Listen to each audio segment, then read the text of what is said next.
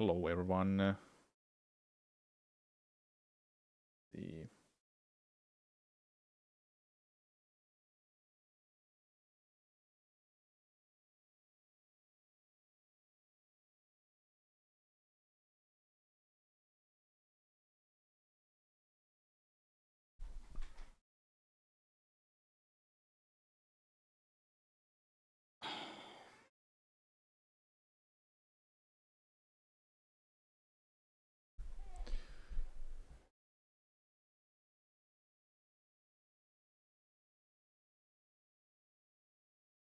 I should have prepared for this, but I haven't had time to do it.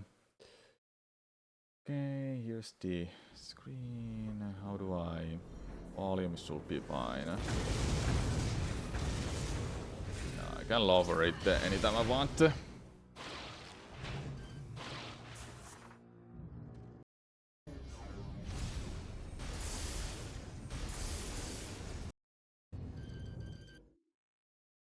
there like anything special? Oh yeah, there's this. Sense. The Leviathan seed is protected by an energy shield.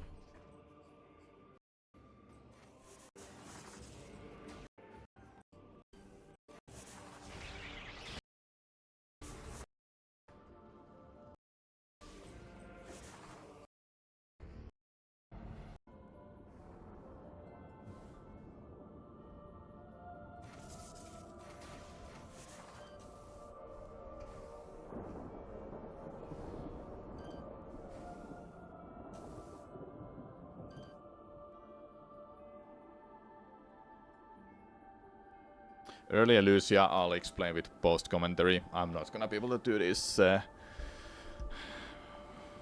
while the video is playing. Here to give this full detailed commentary. I'm just I'm watching through some parts just to get an idea how I should do this.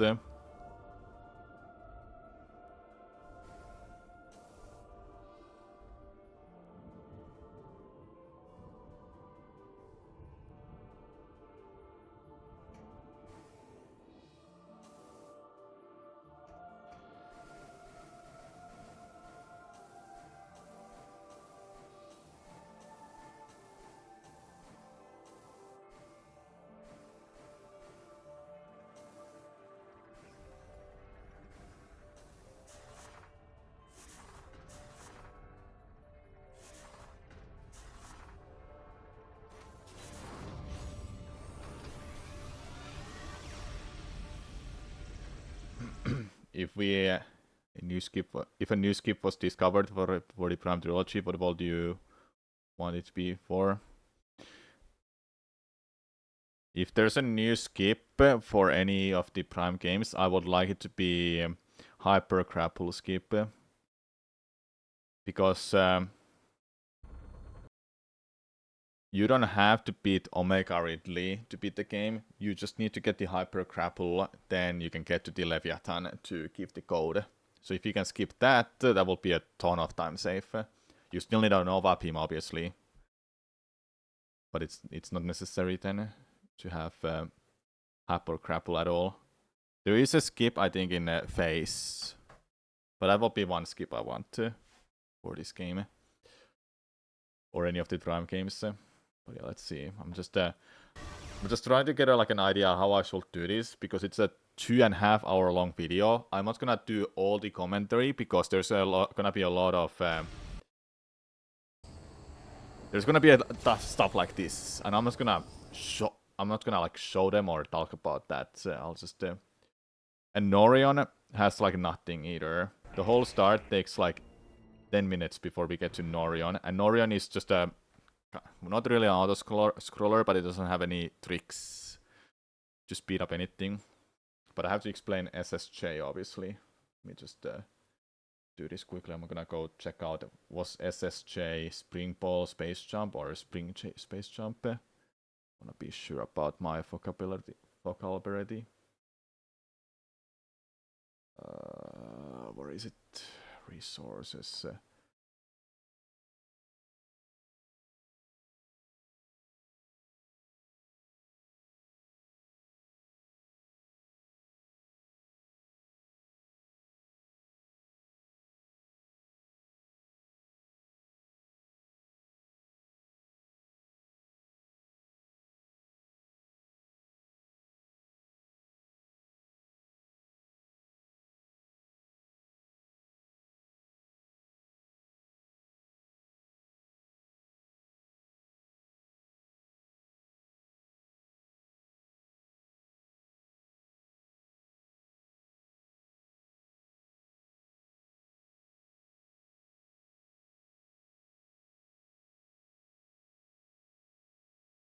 Try to find an explanation. What is SSJ?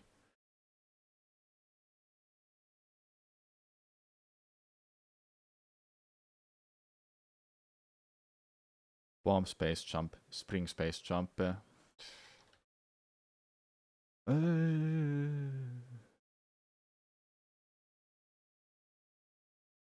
Spring.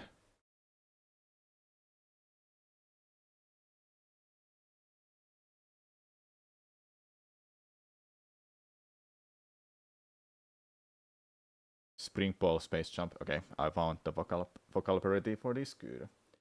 Spring ball space jump is SSJ. Okay. I'll start this soon when I have like an idea how I should do this. I know Norion is like nothing. I don't need to like talk a whole lot in here.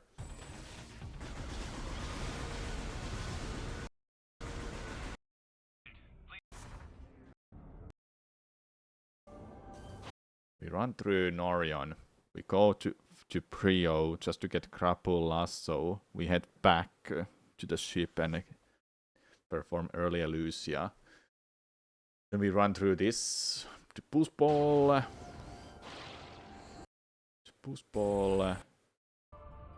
Steam Lord is beaten by doing fully charged beam shots. Just to be sure that they do it too.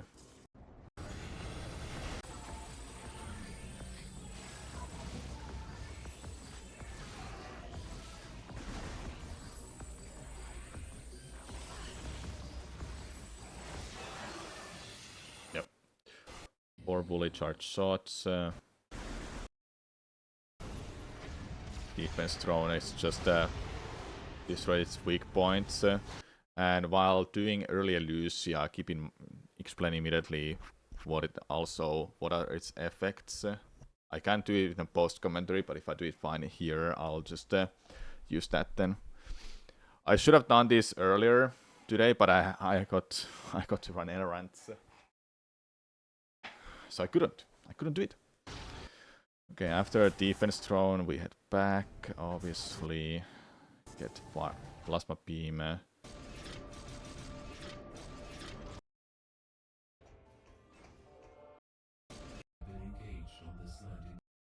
Perform a boost ball space jump.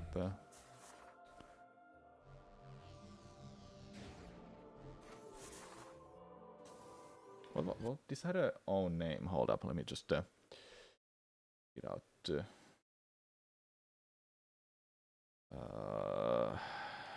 Early Spire Metroid Prime.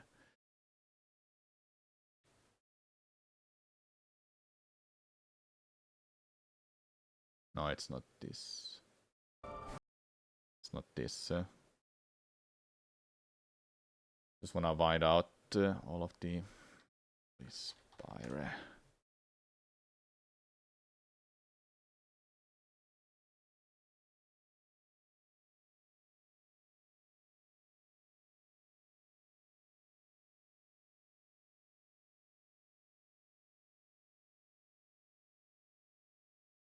Okay, I can't find it, but it's boost jump. I think it was. Hold up. I'll have to go watch my own video quickly. Or hold up, I can just go here.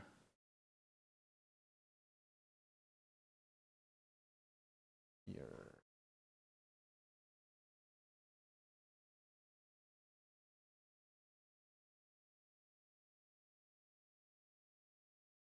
Boost jump. Yep, boost jump.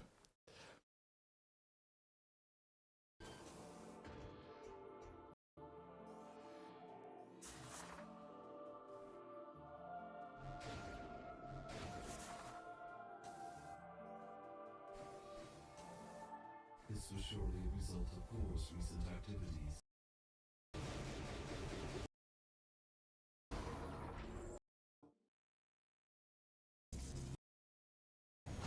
Go to East Elysia, get Seeker missiles, then head back.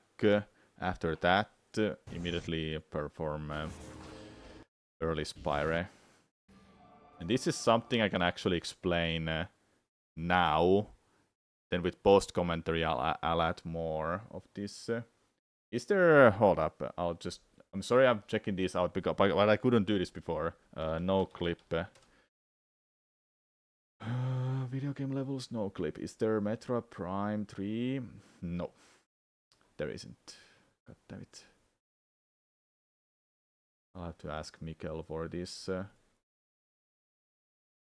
Because, okay, so those who don't know, this is like one of the weird, most insane skips in a run where you walk out of bounds for like almost a minute. And it's a minute and 8 seconds, something like that. But you walk out of bounds without having any clue what you're doing if you don't do the setup. And if you do them partially right, then you'll get this. And there's a trigger of our out of bounds you have to touch, and you have to use a timer to walk so far out.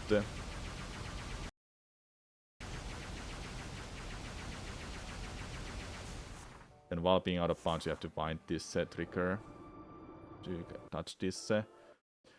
You complete beat Helios. Beat Helios, get this crew attack, head back to Pirate Homeworld. Fight Kentrada, do the out of bound for X-Ray. Yes, then. Oh, Nova Pinball Crawl was also there. Demolition skip. Fight Omega Ridley. Okay. I think I'm ready. Alright, let's get started then. I think I'll add a gameplay footage later on in my post commentary. But yeah, I won't look at the chat much. I'll mute channel point reports. No, I don't think I have to. No, because they're in a different soundboard. No, I don't have to. Okay. Think of that. Alright, let's get started then. So I'll do Metro Prime 3 Speedrun Explained. I'll explain everything from my memory most of the time. And once I do the post commentary, I'll add them in a spots that I just did poorly or that literally deserves a post commentary. For example, early Lucia is one and early Spire. I'm not gonna be able to explain those properly without post commentary. But once I get through the start, I'll let it flow, and I'll also start skipping some parts because we're not gonna watch Norion. Like, Norion, it has nothing. It doesn't have any skips. So yeah. Alright. Hello everyone from YouTube. I'm Samurai Man. Today, I'm doing a speedrun explained for Metro Prime 3, the final part of the trilogy. I have to think about how I do this start. How I did it for previous ones, I have to check it out quickly. Hold up, let me just see. Wrong. What do you mean wrong?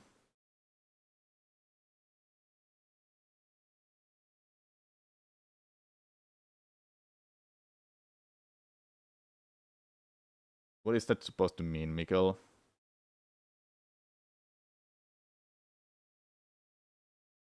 Where's the chat anyway? I don't need to have it on a screen right now. How did I do this?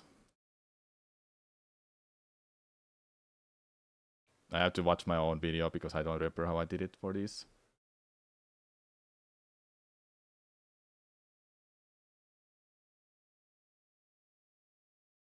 Hello everyone, I'm Samurai Man. Today, I'm going to do a speedrun explanation for Metro Prime 2 Echoes. That's for Echoes, for about Prime 1. Hello everyone, I'm Samurai Man. Today, I'm going to do a speedrun explained for Metro Prime... Something like that, okay.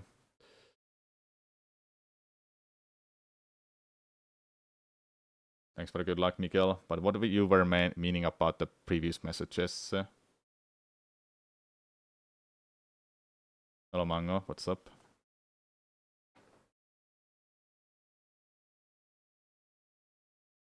They mean nothing. Ah.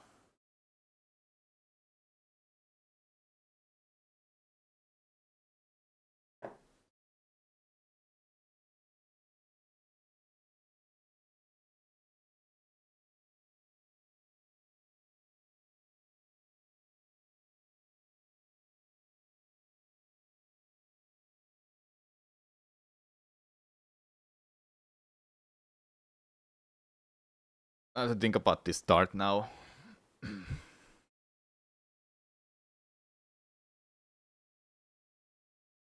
How do I continue from here?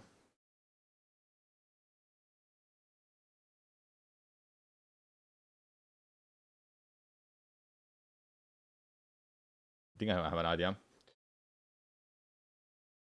Okay, so I will explain start a little bit and probably that this speedrun uses real time as a time comparison for the little bot. In-game time is still used, but it's inaccurate because of spoiler. I won't say what it is. I think I'll do that. Explain that. I think viewers want to know that the real time is used as a time comparison. There's no timer on the screen, which I could add myself. In fact.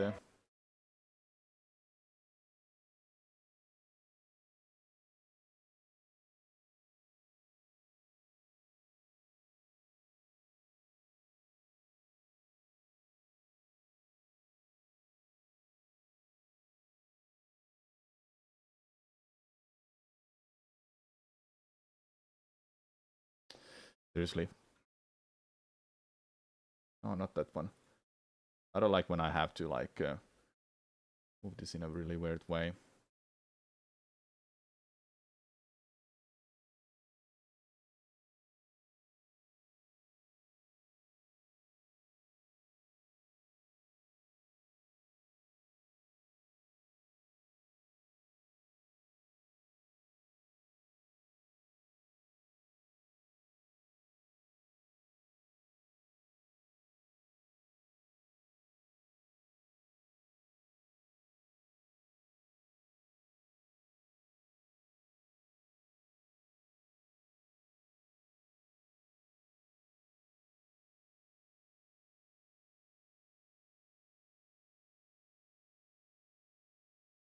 If I do it like this, I have to watch from the start to finish. I can't skip anything.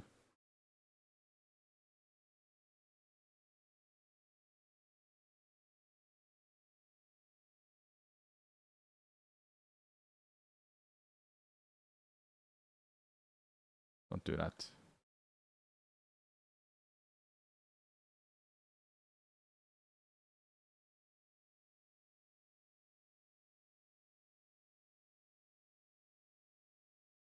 No, not that. Oops.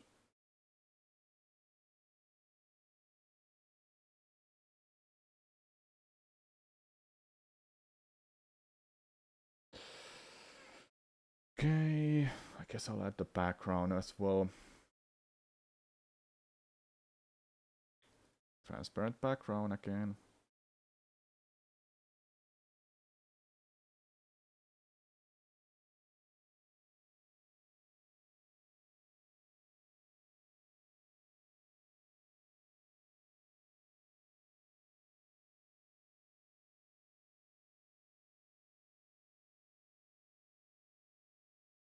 I don't think that's close enough. Hold up.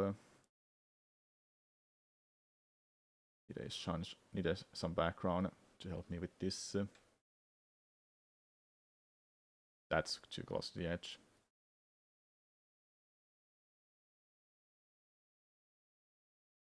Hello, Volcarn.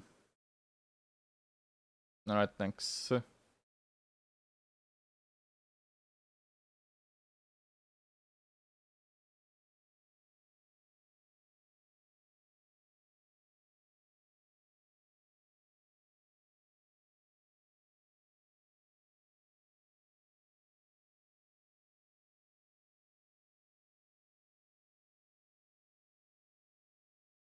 Okay.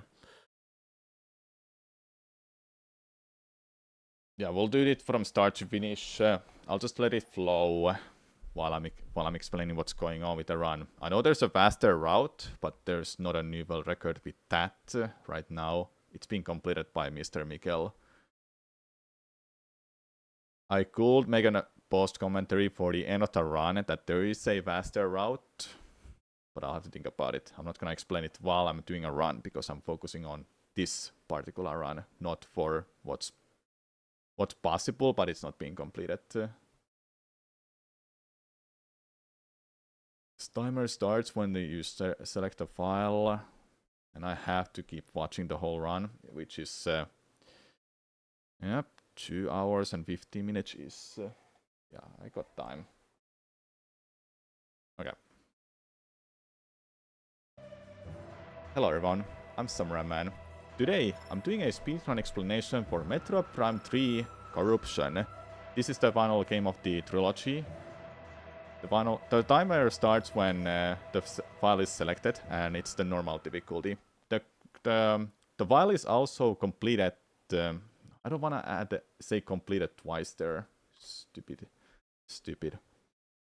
I'm not doing scripting for this. I'm doing scripting after I start editing this. Okay, let's just when I get started, I'll let it flow. Hello everyone, I'm Samurai Man. Today, I'm doing a speedrun explanation for Metro Prime 3 Corruption. This is the any percent category, the fastest way to beat the game. Who gives a fuck, man, about that? I have to not explain that.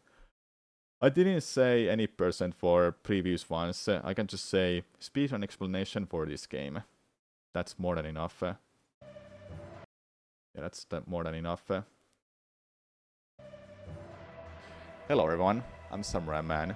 Today, I'm doing a speedrun explanation for Metro Prime 3 Corruption, and this speedrun is done by Mr. Mikkel, who is also the world record holder of Metro Prime 2 Corruption, Metro Prime 2 Echoes. This run is done on a file that has already completed from start to finish. Number one reason is that you can skip cutscenes, and number two reason is that you can get all of the scans completed, so you don't have to scan for a few seconds to get some of the story progression going. So all you have to do is just scan them immediately, then you can start, then you can continue the game. This speedrun is for the leaderboard submissions focuses more on real time. Meanwhile, the previous Prime games focused on in-game time. The reason is that, well, there's a reason why, but I won't spoil what it is. The in-game time is still used, but it's not the main focus for the leaderboards.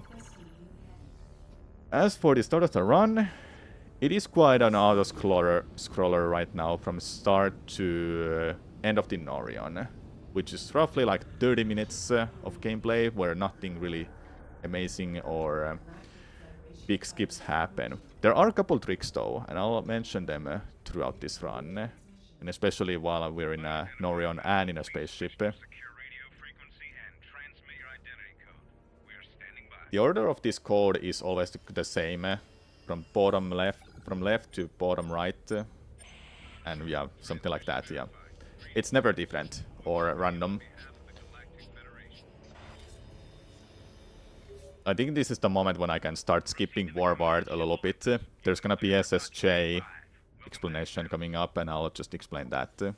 I can't skip anything because we need a real-time timer for this. It might be inaccurate at the end, but I don't think people are gonna care that much. Yeah,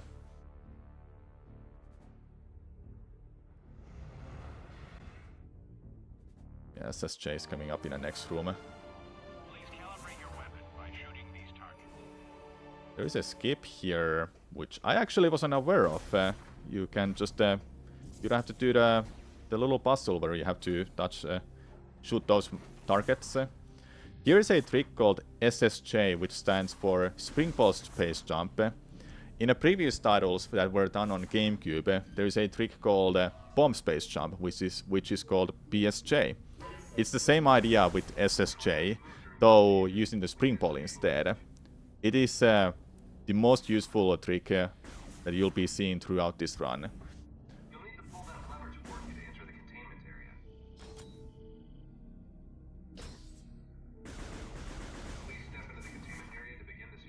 Now there's like nothing to explain. You're always surprised that the Federation is like, hey, person is a Samus-shaped ship. We have no idea who you are. Identify yourself immediately. Yeah. Registration number 13576. Identified as bounty hunter Samus Aran. Preparing biohazard scan. I mean, I have to just sit down and just wait. Because I don't think I have to explain anything about this run when there's nothing to show right now. Just an auto-scroller all the way through Norion. What do you gotta do for the content? Serial detected. Samus, you are cleared for the command bridge. But I have to get ready for those parts when I need to start explaining. I can't just sit still and do nothing. Aren't you Samus Aran? It's an honor to meet you.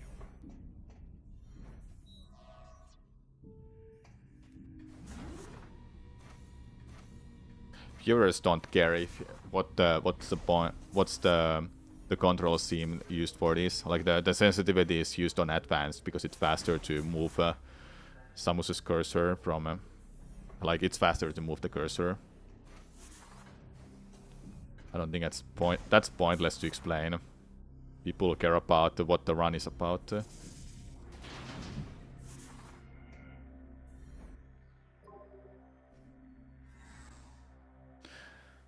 I could play like some Pokemon while I'm waiting to get to those parts when I have to start explaining.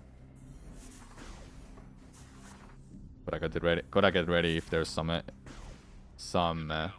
stuff that's new.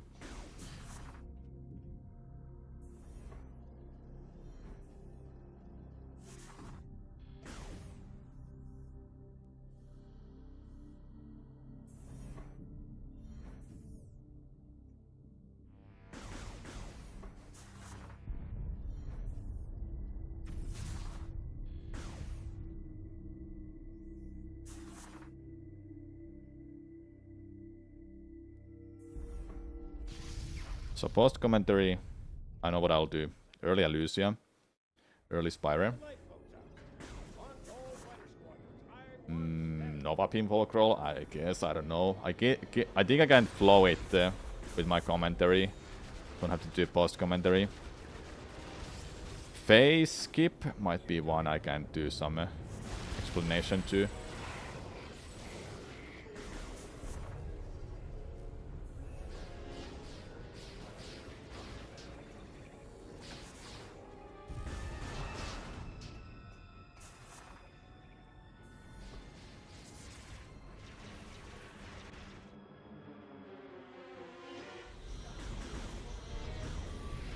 Now it's just waiting here because the previous room has to load. But there's like nothing I can explain. I have to just wait. If only there was a real time on a screen for the run, I wouldn't have to have my own. Oh yeah, you can do that. Grab the energy shell before the last pirate grabs it. This doesn't start the cutscene for spawning the slot where you put it back in, but it speeds up this process.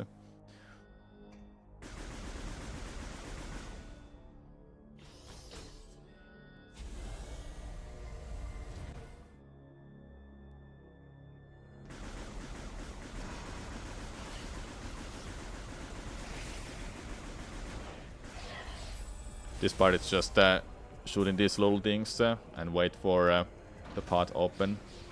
Can't really do anything else. Oh, it was that fast.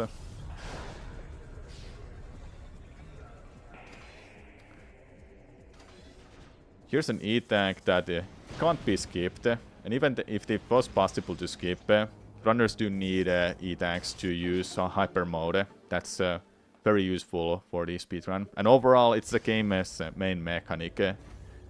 The main way to deal damage is by using hyper mode.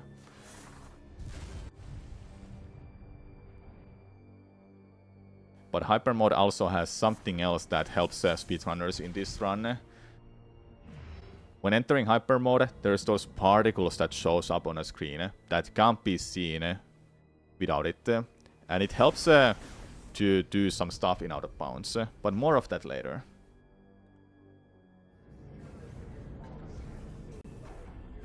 Getting up on this ship is possible when targeting that little ship. If runners can't, if they wouldn't be able to do that, they can't get on the ship. The targeting helps to like Samus's mobility is floaty in Prime 3, but by targeting an enemy or a scan point that's far away or close, she has more control mid-air then. And it helps to get on the to get on that little ship. Without it, they might have slide off.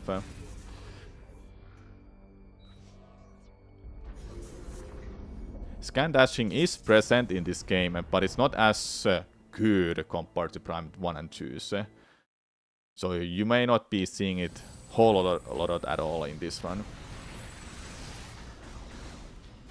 Berserk Lord is just break down both shoulders. And it's 4 shots that needs to be shot back. That's RNG though, and can't do much about it if it doesn't shoot 4 times.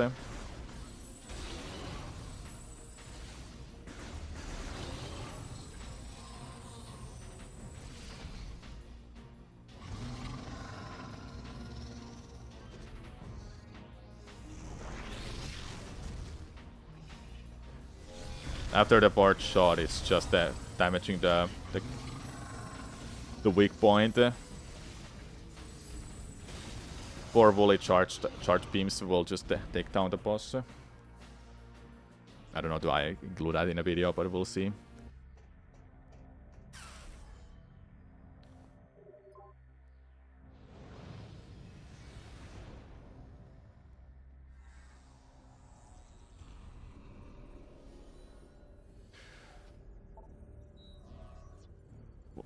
Olympus was this called?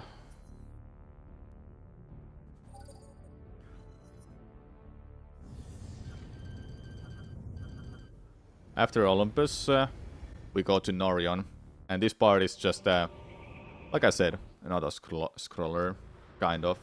There's not a whole lot of tricks for this. You get a grapple, lasso and grapple lasso, was it? You get a grapple lasso here. That's about it, really.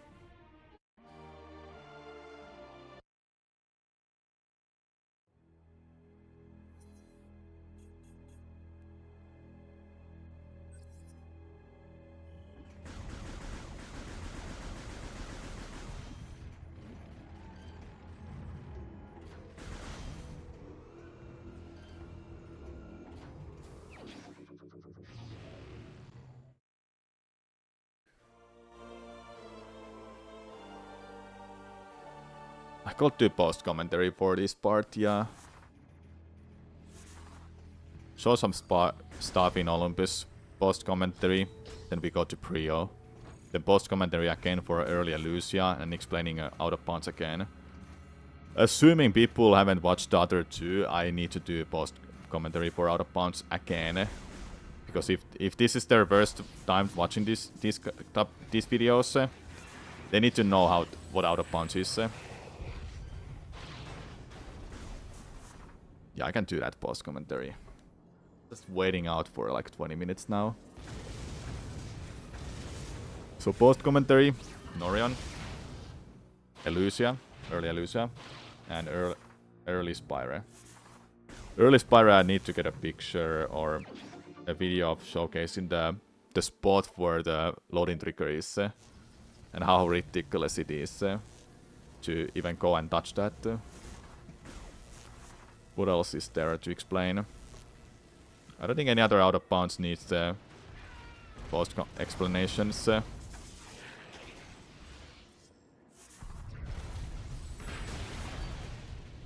If you're joining in and wondering why I'm not doing any explanations or explaining this run, there's literally nothing to explain in Norion. So I'm waiting to get to Prio.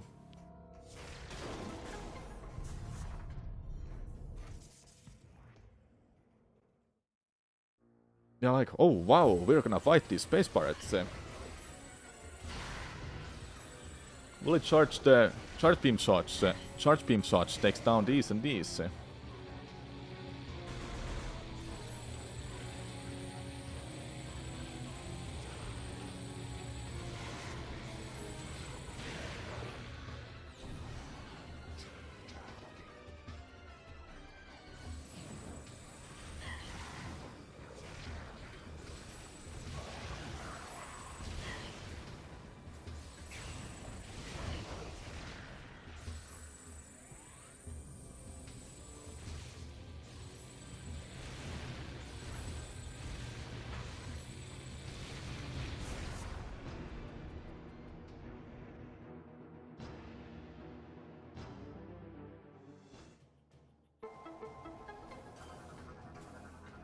Data received.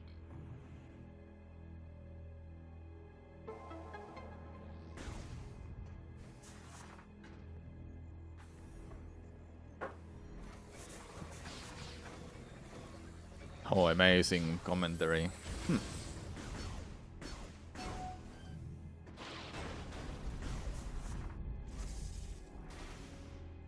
If I were to watch this video with a commentary, I know I wouldn't like Norian. If I know the game, I know that it's just it's nothing special.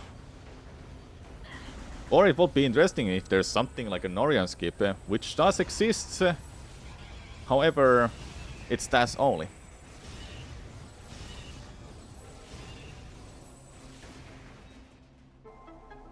As of now, at least. Until there's a new way to do it, but I don't think so. These games feel so solved. Well, one is that there's like not a whole lot of people who runs these games.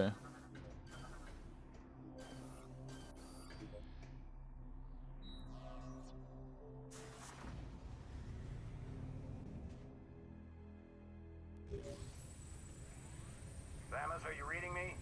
Something big is happening up here. What in the name of...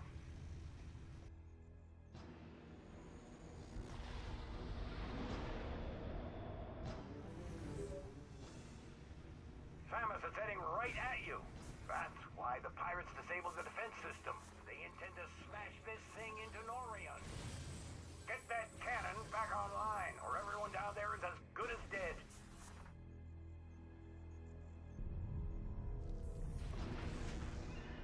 There was no music playing. Just realized that. Kind of weird. What the heck is that?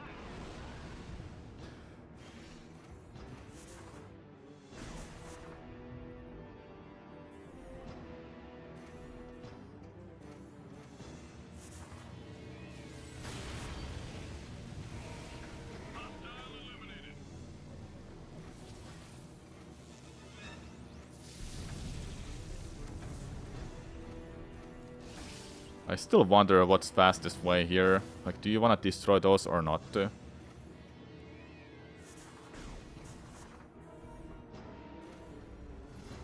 I'm pretty sure you can get past that, but I'm not sure. Are you fast enough, actually?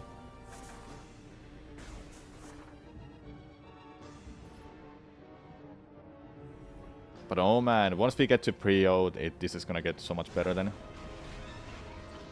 And Elusia too.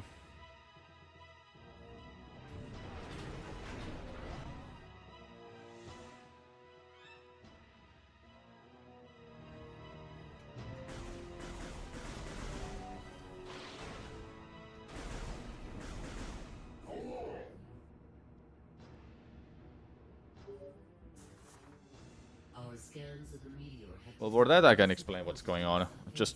They were just waiting for the room to load. That's about it too.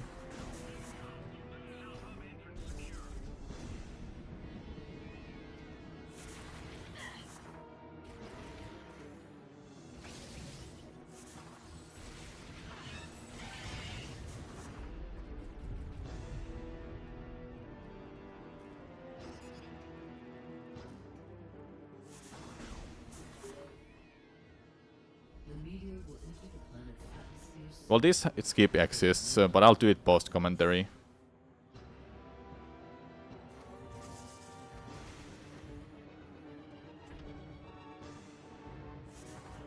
I forgot about that, but yeah. Samus, I was able to get Generator B back online. If you need any help. Ah, here they come again.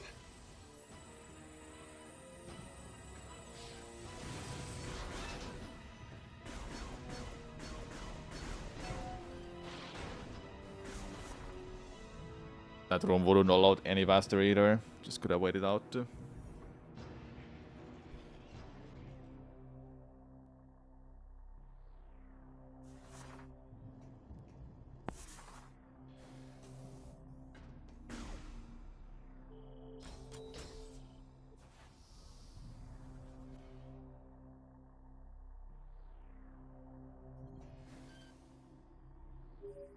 Oh yeah, avoiding out my Samus, faster. our efforts to slow the meteor have failed. You must hurry. I don't think you're gonna jump above those, but I wouldn't be surprised you will.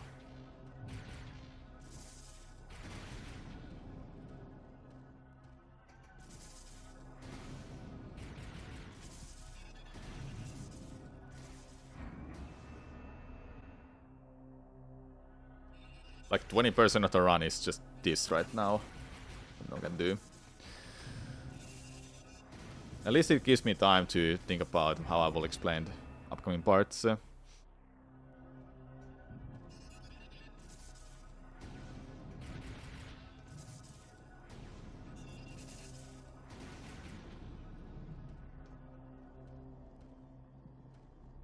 As I thought, might be too it's too risky. You can jump from on those with spring ball, but if you drop down, then you have to go through all of that again, and that's not fun.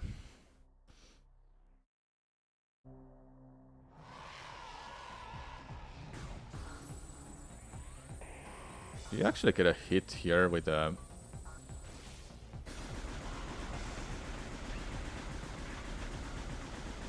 I can't see the health bar properly.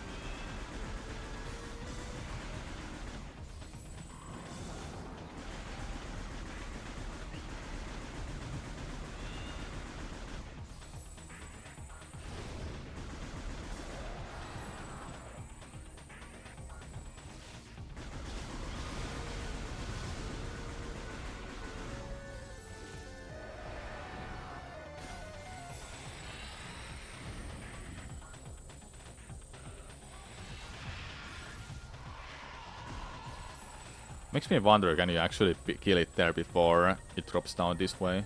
You have to wait a little bit before shooting again. And it's really far out there.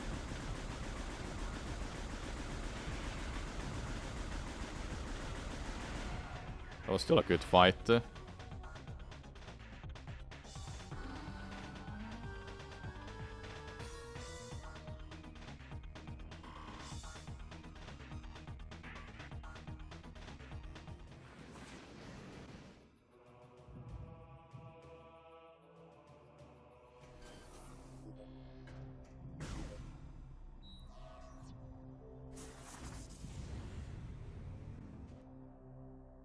Right, not much long before we are out of this place.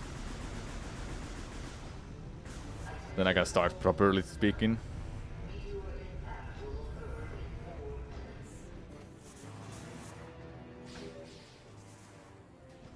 Samus, all efforts to stop the meteor have failed.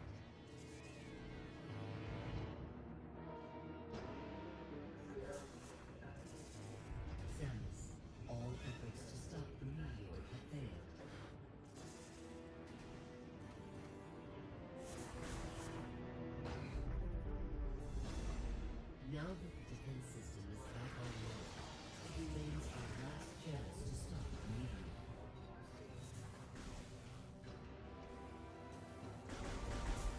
must get to the control tower and fire the defense cannon.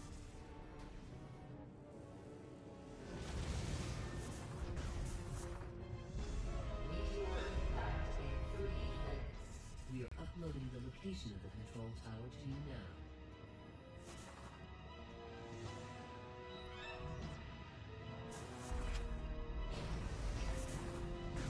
Oh yeah, you can do that. You're late. We were about to leave you behind. The meteor is approaching faster than you think. If we don't make it to the top in time, we can kiss this planet goodbye. So in Brio there's that trick. Get up on that last bomb slot. Let's do this. Get grapple, lasso, swing. Sorry, swing. Grapple, swing, head back with some SSJs. Perform early Elusia. It's happens first try too in this one.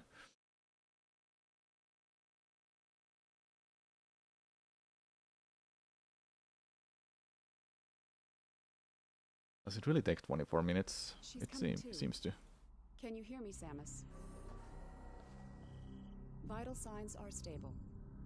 Welcome back, Samus. You've been asleep for quite some time. A month, to be exact. We feared we'd lost you. Thanks to your great work, at the end of the battle, what's even stranger, during the invasion we integrated this same phase-on enhancement device into your armor while repairing your damaged bodysuit. Troopers wearing this but in your case, think about it. With this phase-on coursing through your body, you can fuel the PED using your own internal energy. Pretty effective, don't you think? Why don't you try the PED now? Seal the room. Initiate PED program. After this, I would say. Alright, now. Actually, when we get to Prio, then the run starts properly. Training complete. You must have noticed during this test. Over the past month, we've learned now that you are familiar with the. You'd better get going. Oh, and one There's so many little things I don't even care to explain. Even I don't know everything. Oh, you can just morph there. Okay.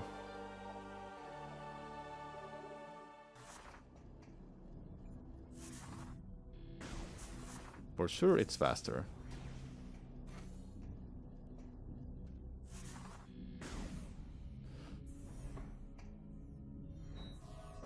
Oh, finally I can start explaining stuff real soon.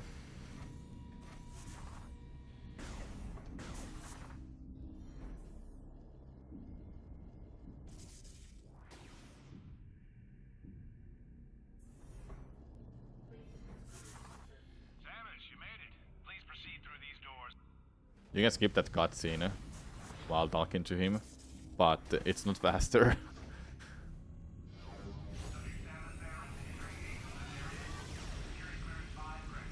Clearance confirmed, G5. Opening chamber vault.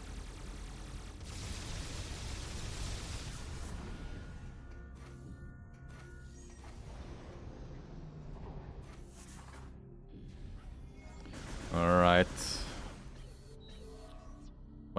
When we get to Prio, then I'll explain. Well, hyper mode I'll explain after early Elusia is done. Or I might explain it while I'm doing. No, actually, I don't have to do it now because that explanation will come out after East Elusia. Early Spyra does that. Yeah.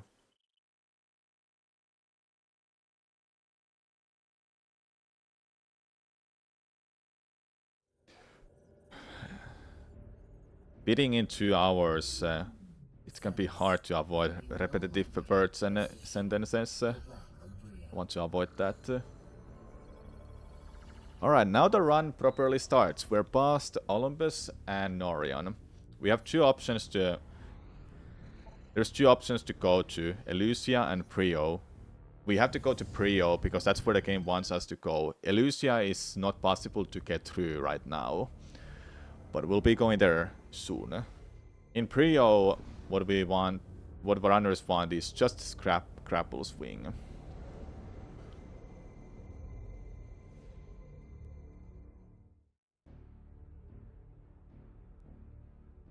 I could explain it here too.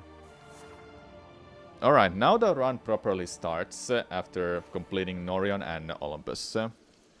In Prio, what runners must collect is just a grapple swing here right now. And right in the next room, there is going to be a trick to speed up this next part. There's 2 bomb slots that needs to be bombed, so the path forward will open. But it's only it's possible to get inside that last one. There's 2 methods to do it. This is the harder one, and the other one is getting on the platform with the SSJ. What makes this really tricky is Mikkel has to get instant unmorph at the same time when trying to get to the bomb slot. It's really difficult, but it speeds up this a lot instead of doing both bomb slots. And there you go.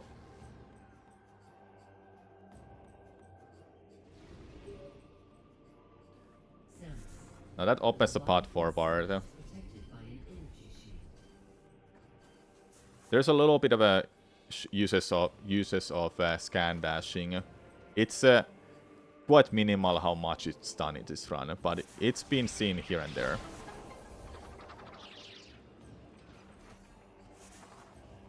Oh, I didn't know you could get up there with the spring ball. Hyper mode will be the main source of damage during this run. Power beam, plasma beam, and nova beam will be rarely used for any damage. A single power hyper beam shot is equivalent of a charge beam fully charged. Power beam fully charged, my bad. So it's a powerhouse, and that's the best way to damage anyway. It makes the game and the run quite fast and easy too when every shot is equivalent of a charge beam shot. Here is grapple, lasso, and everything they need right now in a Prio. Because after getting this upgrade, we'll be leaving Prio. We're gonna head straight to Elusia. You may be wondering how and why we would go to Elusia. Because there's a skip, pretty much the hardest skip of the run, called Early Elusia.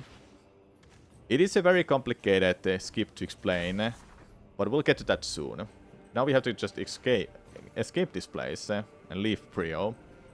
SSJ is used again to skip this part and having to use grapple, lasso, swing, my bad. With well-timed SSJs, they can get all the way up on those platforms. Reminding bomb space jump and SSJs have the same rule for leaving the ground. 22 frames after leaving the ground, they can perform a jump. That must be keep in mind with these two. Double bombs are used, so that way runners get more height fast. This game also introduced a new thing for the game's mechanic, I guess, or to the system or physics, I guess, is that you can't do infinite bomb jumps, unlike in Metro Prime 1 and 2. In this one, you can do only one bomb jump. If you have one bomb mid-air, that's the only bomb you can touch. If there's two, it won't count the other one that it tries to touch, if that makes any sense. This rule is also in Metro Prime Trilogy. That's why there's no infinite bomb jumps in a Trilogy version. Which can make some parts tricky in this game, because out of bounds, if you are on top of a room's layout on a ceiling in this game, you can do one bomb jump. But if you try to do a second one, nothing happens. So out of bounds can be tricky and harder in some cases in this game. Unlike in Prime 1 and 2, where you can do it all the time. Alright, now we are leaving Prio. We're heading to Elusia, just like I said. This skip is complicated to explain, because Number 1, you have to get on a robot. Number 2, you have to get out of bounds. And number 3, there is a statue you have to destroy. So I'll let my so I'll do a post commentary for this for you right now. I don't know how I will switch to a post commentary, but I know how I will do that. I won't explain like blah blah blah. Like I'll let future myself explain what's going on, because hell no, I'm gonna do this right now. And it happened first try. I don't have enough time to explain all the details what comes to that robot. Because 1, you don't get on a robot with just a 1 jump. You get on the side of it. Then you have to jump on it. Then you are on the robot. You're only on the side of the object that it holds. Then here you have to wiggle the joystick top right and right to move through out of bounds. And what makes this hard is getting a jump while being out of bounds. And the only way ever for runners to know if they can jump is to have the rumble on a Wiimote.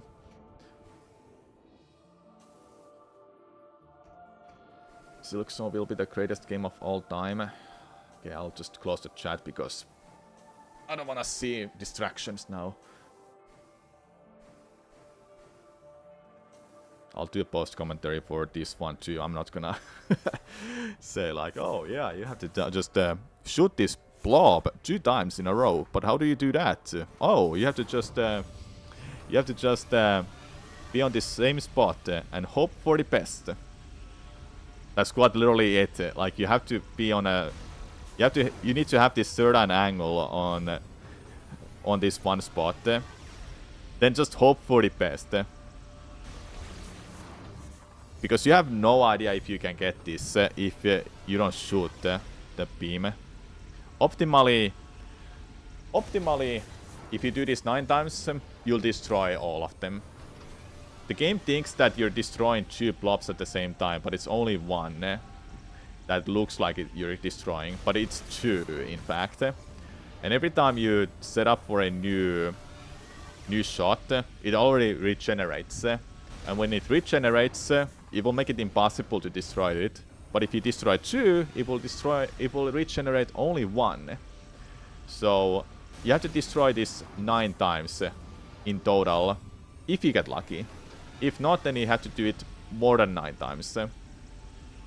You're limited on the amount of hyper beam shots and the health you have. So if you run out of health, it's GG's, you can't do it anymore. Because those health points that those health that drops are dropped by the blob thingy. You can't grab them because they're inside the statue. Also, the game thinks we are in a previous room, which is the trick for this game. You have to make the game think you're in a previous room, and that lets us to actually destroy the statue. It's really finicky. It's really finicky.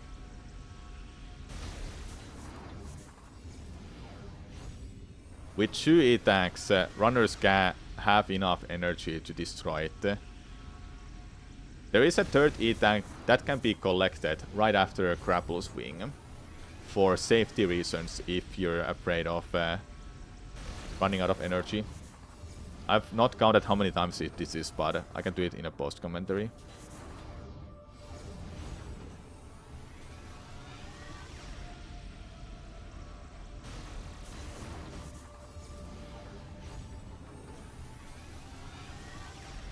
I think we're close for it to be completed. There you go. Now, early Elusia's biggest thing is it saves a ton of time. Nobody knows how much. It's been timed to be like 15 minutes, 20 minutes, 25 minutes. But if I have to give my own guess, I'll say roughly 25 minutes of time saved from just doing this skip. But there's a couple of things that changes the route. We don't go back to Prio anymore except for 1 upgrade, and that's Crew Attack. All the other upgrades, Ship Missiles and Hyperball, are completely skipped in this route. Hyperball will change this route quite a lot. but it doesn't make the run incompletable at least.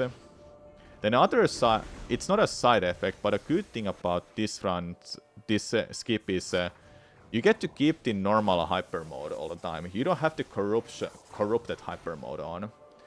Corrupted hyper mode is that after like 10 seconds, you can't deactivate hyper mode yourself.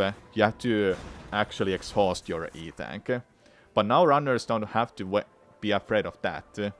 They can deactivate hyper mode anytime they want.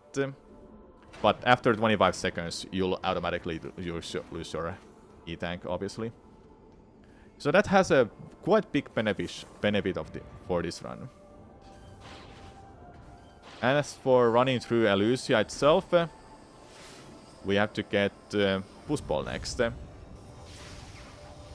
While being on hyper mode, any damage you receive in this swing, you just get through them. You don't take any damage, you don't knocked off. All you have to worry about is just not run out of time.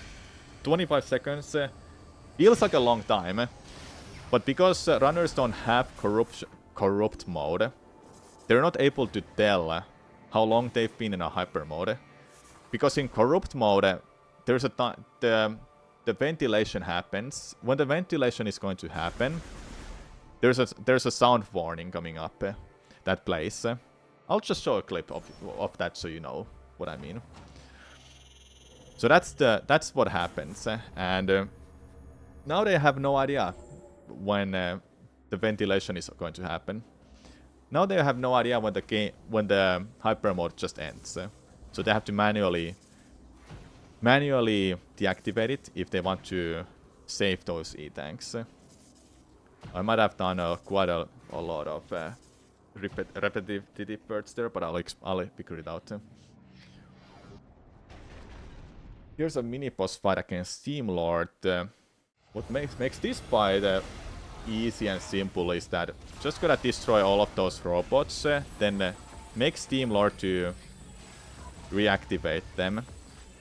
And the best way to damage Steam Lord is just 4 fully charged power beam shots. And that kills the mini boss. Hyper mode is not used because I think it disappears all the time and it just keeps damaging you. But disappearing multiple times is just a time loss.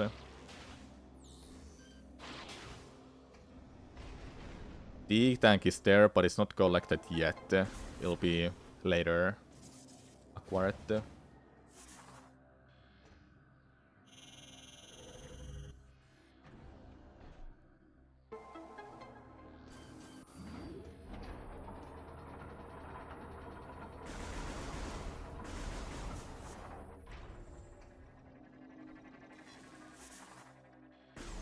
Yeah, are we all figure it out?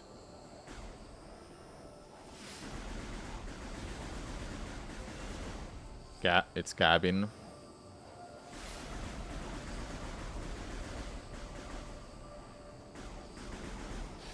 I don't wanna look at the chat.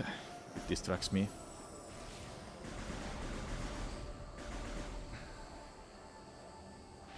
Yeah, the rest of this place is just run through until we get to Push Ball.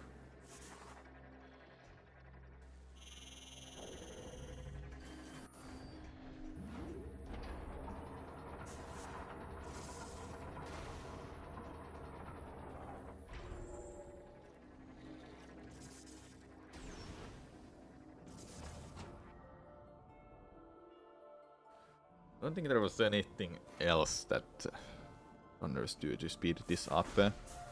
Yeah, there can't be.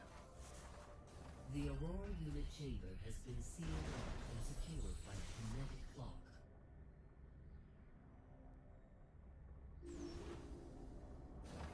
I don't think I ever remember this text box in my version. Okay. I don't remember this text box at all. Interesting. It might be there, then it just disappears after a while. Oh yeah, I also forgot to mention, one item we skip is ice missiles. But for some reason, This lock is just a regular... It's just a regular missile lock. And it goes for all of the missile locks in a game. Post Prio. I'm not too sure which door locks, which ice missile doors are actually ice missile doors. I don't know which... I actually don't know which ice missile locks are real and have to be destroyed with an ice missile. I would assume everything except in Prio, but I might be very wrong. But for this speedrun, fortunately enough for runners, all the doors that needs to be unlocked with the ice missile are just a regular missile door locks. Are just a regular missile locks.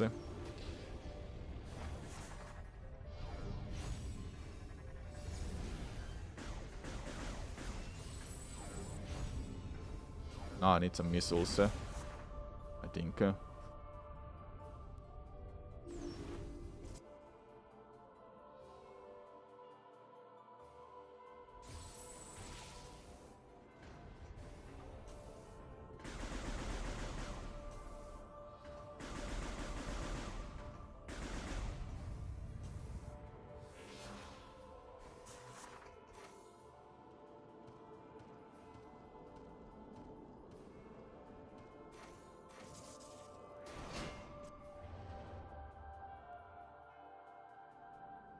Is that faster? I don't even know.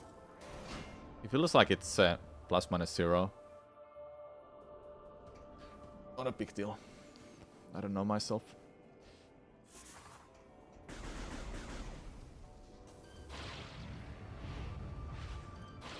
Oh, you can actually do that. That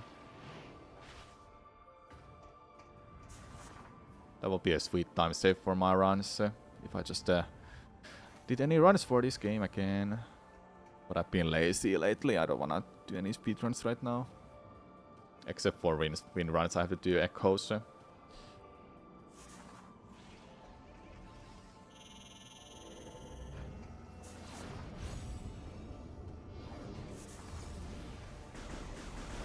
Okay, in my version you can't do that.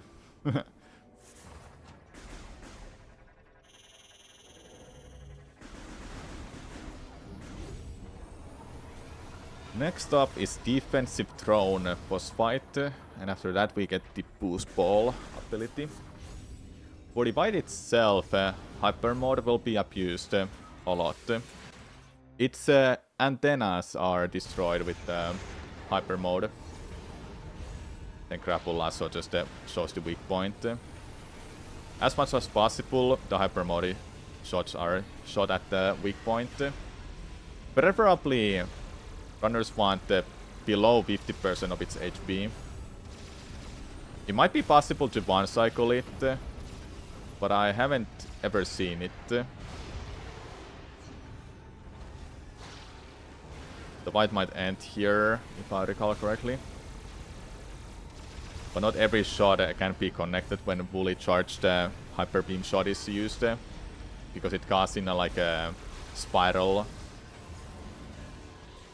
But that was a really good fight still, and they still had enough energy to use a hyper mode. Getting off from hyper mode was done just to refresh the meter, so they can do more shots.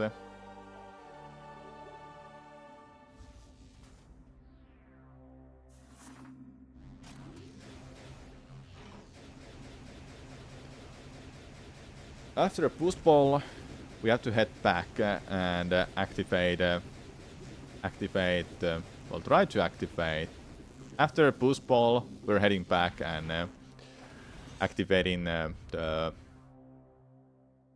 After a boost ball, we're heading back and opening the path to Aurora unit. Along the way, runners want to refill their health. Because there's gonna be a next boss fight coming shortly after we've opened the path to Aurora unit. That path, that morphball path, it's optional.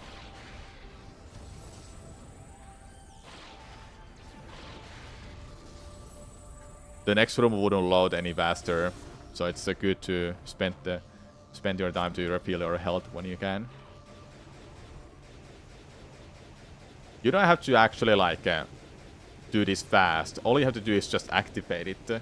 And when you keep moving fast, it's going all the time.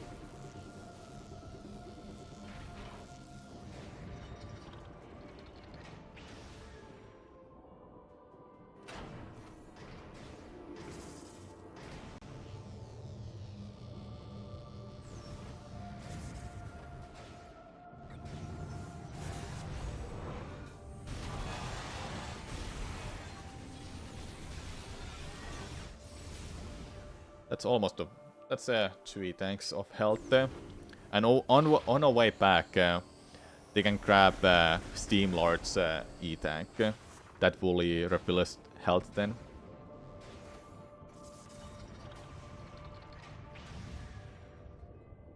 Yeah, it's a record, Harvey.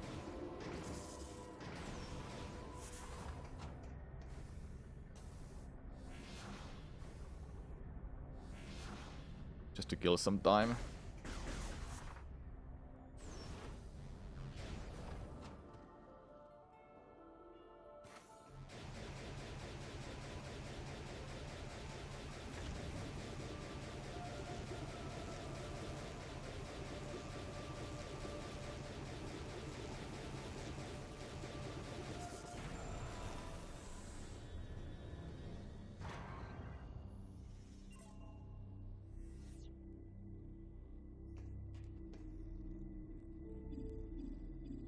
The Aurora unit is corrected and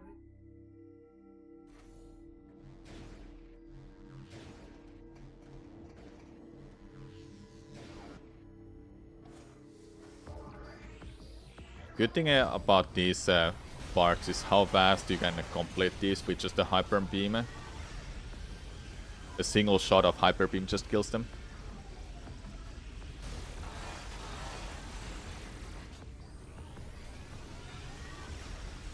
It's just a one pair of robots left. And that's the fight.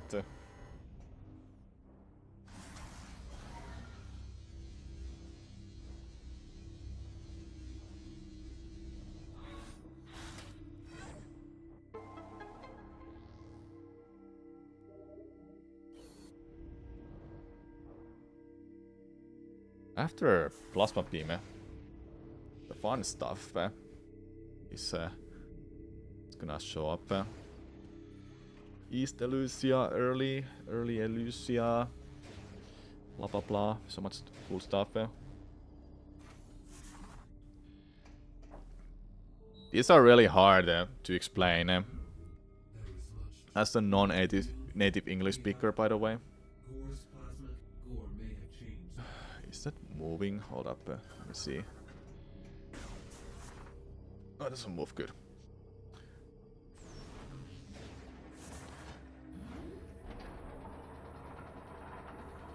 Now it's just a run back to core fight, which is at the start of Elusia, where it's destroying the ship, trying to destroy the ship. All we can do is just run backwards, the same path we've taken. These parts are a little different. I mean, I don't give a fuck about explaining these. I don't think people care. Because there's no speedrun tricks to explain, so what's the point? It'll save time for me and so for you to watch. Not right now, of course, but for a YouTube video it will be saving time. unknown entity approaching. Commencing hull lockdown.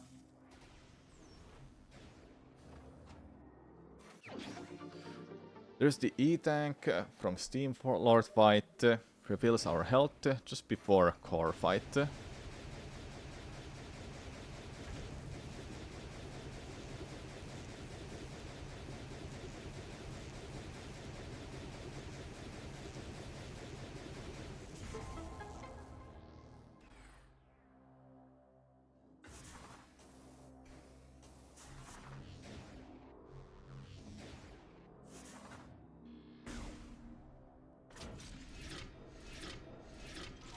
That was fast. I like that.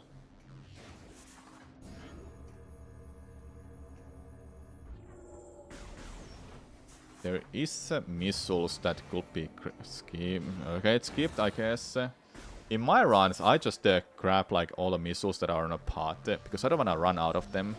I always want to have more than 10 missiles ready because of Seeker Launcher. Seeker Launcher itself doesn't give 5 extra missiles, unlike in Prime 2.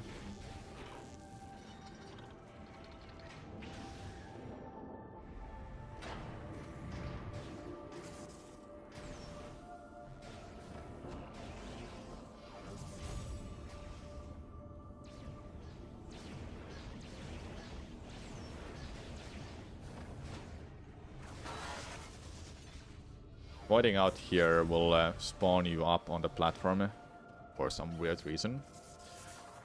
It speeds up this section.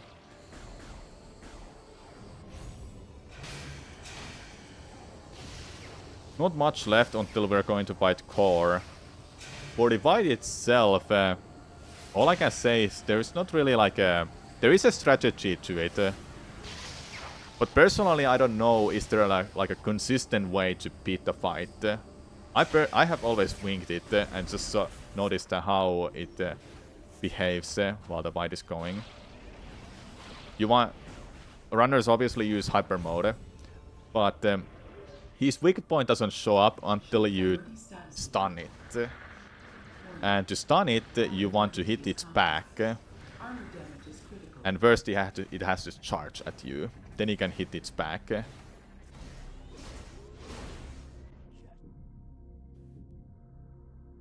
Let's see how this fight goes. You get some damage in at least with this. But it's also luck-based if you can actually like hit it enough so the weak point is on all the time. Sometimes you have to do it like twice there. With a boost ball, they can stun it by just hitting it. That was a really good second phase. In my experience, it's always been like, sometimes it's a good fight, sometimes it's like, wish it was better. But it was that's a perfect fight, I would say. And didn't even use all of the E-tanks for the hyper mode. Then that's Plasma Beam.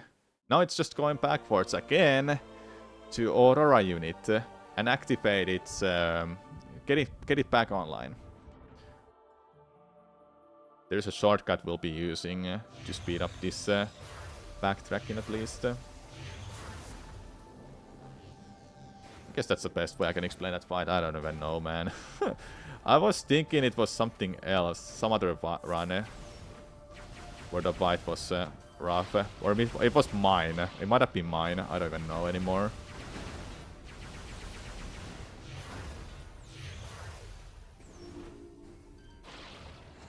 It might be mine. I always struggle with that fight for some reason.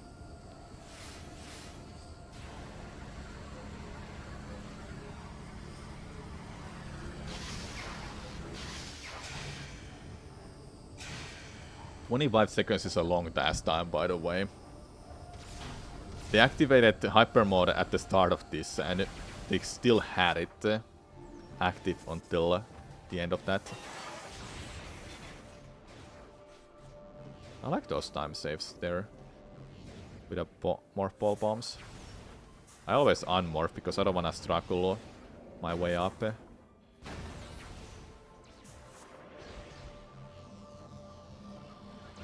Fortunately, in this backtrack, there is a shortcut that can be unlocked right now with the Plasma Beam.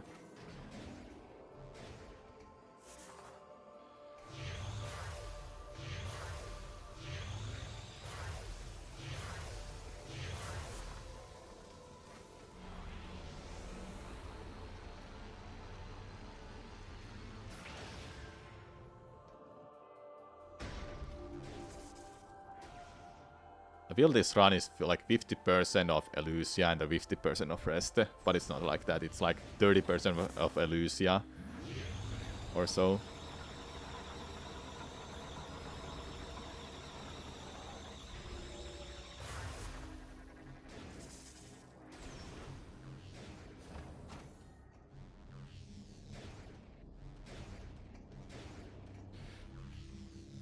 To activate this, we have to just use Plasma Beam's weapon to... What was that called? I don't know. It had I had that word in my mind, but I've lost it.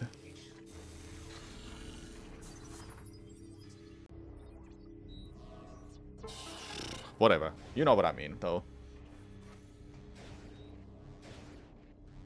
Now when Aurora unit is back online, we get the map that allows Samus to enter. That allows Samus to leave Lucia. Maybe the ship is, well, whatever you can leave now or not. Getting the map is crucial for game's progression. It might not be necessary, but it does speed up this next part, which is leaving Lucia at some point, but not yet. There's a second and eventually third spot where you can get the ship to land, and that's where we're heading to. We're heading to the second spot where you can land your ship. You couldn't leave before because auto repair had to be completed first. But in this second spot, where you can do, well, obviously you can open the landing spot. Ship status update. I'll get to that soon. Hold up. Ship is ready for use.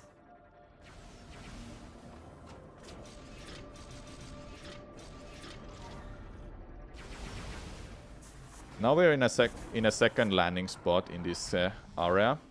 Instead of activating it and opening the path for the ship, what runners do is perform a trick called roll jump, and adding spring ball, they can jump far out of bounds with a lot of speed. And in out of bounds, they can rise up with ether jumping on top of the room ceiling then. This was surely a result of Gore's recent activities. Ether jumping in this game is kind of similar to Prime 2, but it's a little tricky since Samus is more floaty.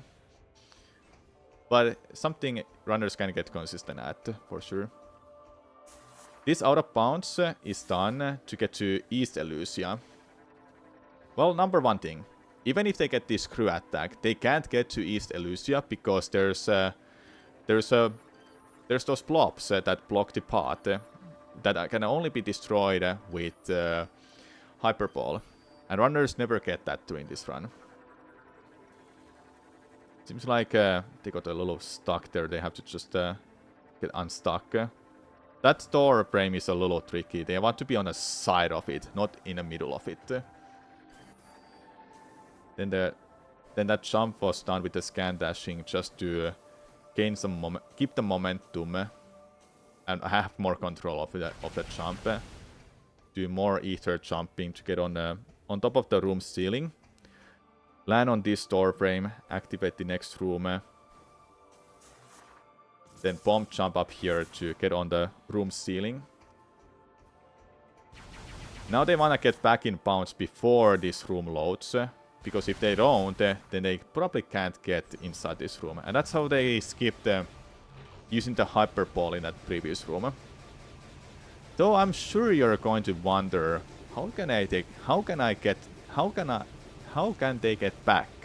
They don't have screw attack, they don't have Hyperball. Don't worry, we'll get to that later. Delaying screw attack is beneficial for this run, because for getting a screw attack now, they would have to activate the map of Prio. To activate map, that takes a few minutes. However, in this speedrun route, if they go to Prio after completing Elusia, the map of Prio is active and they can land anywhere in Prio. That saves time. But it also means doing a little trickier and harder ways of getting through this place since they don't have screw attack. But thanks to Boost Ball, the roll jump boost jump, I think it was called. They can get up here with any problem, without any problem. And hey, there's another ice beam, ice missile door that is destroyed with a regular missile. The names of these tricks can be sometimes tricky to get. Like there's roll jump, spring ball space jump, bomb space jump, roll boost jump, etc, etc. A lot of names for specific tricks. In East Elysia, the only reason they're in East Elysia in this speedrun is to just to get Seeker Missile. And believe it or not, one of the only reasons you need Seeker Missile is to get to Helios boss fight, the boss fight of this region. Other than that, there may not be any other reason to get Seeker Missiles. Seeker Launcher, Seeker Missile, you get the idea. It's the same name, but different wording for different games. I think for this it's Seeker Launcher. But I might be wrong again. I don't remember it. Weirdly enough, in this game, Seeker Launcher or Missile, you don't get 5 extra missiles from grabbing that, from acquiring that item. Unlike in Prime 2, where you get 5 extra missiles.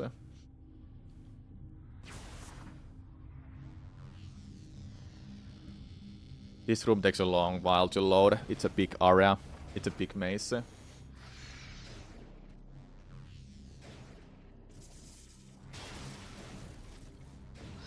Every time you see them use the boost ball and jumping, that's just to speed up the movement here because of this ground. Like it's like a, it's not a straight. It's not straight. Or flat. It's not flat, is what I mean. Here's the first energy shell of the run, and for this run, runners need, well, normally you need 5 to beat the game, but runners need only 3 of them. And throughout this run, they don't have to go out of their way to get any energy cells. There's 2 of them on a pot. After getting a Seeker Missile, I think Seeker Missiles or Launcher. No, they have to just head back. Get out of this place, basically.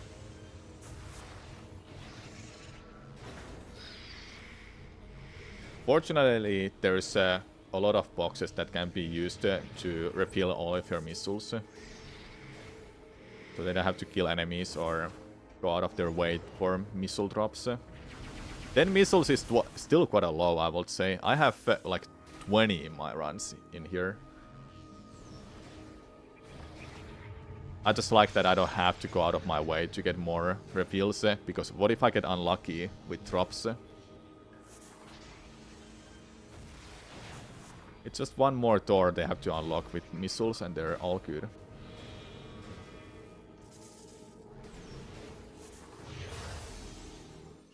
Here's the 4th E-tank, and also the final E-tank of the run. They can grab more too. There are like 1 or 2 in a pot, but it's not necessary at all. They can survive with 4.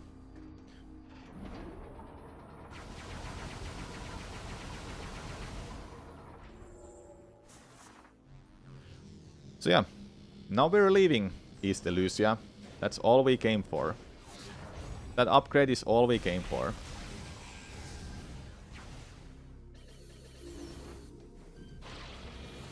Yeah, like there's not much to say until we're in Elysia again.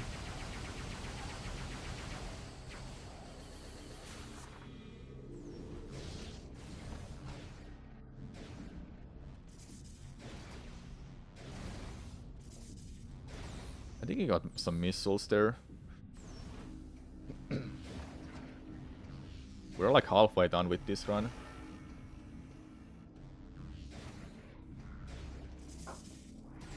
It's good.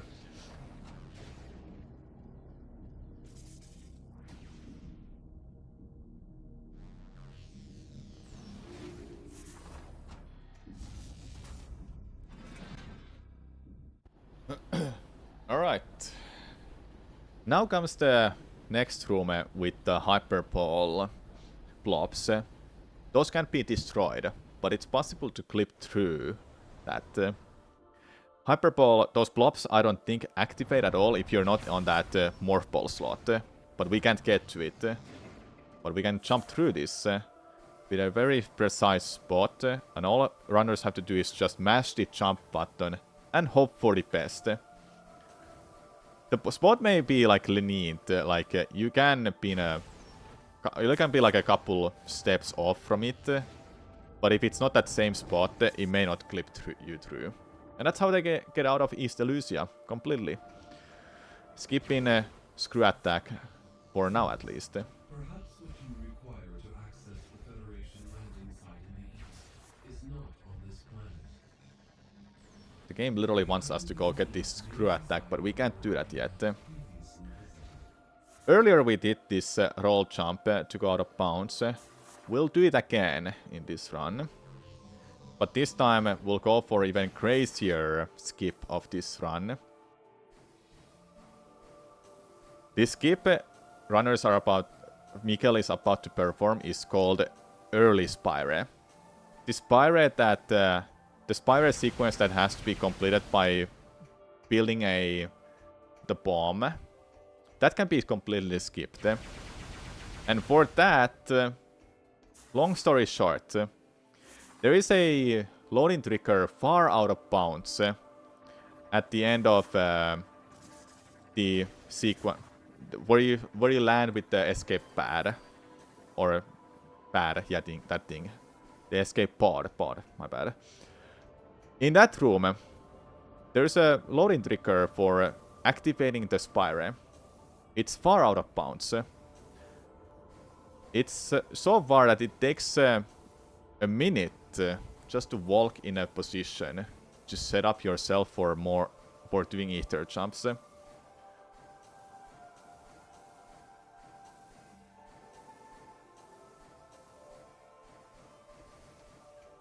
But to start this whole early Spire strat, runners have to get in position nearby this, around here, then use the command visor to get a right angle by using the N on the right side of the cursor or the screen. You see the N letter there? That's the north. You're looking north right now. And now they're walking that way by holding upright for about a minute and 8 seconds. Why so specific? Because after that time, they'll find a spot for doing ether jumps. They can't do any jumps while being out of bounds here. They have to find a corner of the room. And when they find Spire's corner, they can use that to gain height by doing ether jumps.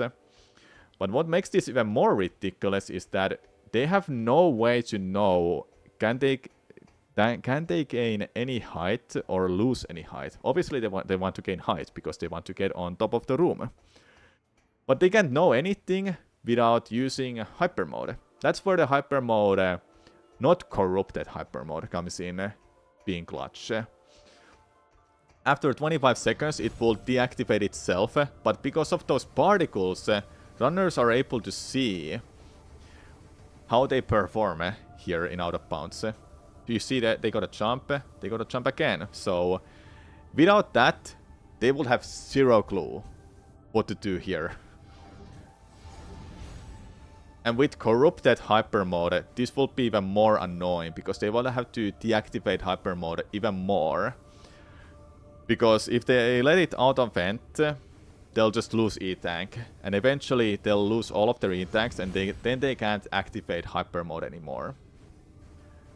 What they did here is to find the corner of the box. Just the right spot where they need to be. Now they do this quite a lot of times. Because Spire is a big room. Well, not just big, but it's a tall room. So this is done quite a lot of times. And once they are at the top of the ceiling, they'll angle themselves for the right angle, their angle themselves for the right direction again. And walk that way, so they can find the loading trigger for activating the Spire. I think it's not much left anymore. With the right rhythm, runners can get really good at this and fast too. But it takes a lot of time and practice. And now they want the ceiling. So here they use the command visor again to find the right angle by using the S letter this time.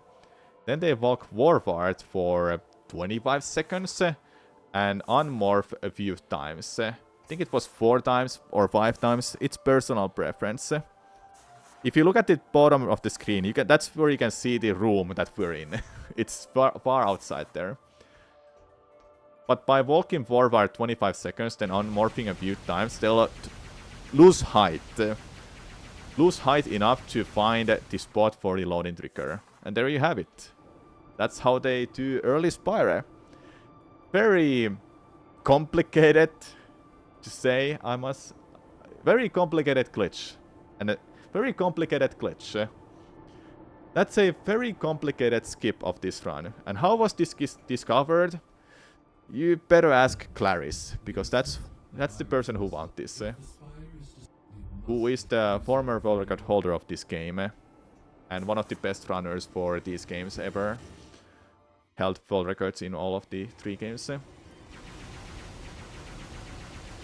Now for this fight itself. The first shot can't be avoided. But they can keep shooting this ship. So it's damaged. So it's damaged enough.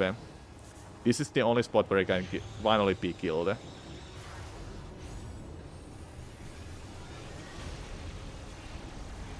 There are 3 ships that needs to be destroyed. Then that's enough. That's enough for. Then that's enough for completing this sequence.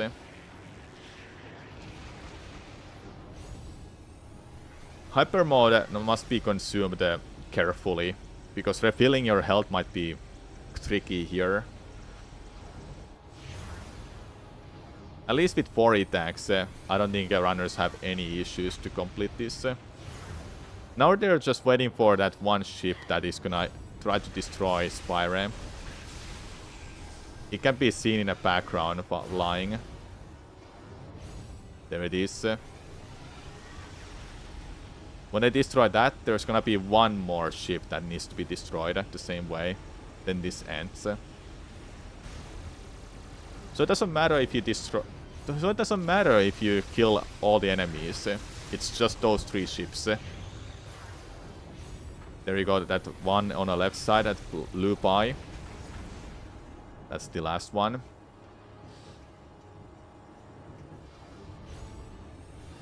Just using hyper mode, like all the previous ones, will end that fast. And there you have it.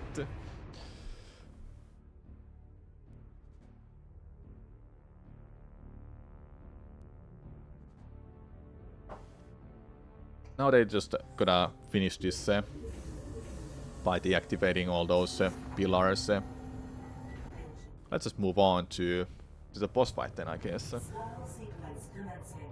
5 minutes until engine shutdown. What is my personal best? I have 2... I don't remember what I have. 240 something. Wait, weld. Yeah, weld. Hello, Diana. What's up? Hello, EMP. What's up?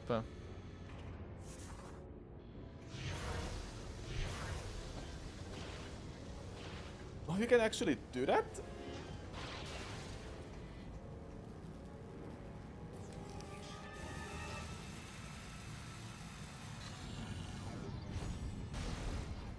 Wait, I had no idea you can do that. Learning something new, it seems. I've seen this run, but it's been a while I've seen it.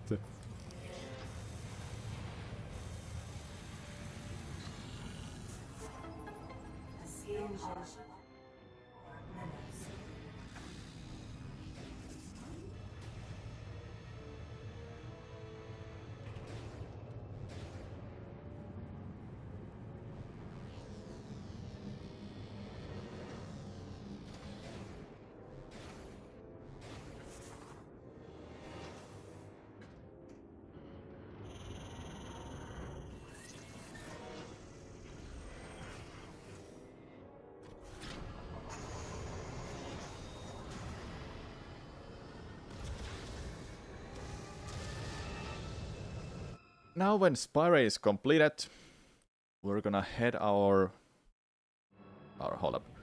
Now when Spire is completed, we're just gonna go beat Helios. Now when Spire is completed, we're gonna head to the boss fight of this region, Helios. The bomb's impact resulted in the destruction of the Leviathan's shield, and the seed is now exposed.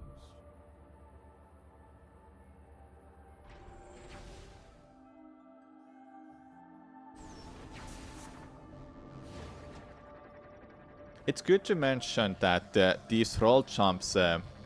it's worth to mention these roll jumps are only possible when these pillars are still here. Because if runners just remove it, it wouldn't be possible to jump out of bounds. But there is a second method that is capable of getting out of bounds, and it uses screw attack.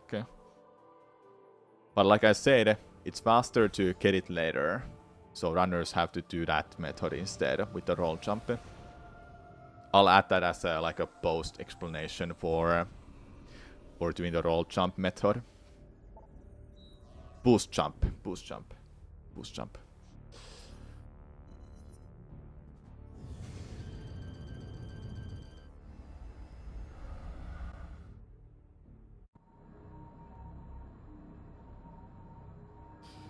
Just an hour left of this.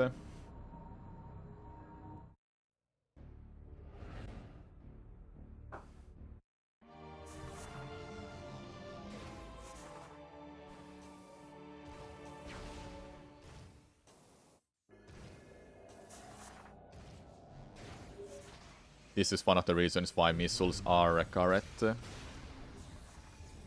Secret missiles. Oh, that was nice.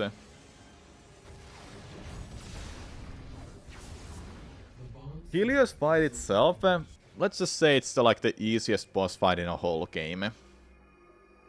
Just use hyper mode to show its weak point. Shoot the weak point with hyper mode because you have to. And rinse and repeat. That's the fight.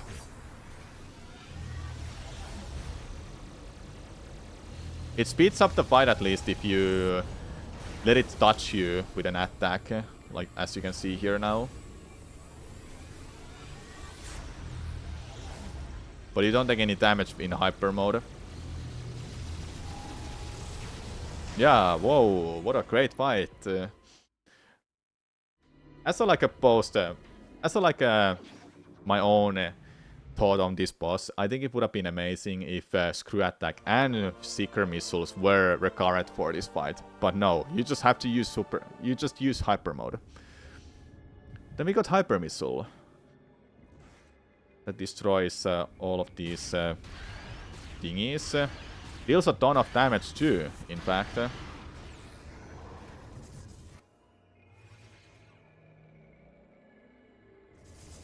This fight sucks ass, I must say.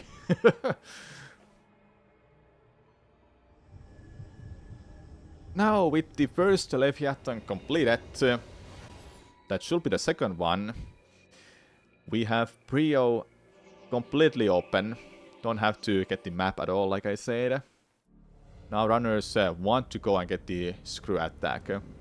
As a side note, it is possible to skip screw attack completely. Low percent speedrun does that. Low percent means beat the game as fast as possible, but collect as little amount of items as possible. And I don't remember the percent count and what are possible to skip, but quite a lot of upgrades are possible to skip for a low percent. Just a side note. However, for any percent speedrun, it is faster to skip screw attack. But it is way harder. I want... Now with Elysiaton, let's go get the screw attack quickly. I'll probably cut off that. I'll do it at the end of the video because people don't want to be... who are watching the video be like, huh, why is there no world record speedrun with this faster route then?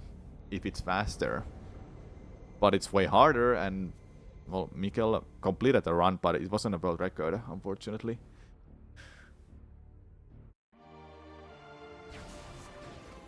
This is where screw attack is. All of the pots are still locked. They have to be opened.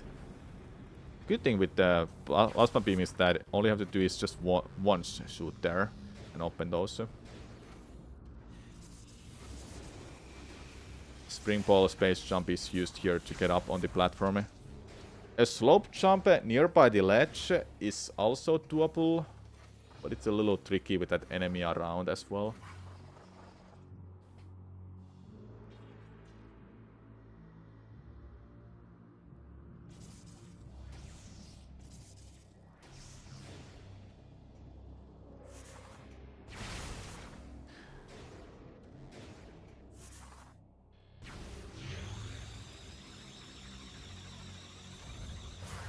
I do like how developers made sure you are not getting screw attack early if you don't have plasma beam. Not only they block the path, but they also made a door to be plasma beam door. So if you don't have plasma beam, there's no way you'll get it early. Because leaving is not possible either. If there is a way to go out of bounds, I'm sure runners will use that opportunity to get screw attack early. But that's like, well, maybe in a different timeline. Anyway. I will cut that off in a video, obviously. In Ice Prio, there's not a whole lot else to do, but just get the screw attack. Except for one upgrade. Runners don't have ship missiles right now. That's skipped. But if runners get... but if they get... an expansion that gives a missile, then it lets you. It still lets you use missiles. In this room, just high up, there is an expansion. Runners get that. There's other ones too in a pot that could be picked too, but they only need one. And this just happens to be the easiest and most consistent to get. The other one I can think of is in Elusia, just before that second pad, where second launch pad, where you can get your ship to spawn, or so.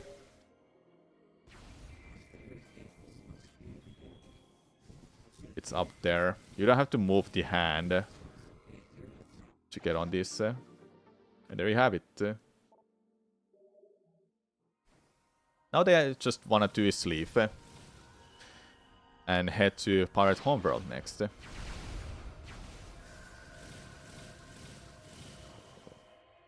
Yeah.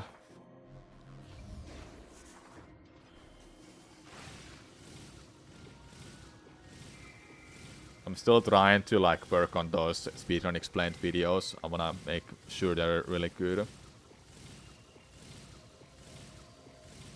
I know this is gonna be the longer one because the run is twice longer than any other one. If I can make this an hour and a half, I would say that's good.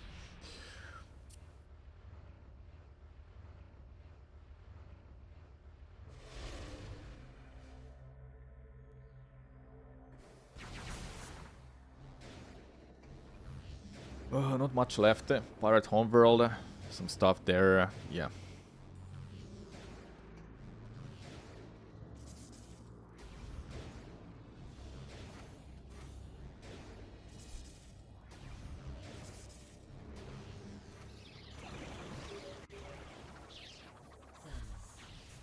Samus, are you there? We have been trying to reach you. Is every...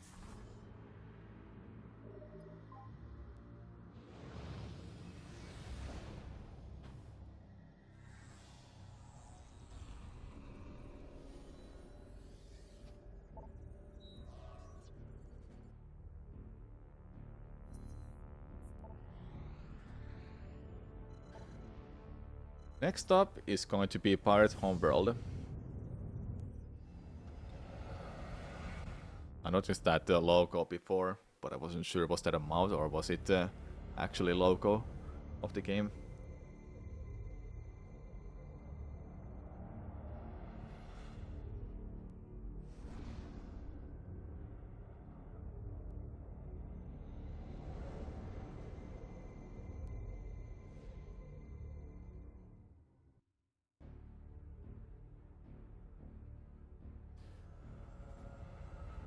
Pirate's Homeworld has a interesting route to say. Upgrades we get here are Hyper Grapple, X-Ray, Hazard Shield, and what was the third shield? The third one. You get it from Candrada boss fight. One of them you skip is called Hazard Shield, but we'll get to that later. I don't remember the route, which one they go for first. Ah, they go for this one. Okay, this is like the most dumb trick of this whole run. There's a way to jump in between that hole that's in the middle of that gate. And runners need a very specific height to go through that. And they got it first try.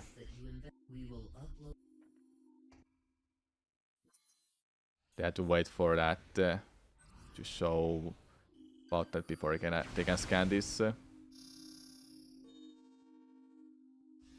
I'm not too sure is it necessary to wait for it, but they did wait.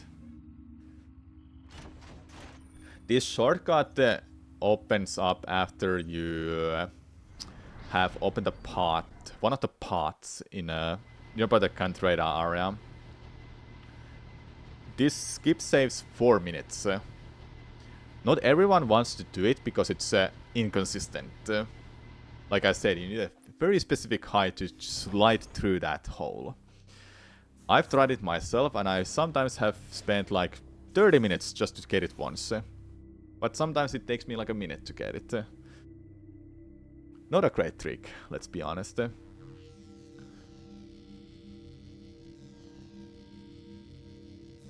Just waiting for that. The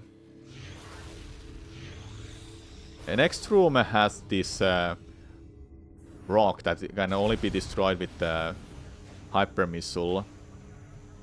Luckily for them, there is a spot where they can shoot from the backside that destroys both of them.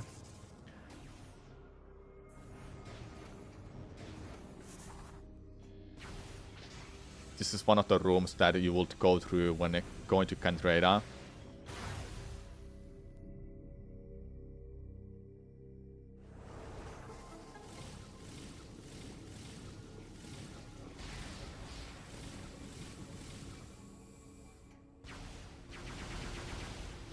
Health refill, I think. Yeah. Or missiles. Hazard Shield is in this room, and it requires Spider Ball, which does make sense why it skipped. It's not needed at all.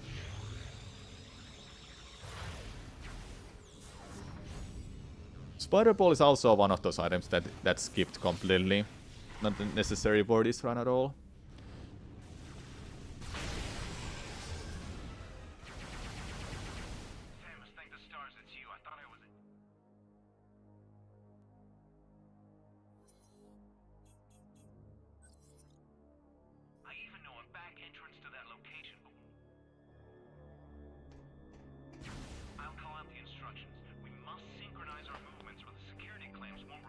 Before the Cantreda boss fight starts, I'll explain how the fight goes. They use Screw Attack. Screw Attack damage should be consistent for both games, Echoes and Corruption. I think it was 36 damage per frame. I might be wrong, but I'll make sure the information is correct later. When it damages every frame, if you touch Cantreda here, you'll deal so much damage that you start the second phase. And even the third phase too, when you touch it here. I think it was good. Yeah, that's good. That's how fast the fight goes when you use this Screw Attack.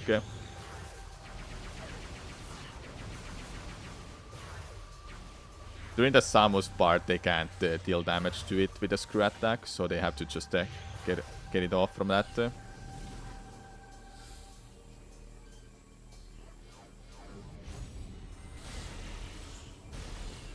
The rest of the fight might be better to use with a hyper mode. Since she jumps so much, she's unpredictable and hard to hit. Because if you hit her with a screw attack, you'll just bonk to it and you don't deal any damage during that. And here we have, what was it called? Grapple voltage. I forgot its name. This is one of those upgrades we need for this run to get further in Powered Homeworld.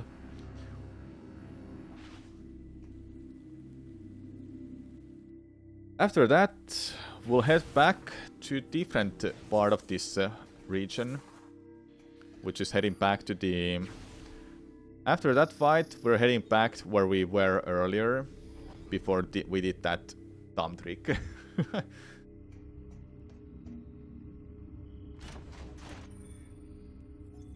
So much like going back and forth with this run here and there, and downtime too.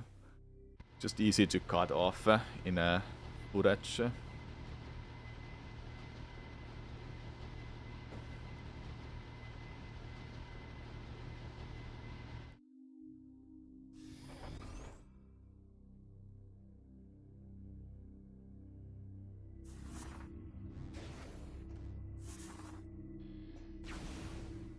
I swear if I did this only by scripting, it will take me like twice or 3 times longer. Might be better.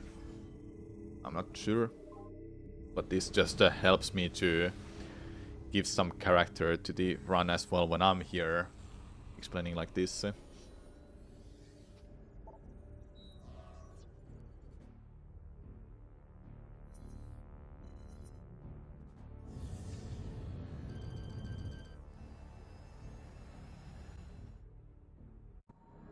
I think the run only really starts and ends with Elusia from what I've seen. Everything else after Elusia is consistent. Yeah. Alright, back in this part of Pirate Homeworld. Next up, I think is X-Ray. But we'll see how this run continues from here.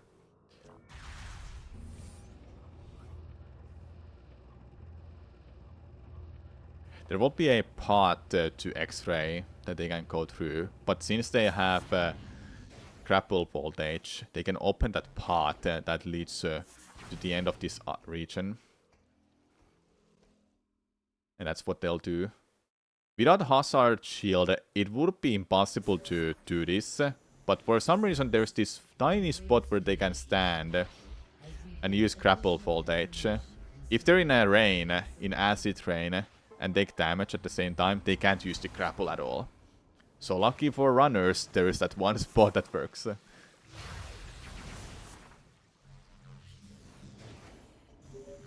This part, runners want to hold back after while the cutscene is playing. Otherwise, the rain is just gonna kill them instantly. When the cutscene is playing, Samus is moved back onto the rain. And if they stay in it too long, they'll just lose all of their health.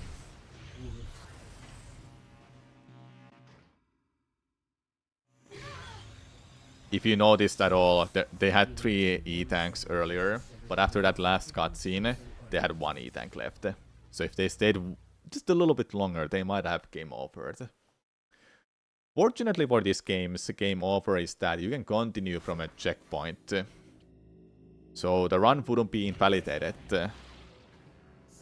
as like I said at the start of the run, speedrunners of this game, they focus on real time, not in in-game time. And the reason is coming up quite soon. We'll get to that soon, why they use real time. Now they're going backwards because they want to go to Nova Beam next, but they don't have a Spider Ball. That's skipped completely. The part where they came from, they had to reload this room, so they're able to go out of bounds. There's an invisible wall that blocks the passage. And now when they're out of bounds... actually, they don't go to Nova Beam yet. My bad. They'll do one other trick here instead. They want to get a specific height here to grab X-ray from out of bounds. Then find the right spot, which they use with the command visor. And when this room loads, they'll just spawn inside X-ray visor and just grab it. Then the cutscene starts playing, and there you have it. Fun fact, on PAL version, this won't crash. I've done it. I don't have video proof right now, but maybe I will show it in a post commentary. With X-ray acquired, now they'll go to Nova Beam. They'll do the exact same trick again. I don't remember, do they have to reload the room? So the passage to out of bounds is open.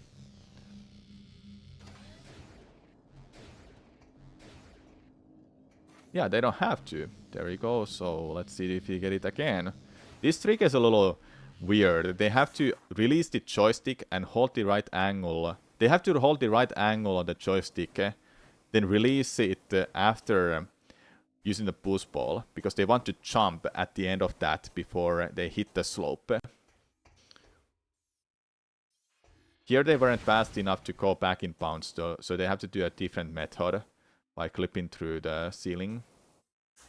It's done by using the morph ball bomb and bombs. That's called ceiling clip. It's only possible with the rooms that are not loaded fully, or where the game thinks we are not. Better way to explain this. The room we were in, the big hallway room with the tube and the spider bolt racks, that's the room we were in. But the path to this train, it was also loaded, but it wasn't fully loaded, if that makes sense. So that's why they can clip through that ceiling. If that room was loaded and the game thinks we are in that room, then we can't clip through the ceiling. Sometimes it's possible in certain circumstances, I guess. But I would say it's not consistent and some reliable strat to do. Unlike in Prime Remastered, where you can clip through like anytime you go out of bounds. Unlike in Prime Remastered, where it's possible to clip back in bounds really easily.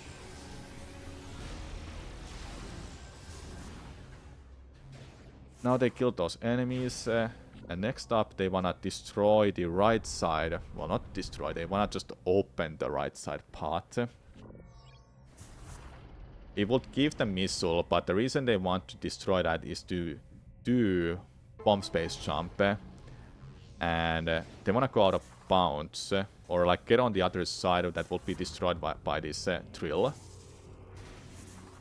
Because on this part, the top part is still solid, and they can stand on it.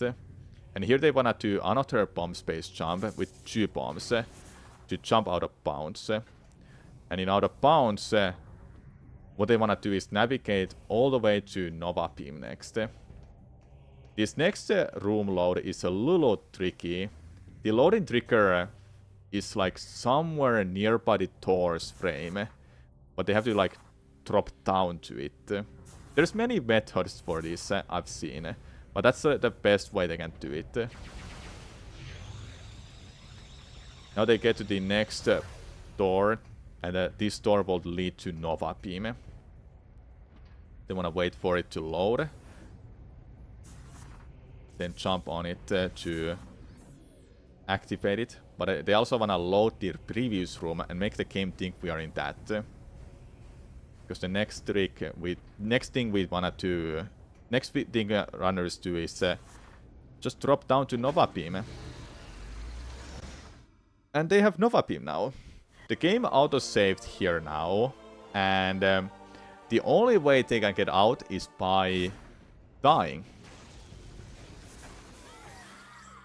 And this is the only reason why runners of this game focuses on real time.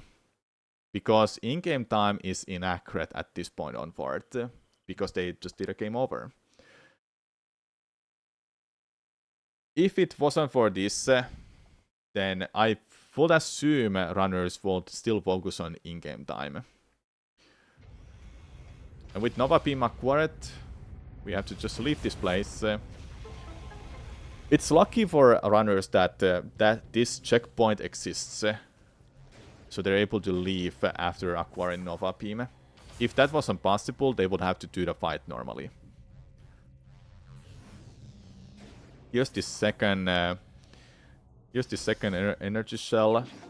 That's got then just to leave this place. Because the path opens after that. Next up, we're leaving. And we're going to perform yet another out of bounds. We'll get to that soon.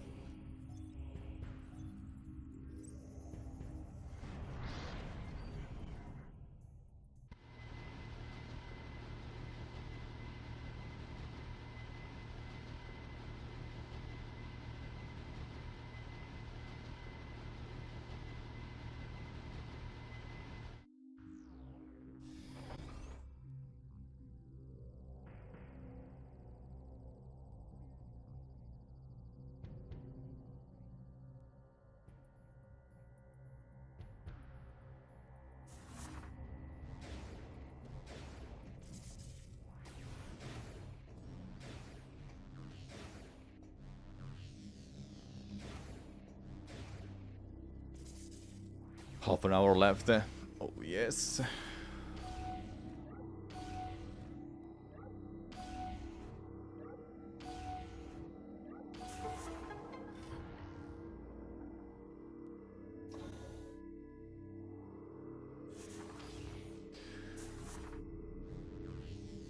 Okay.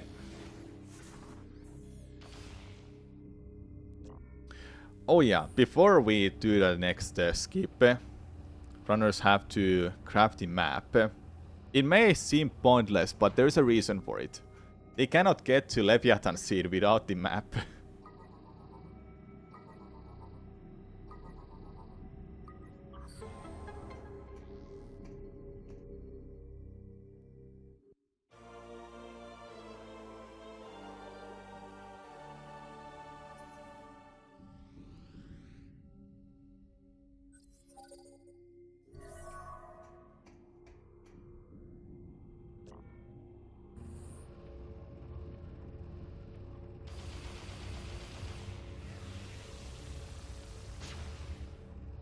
Alright, demolition skip coming up. Okay, next up is demolition skip. Normally you would need to destroy something so you can get troopers here to help you to get through this rest of the place. But they can go out of bounds and it's a little tricky to do this jump, but you wanna do instant unmorph with the spring ball to jump on like a little spot that's high up.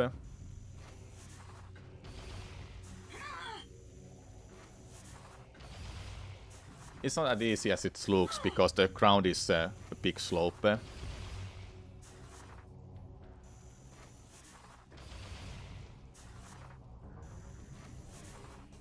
you have it. Let me jump up there to the hole and jump out of bounds by using the target. If that target wasn't it didn't exist there, it would be really hard to move Samus to out of bounds. After loading this next room, they just have to do a few ether jumps to get on top of the room's ceiling and load the next room. And that's done by just waiting. They have to jump to the side of those door frames. That's how they can load these areas, rooms. It's really weird because in Elysia you have to jump on the door frames, but here jumping on door frames may not be possible. The next room will load on the side. They know the next room is loaded when they see the cursor expanding, if that makes sense. Normally the cursor is like a thin arrows, but by looking at its arrows being a little more a little tick. Think they know that the room is loaded because the cursor focuses on if the cursor looks like that, then nothing is on the side, nothing is nearby. But if something is nearby, then the cursors it's more thick. And by navigating through this, they'll make it to the end. There's a couple more transitions left. They have to make sure the previous room unloads, otherwise this next room can't load. And there you have it. Then you have to do one more. One more trick is to go back in bounds. There you go. Then I wanna load the fight by entering the trigger. That's how they can start the fight faster. Command Trooper, well, they just have to fire all the shots they have into it. But wanna be careful with health because you're limited on your health.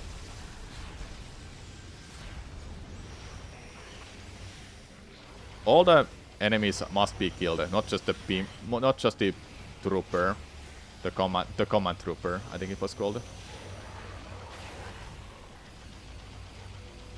The weak point of these space pirates can be shot if you can target the enemy, or just randomly shot at its weak point. They're invisible, and for some reason X-ray can't target them when they're invisible.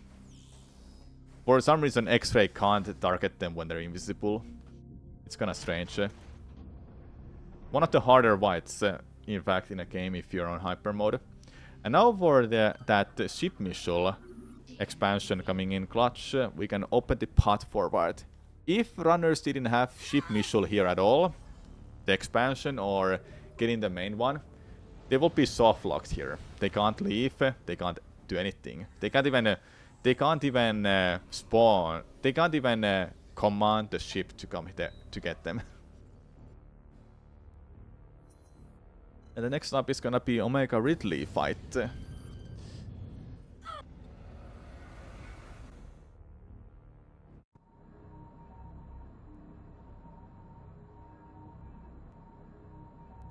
I wonder how I do that demolition skip part, because I kinda fucked up my commentary there.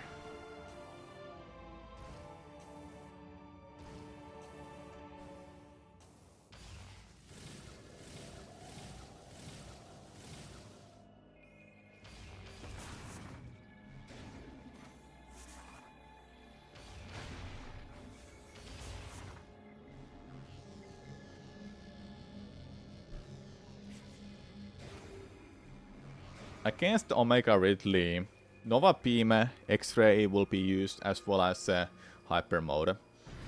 For the start, they wanna do a fully charged Nova Beam, then use Grapple Voltage just to open the shield in its chest. And here they wanna this trick. What they're doing is moving sideways, left and right.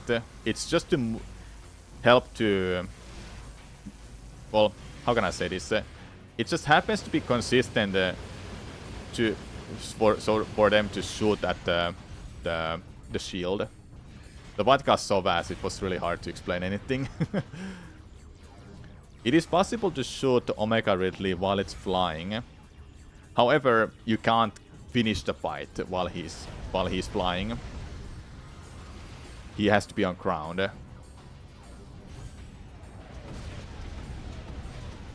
That might have hit, I don't know.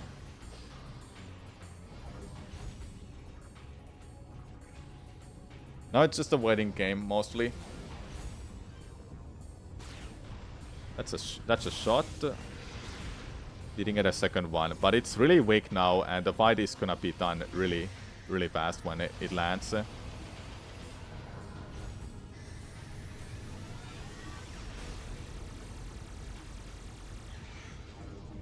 1 HP. Just could have waited out.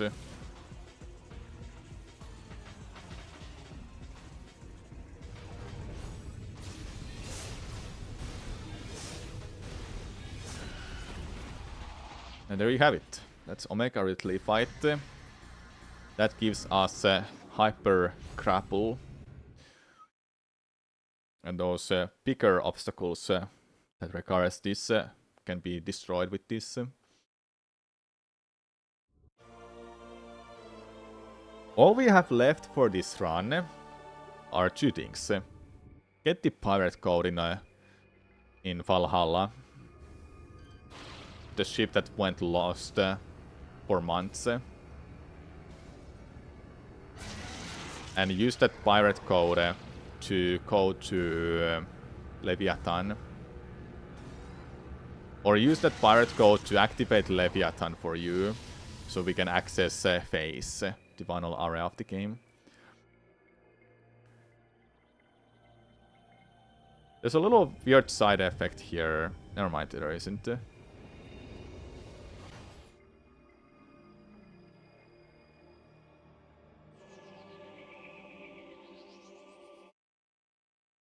Okay.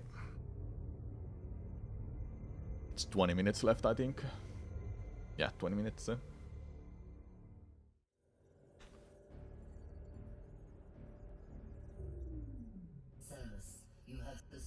Right now I can explain this, but I know in post-commentary and when I'm editing this, I know how much I fucked up my explanations here and there, and it sometimes annoys me that I'm not non-native English speaker.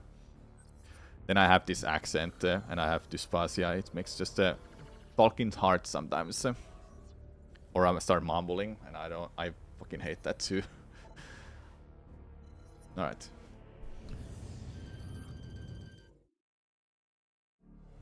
Alright, with Omega Ridley completed, with Omega Ridley killed, it's time to head to Olympus, not Olympus. With Omega Ridley killed, it's time to go to Valhalla and grab that pirate code, which we can use in Pirate Homeworld to gain access to Leviathans. With Omega Ridley killed, we're heading to Valhalla. There's this one energy cell that's free to collect, and like I said earlier in the run, you only need 3 energy cells to beat the game. One is used here, the second one is used to activate the elevator, and the third one is activating in the last door that leads to pirate code.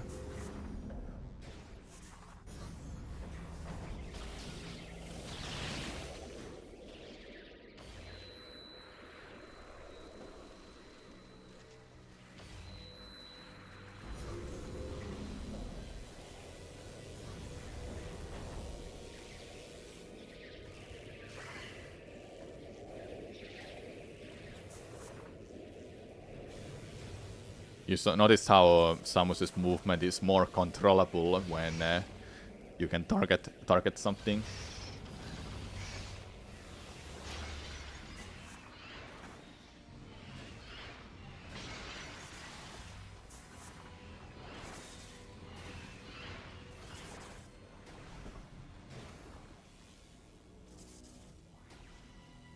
The most annoying thing I would think of what's left for this run is I forgot to put on local recording. Luckily I have it on, no worries. No worries. That was the second energy cell. Third one is just coming up. Just a couple rooms away. I don't have to keep that in video. No.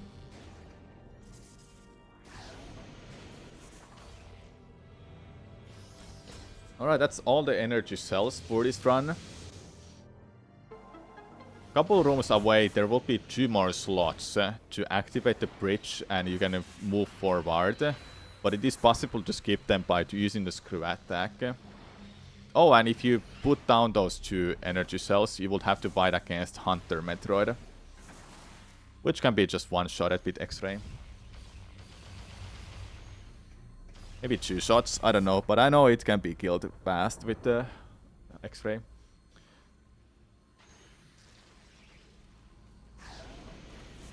For skipping these energy cells and using the screw attack, they wanna just jump up there, bonk to the wall, and make the game think that we fell down from there.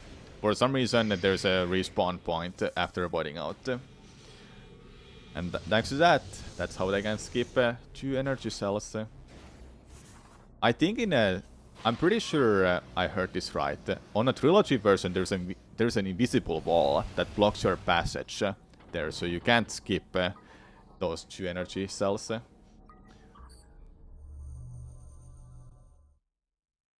There's the pirate code. Now runners want to head back to pirate homeworld, make their way to Leviathan, then put the code there. Appears to be a space pirate Leviathan command code. Alright, it's running back. Thank God. I really want to go and grab some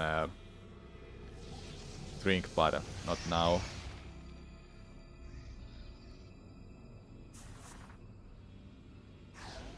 It is likely that this code could allow us to control the Leviathan in orbit above the pirate home world. Find a way onto the Leviathan and use that code.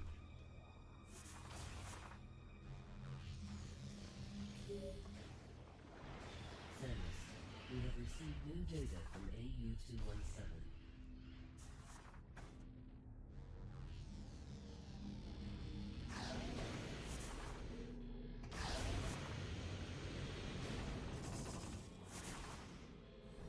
A planet was detected at the epicenter from where the Leviathan telemetry originated.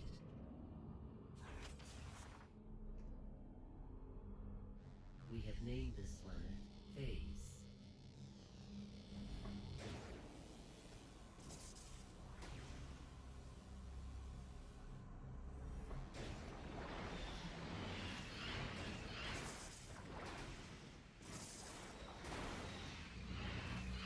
Not much left. I just want to have like a break. We'll play some Mario Kart World after this. Don't know how long, but I'll be playing it.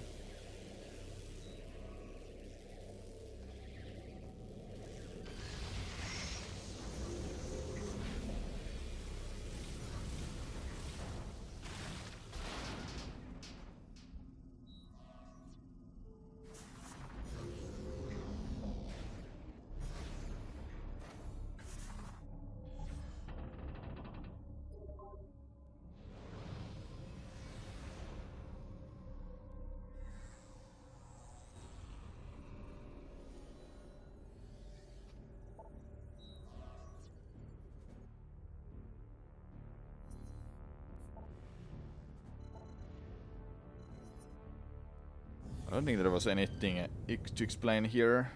I could do this with a post commentary too. But oh yeah, let's go get the pirate code. Oh yeah, let's head back to pirate homeworld. Oh yeah, let's go to Phase. Oh yeah, now we need to explain what to do in Phase.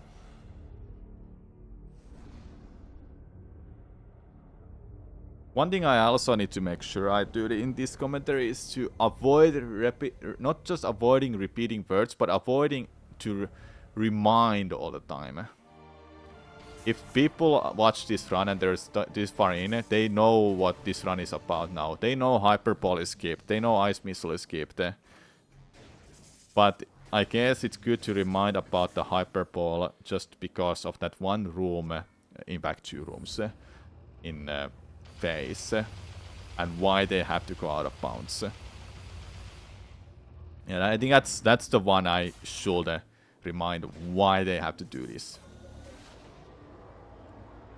Other than that, well, I'm getting there. I'll get better at these. These are something I want to do more, chat. I enjoy doing commentary. Try to research and make these as accurate as possible.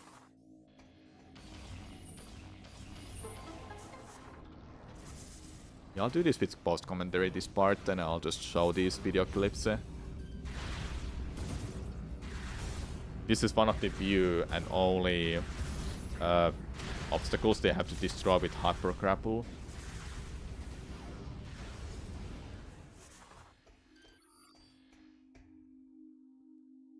What game I should do next? With Speedrun explained. thought in mind.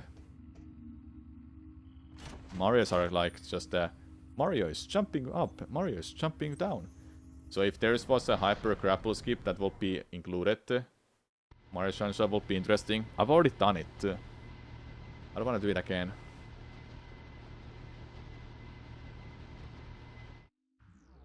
Unless 120 shines, maybe. Yeah, it's in my channel.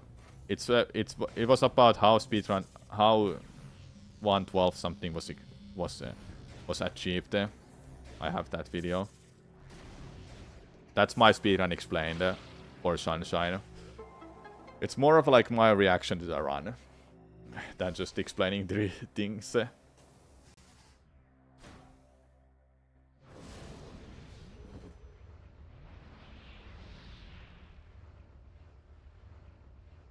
Yeah, if hyper grapple skip was included, it will be part of this run now already.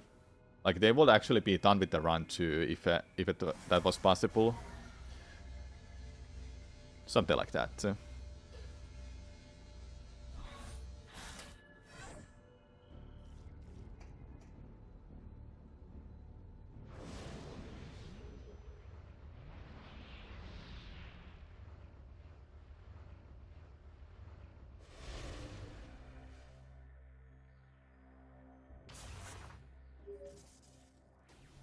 Samus, we have gained control of the Leviathan.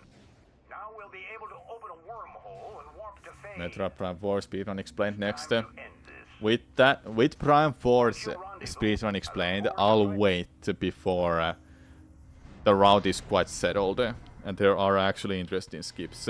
Instead of like, oh yeah, let's go from A to B, then from B to C, then from C back to B. Just running through. If there's no skips or tricks, I don't know, man. I don't want to do that. I want it to be interesting enough. As you know, it's already out in UK. It's not out already in UK, no. that was just a mistake on their part. It's time to end this.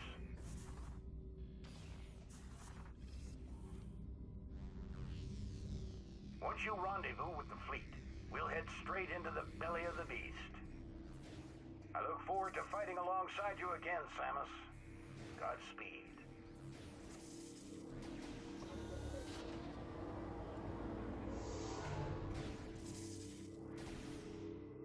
Okay. Soon we're in phase.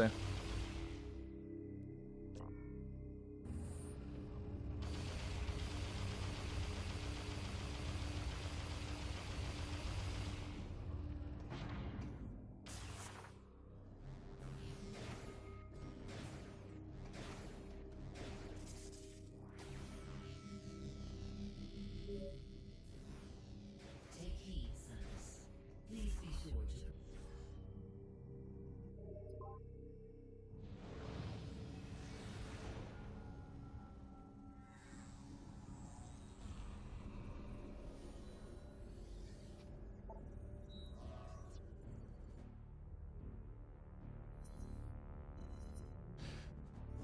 Alright. One more. Alright. We're about to end the end game. Phase is next.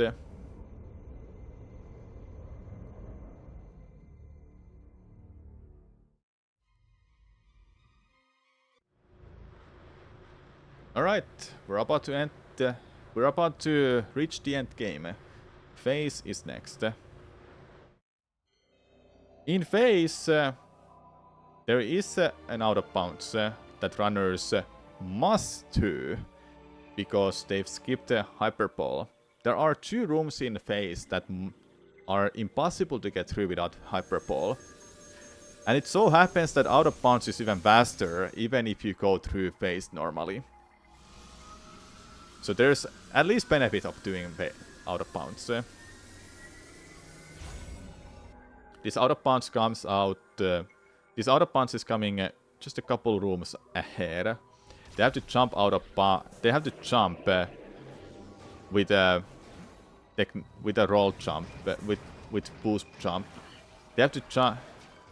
to get out of bounds here, they have to jump with a roll jump. It's allowed. Okay.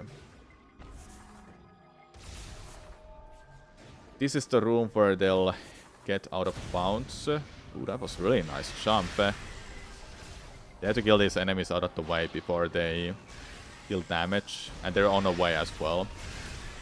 On this spot, they wanna use spoost jump to jump out of bounds. It's a little tricky because they have to get the jump almost immediately when they perform the spring ball.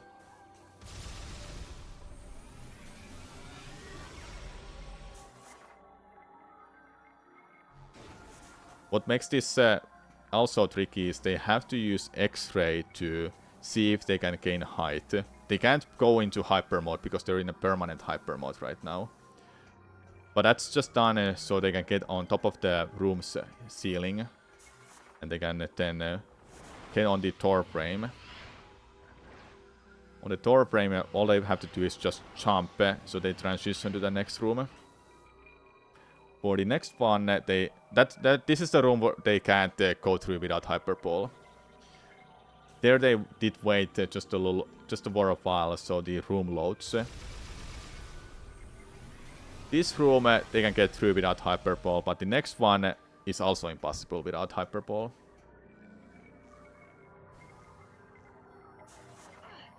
Now they drop all the way down for a while before they reach this next door. Now all the hyperball requirements are done. But the rest of the out of bounds is faster to go through like this, so they keep going. There is a way to get back in bounds by using the Leviathan or Parasite, that's in the next part, by letting it grab you. But we also skip that. Just a couple more room transitions, then we're at the end of this section.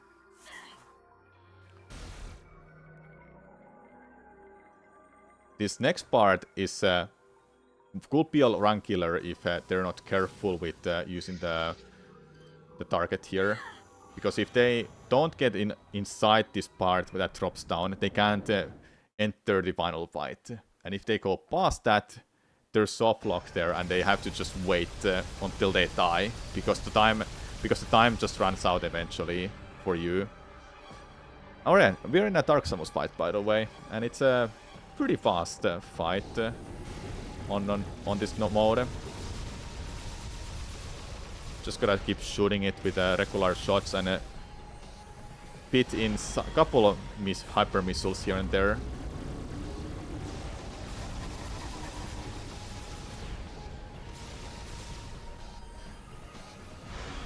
There's no reason to get rid of X-ray at all. You want to be able to see where the real Dark Samus is. That's the first phase of this fight. The second phase is Aurora unit.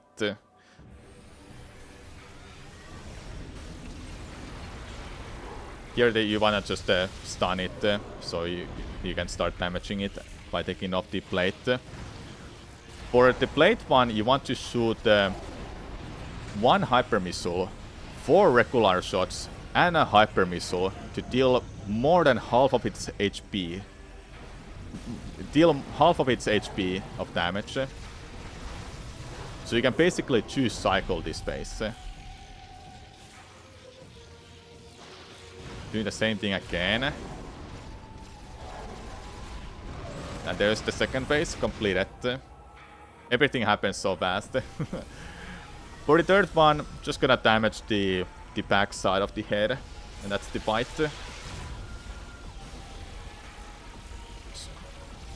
Shooting those missiles deals really good burst damage at the end of the fight of this. And that's the run.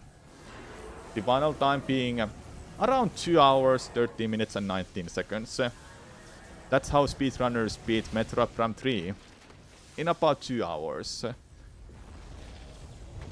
As for the in-game time, we'll see.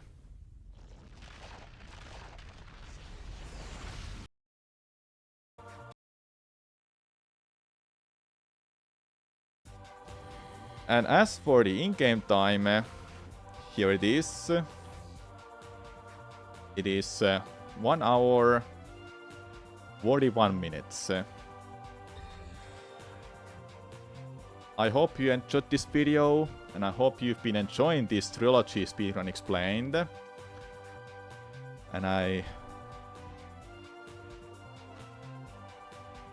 hope you enjoyed this Speedrun Explained for Metro Prime Trilogy. I hope you enjoyed this Speedrun Explained for Prime Trilogy. And I hope I'll see you in the next video. Thank you so much for watching. I hope you've been enjoying this Prime Speedrun Explained. How do I do this? I'm at the end of the video.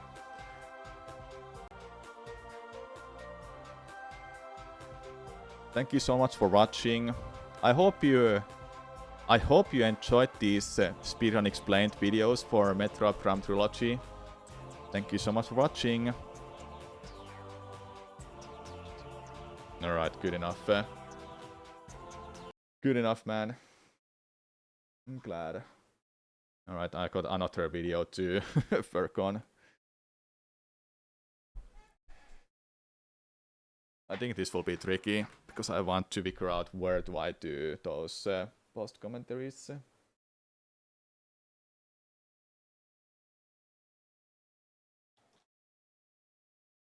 Before I start playing, I want to take a small break.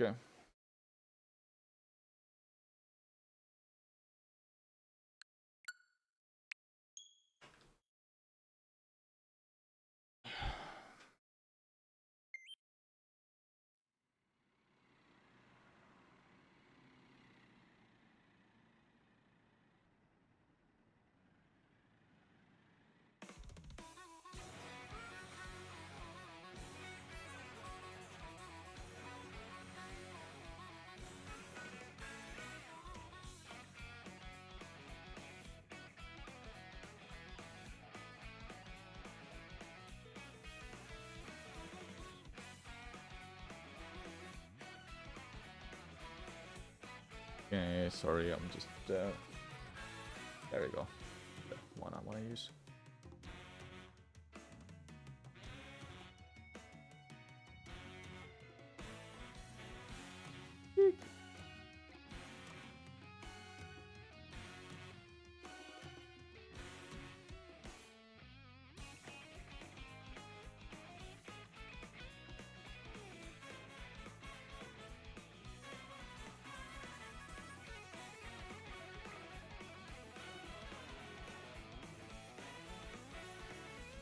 I'll find you a video to watch for a while, then I'll play Mario Kart.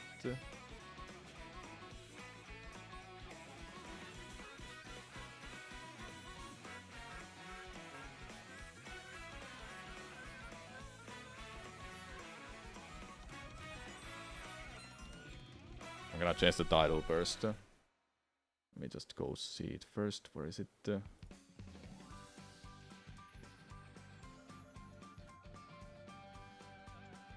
Is this day 7 now? I don't even know anymore. Yeah, it's day 7. This is day 7, man. It just keeps going. I'm glad I got that done. It's been in back of my mind, like when am I gonna do it? How am I gonna do it?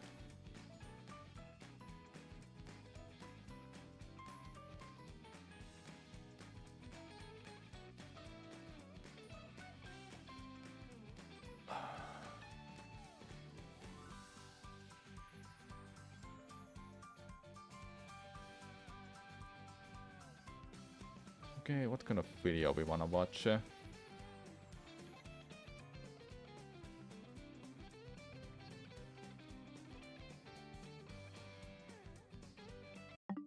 I'll keep it here. Actually, I could just close this for a while. Alright, let's find something.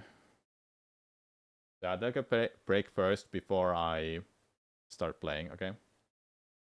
Can't say it more than once. Mario Speedrun explained. Maybe there is something.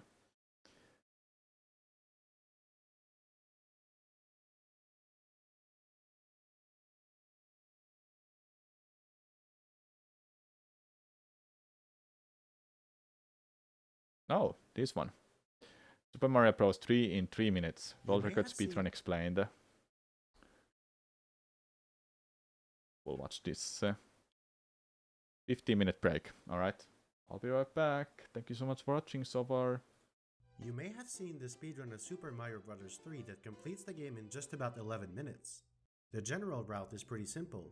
Gather 2 warp whistles from these 2 stages in World 1, use them together to go directly to World 8, then get through that world and defeat Bowser. But even a straight line isn't always the shortest path. Sometimes the shortest path is through a wormhole. On August 1st, 2020, Zikubi achieved the seemingly impossible feat of beating the game in 3 minutes and 2 seconds. This is the Super Mario Bros. 3 Any% Speedrun Explained.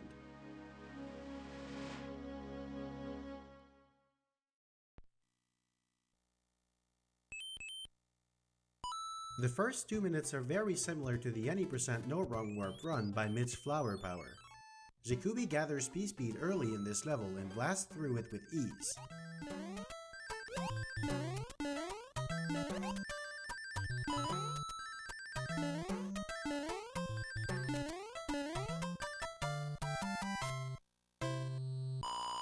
Notice how the Hammer Brother moves only once at the end of the stage. This will be the case for all 4 Hammer Brother movements in the run.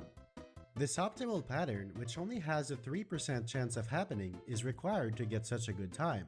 But the first Hammer Brother movement was actually manipulated. This game's random number generation function runs on every frame and always goes through the same sequence of numbers. As a result, any random element can be manipulated by having it happen on a specific frame. By waiting on the title screen until this exact time, Zikubi set up the Hammer Brother to move by only 1 tile as long as he finished 1-1 within a 5-frame window. After that, it becomes too difficult to finish levels with this kind of accuracy, so the remaining movements are essentially random. This does bring up the chance of optimal movements from 3% to 6%, assuming the manipulation is done right. Quick side note, in my previous video, I made a mistake with the odds of each direction at a T-shaped intersection. All of the percentages in this video have been corrected to reflect the actual odds.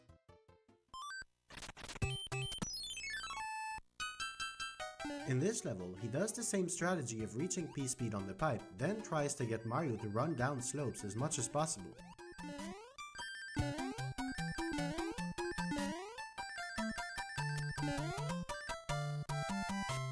Mario runs about 5% faster down slopes with a speed of up to 59 compared to 56 on flat ground.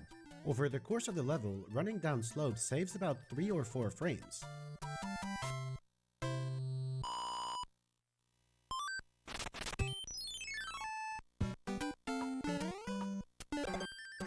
Here, the strategy is again identical to the No Wrong Warp run.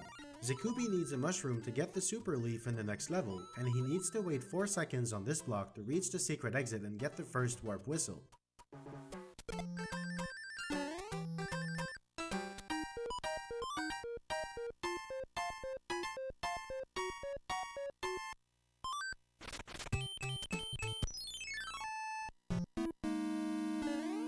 Now, all Zikubi needs is the second warp whistle from this fortress's secret exit, which he flies up to using the super leaf.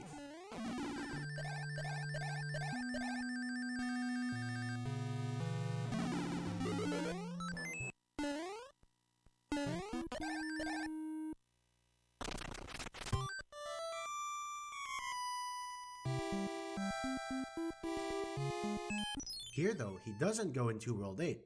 Instead, he goes into World 2, then warps to World 7. Why do such a thing? Well, let's see what happens.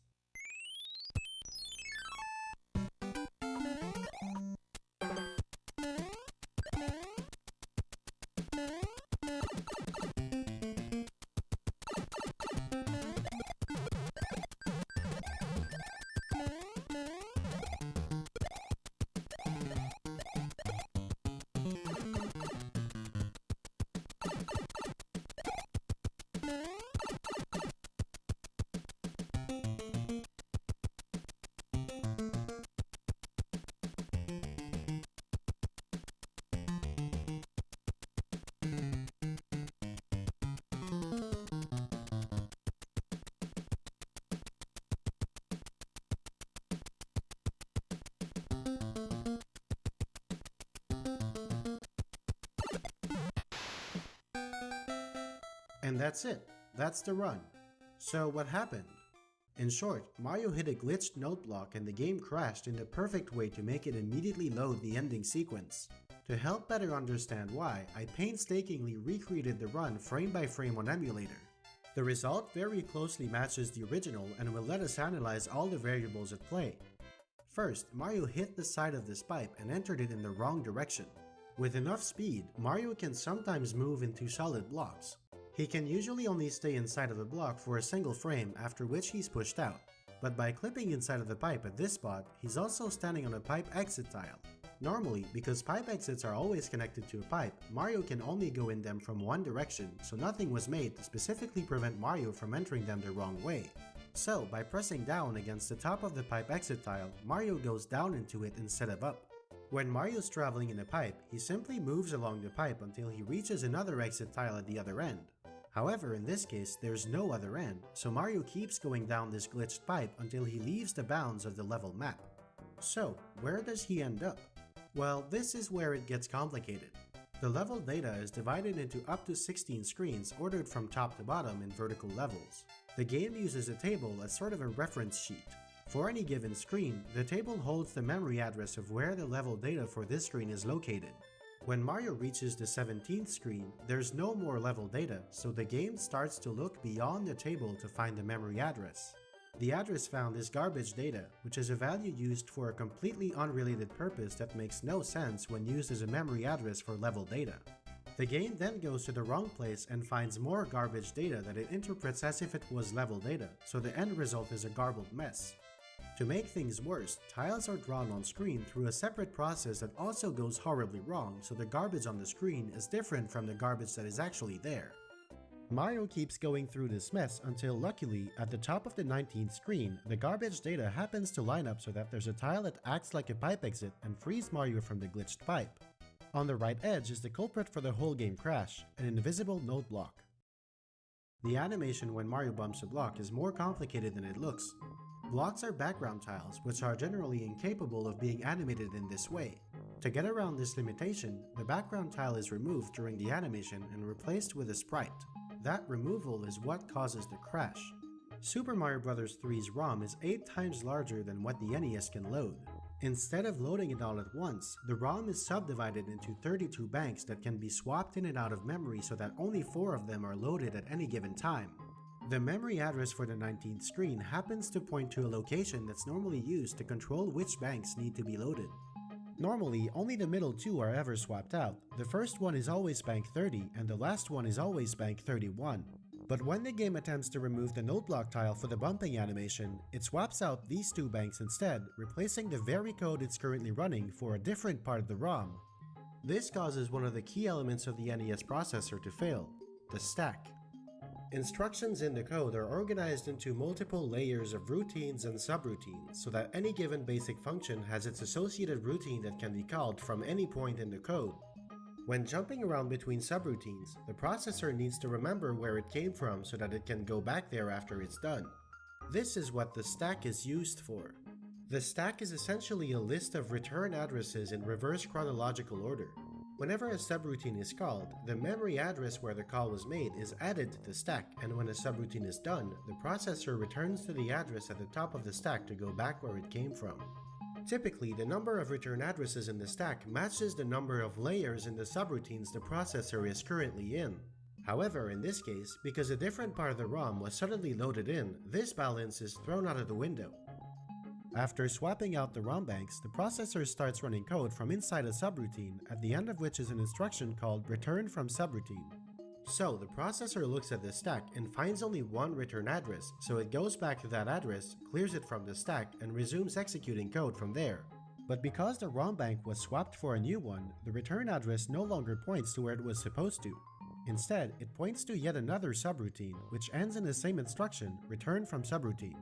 The problem is, there's nothing in the stack to return to anymore. This is called the stack underflow. As it tries to find the return address, the processor loops back around to the other end of the stack. Super Mario Bros. 3 doesn't make use of all 128 entries in the stack, so the last entry is instead used for other purposes. Specifically, it's made up of 2 variables, one for the status bar mode and one for the level mode. For a vertical stage, they take up values 0, 0, and 80. This means that 0080 is used as a return address to continue executing code. This leads directly into these variables. When executed like code, they are ordered in this way. The first byte is a code number for an instruction, and the next 2 bytes are parameters given to that instruction, usually a memory address. Let's look at this instruction. It's made up of the horizontal position of enemy slots 3, 4, and 5. This is interesting because all 3 variables can be manipulated to any value we want as long as the right enemies are placed at the right location. This means that any code instruction can be executed here as long as the enemies are in the correct horizontal position. But surely you can't have 3 different enemies move into pixel perfect positions, right? Yes, you can, because that's exactly what Zikubi did. First, the enemy slots were manipulated by killing the piranha plants while moving up in the level and loading the enemies in the correct order so that slots 3, 4, and 5 are taken up by these 3 Koopas. Zikubi kills the Koopa in slot 4 on this block, which puts it at position E3. Next, he flips the Koopa in slot 3 and goes down the pipe when it's at position 20. This pipe entry has a 2-frame window for the position to be correct. It's interesting to note that this part did not go as intended. Zikubi turned around slightly too early here, which threw off his usual method of timing the pipe entry right. To compensate, he did a turn back to avoid overshooting the pipe and winged it for the timing. Luckily for him, it worked, and the shell was correctly stopped at position 20. Finally, he carries with him the Koopa in slot 5 all the way down to the 19th screen where he throws it to the left. On the frame where its position is at 9.5, Zikubi jumps, activating the crash and leading the code to read the instruction 20E3-8F. 20 is the code for a jump to subroutine instruction. This instruction essentially makes execution jump to the address specified by the next 2 bytes. So execution moves to 8FE3, which would normally be the function that loads the ending sequence. But remember, after the ROM bank was unintendedly swapped for another, the ending sequence can no longer be found at 8FE3. Except, very conveniently for us, one of the things that this instruction does is to swap the ROM banks back to their intended positions, which means that the ending sequence is put back in its place just in time to be jumped to. So, after all of these unintended hoops and hurdles, the game finally jumps to the end and Princess Peach is rescued. Many things can go wrong though. Before reaching the jump instruction, the code runs through other variables, so they need to have values that translate into code that doesn't crash or derail execution. For example, the horizontal position of this Koopa is used as an instruction as well. In this run, Zikubi was fast enough so that the Koopa deloaded with a horizontal position of 7.4.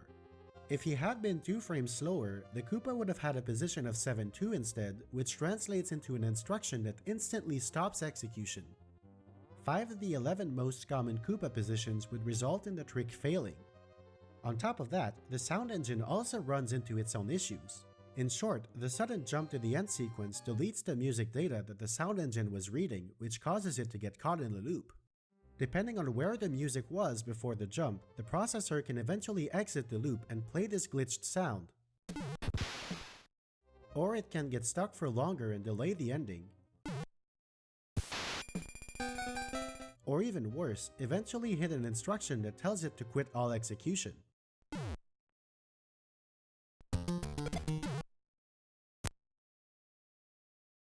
Here's a quick recap.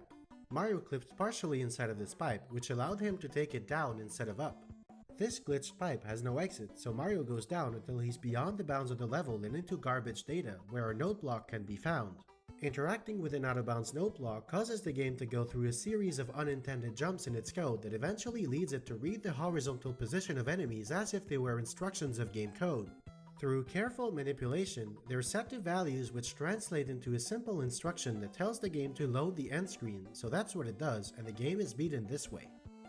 The run itself is so close to perfect that with this current strategy, even a 301 seems very unlikely. Zikubi only lost 11 frames on the overworld, a few frames entering the secret door in the fortress, and a couple more in 7-1. Keep in mind though that improving a stage by a frame or 2 most likely would cause the Hammer Brother to go the wrong way. Because of that, there are only a few select frames where a stage can be completed to get optimal patterns, making slight improvements even harder to come by. The tool-assisted speedrun uses a completely different and faster setup that makes use of a piranha plant to replace one of the Koopa shells, but good luck replicating that with a controller. As of right now, as close as it is, a time of sub 3 minutes looks to be humanly impossible to achieve. If you want more in-depth information about what goes on in the game's code during the wrong warp, please watch this video by Retro Game Mechanics Explained. Although slightly outdated by now, it was the most vital piece of information I had when making this video, and a lot of the visualizations were based on Isofreeze's incredible work, so I want to thank him for making it as well as helping me troubleshoot a few things. Also, more detailed explanations of the sound glitch and other internal mechanics written by Cab Audio can be found in the video description. Thanks for watching. I was done eating for a while, but that was a good video, hey?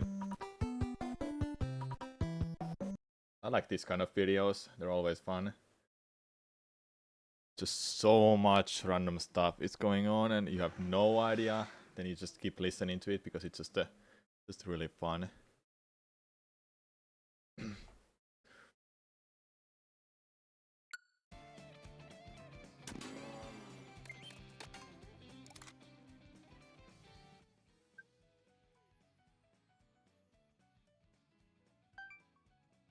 Oh, I don't have it. Oops. Give me a minute.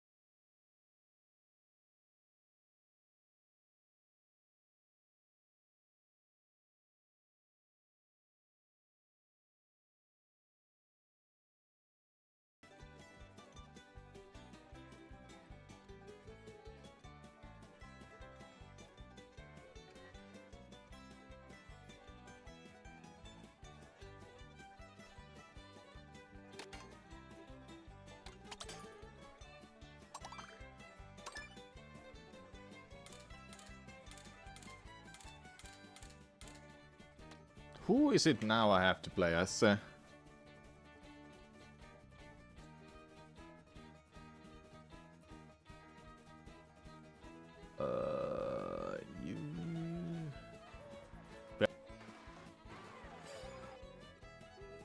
Baby Rosalina.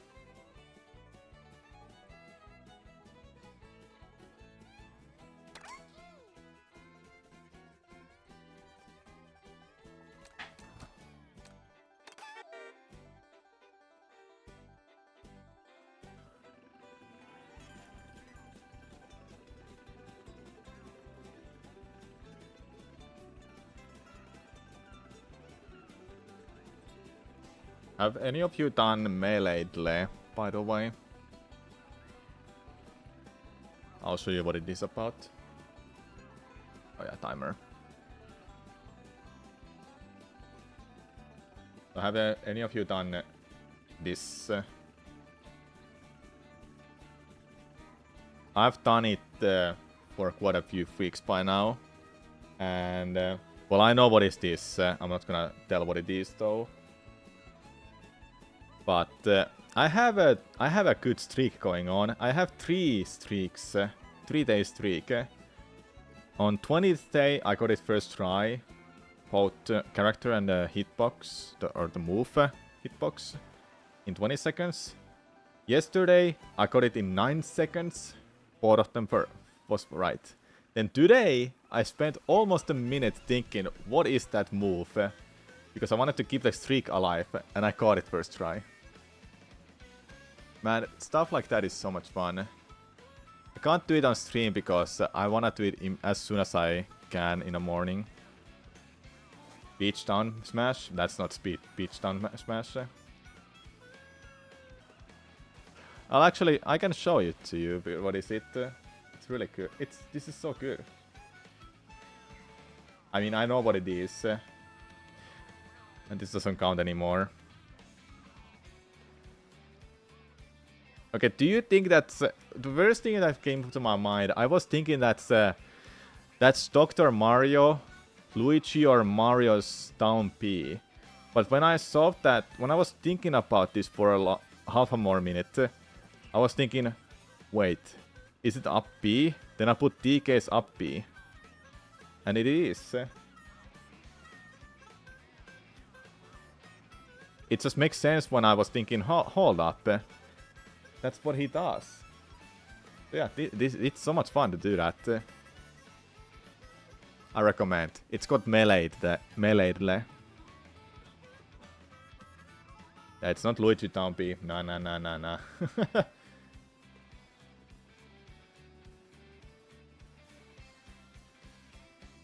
His up P Xboxes rises at the end. I didn't catch that either. But for me, it just made sense that there's that little... there's just something that doesn't make sense for it to be Mario Brothers down B. It didn't make any sense of being one of those. So I went through the roster thinking what else it can be. Then DK's up B came to my mind. I have a 3-day streak right now, so I want to keep that alive for tomorrow. But then there's gonna be like a really fucked up hitbox and I have no idea what it is. So then I'll lose the streak. But hey, 3-day streak. I'll take it.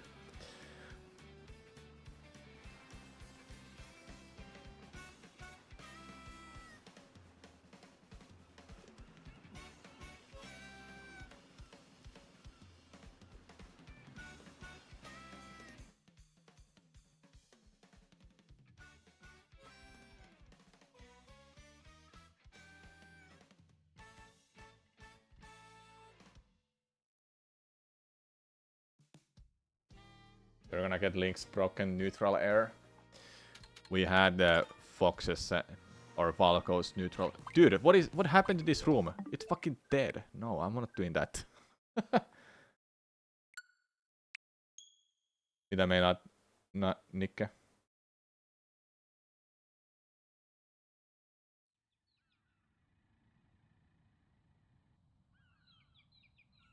The one that lasts a million years. I'll probably catch that if it comes to my mind, or I see the hitbox. Yeah, I'll just go to a new room.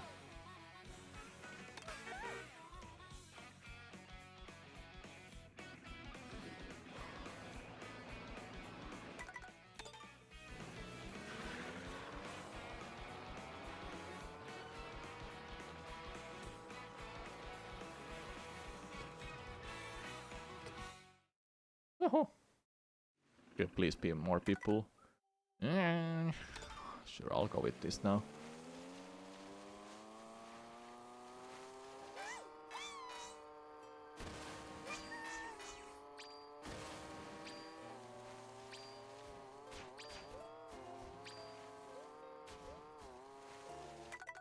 Alright, this seems better. We want more people, more chaos, and more rewarding to actually win these.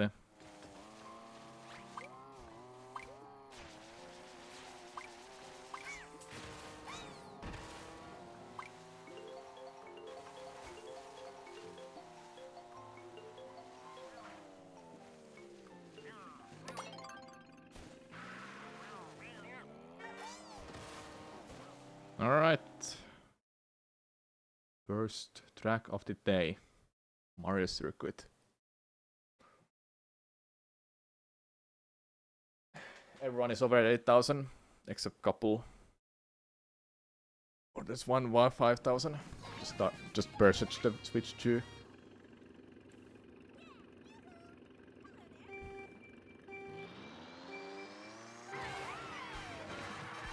Here we go. See how it goes today.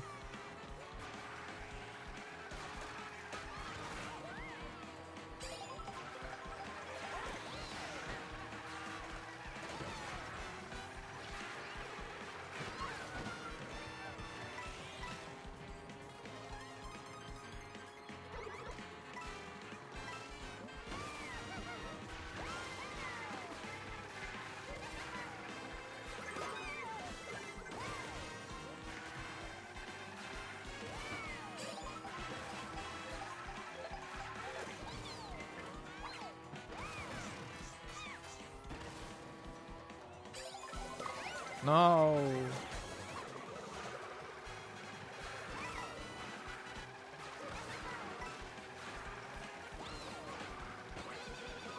No.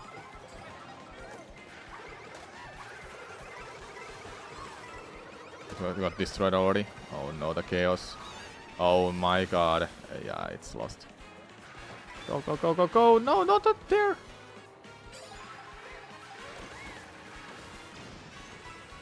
Yeah, we can't win this anymore. I'm like last almost. Okay, there we go. Man, winning with everyone is just why is it taking this long? Is it really this hard? Yeah, sad baby. I think this is the last baby. Baby one. Yeah, it is. For now at least.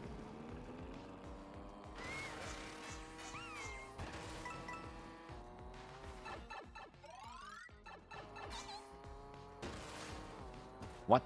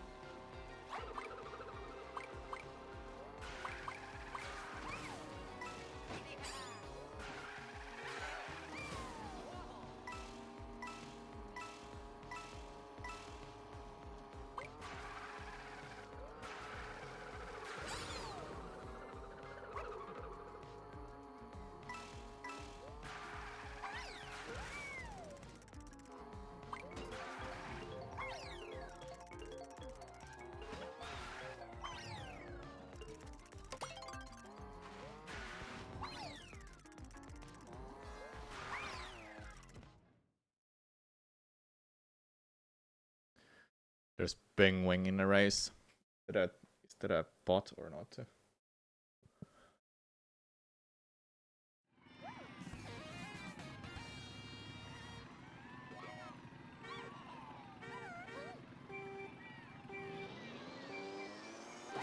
Alright, let's try to win.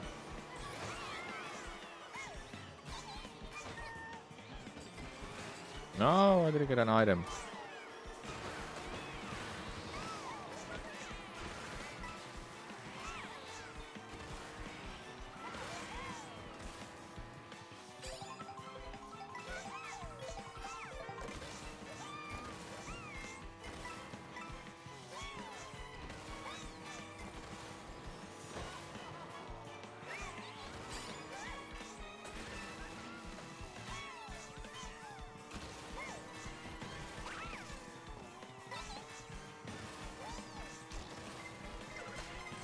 Hey, hey, don't do that. Do that bomb. You went far.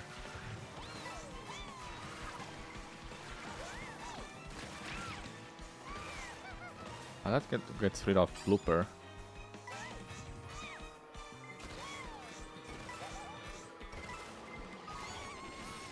Oh no!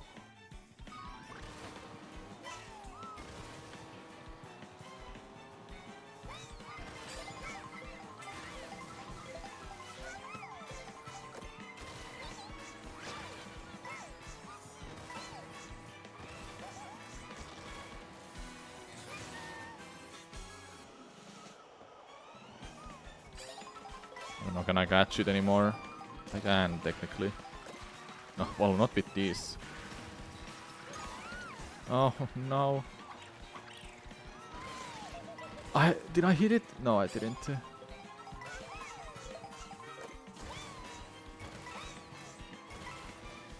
If it doesn't fuck up, then I can't catch it anymore. Blue shell, never mind. Might be a chance. It fucked it up! Yes! Yes! I won! Oh no, don't take my... Okay. So let's go! Second race of the day. 20 characters completed. There goes the baby arc. No more babies to play as.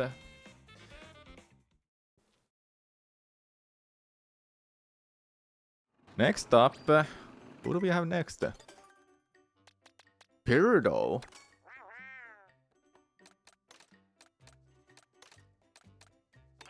Alright, you'll be on a cute scoot. Yeah, no more babies. This is the first time I'm playing as Peardo. I've not touched it. Well, there's a lot of characters. Probably half of the roster I have not touched. Like, what's the point? But the Charging Chuck, I think it was called. That's my favorite now. It's so good.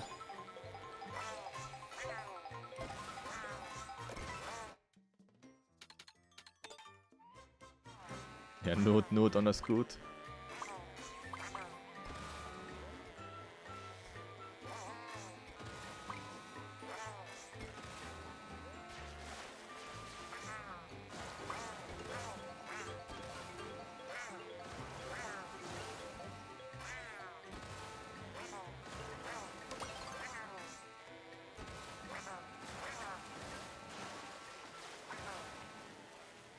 Can't wait to see the Watermelon Destroyer being played.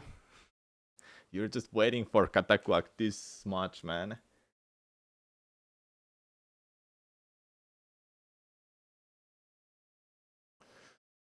Kind of, yeah.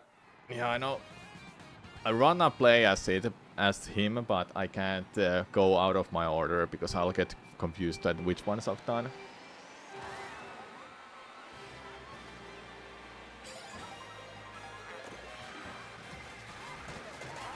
Well, there goes my green shell. Only way to protect myself from any damage.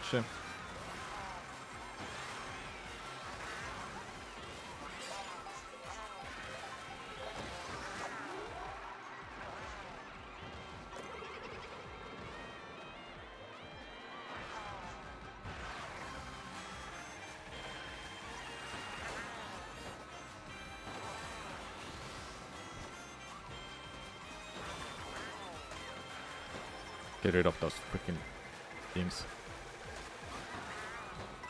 Coins! Coins!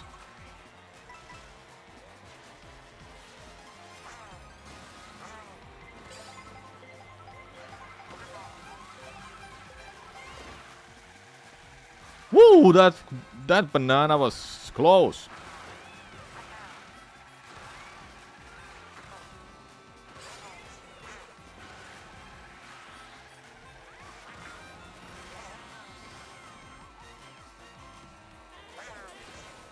Whoa, man, what's going on?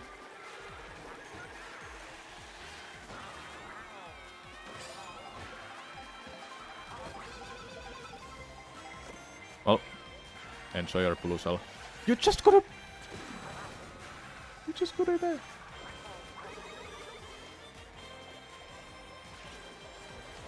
Okay.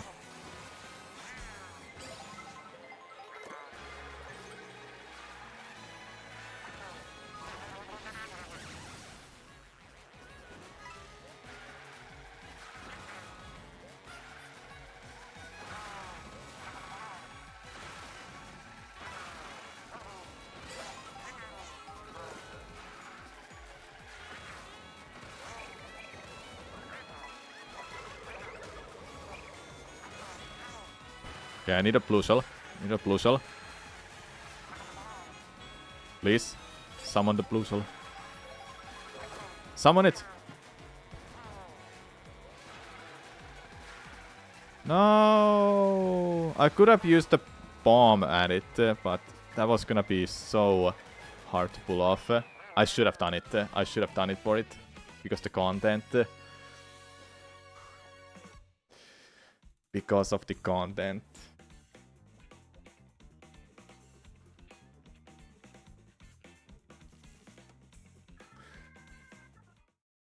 But second place is good.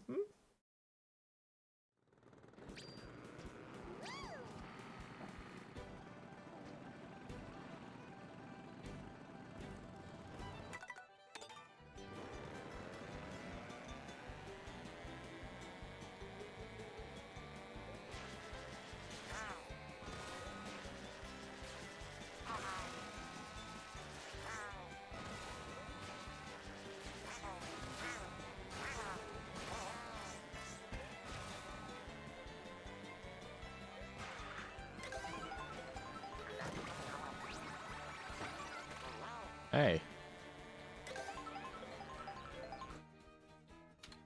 No, not Rainbow Road at all.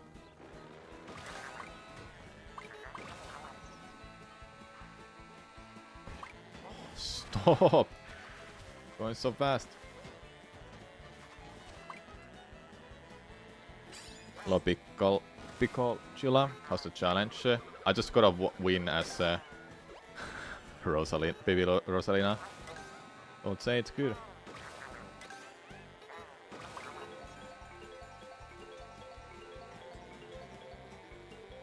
Going well.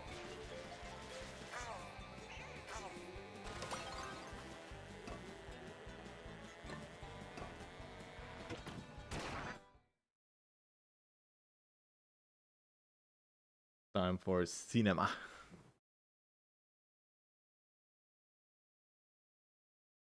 That one person has 5555 rating.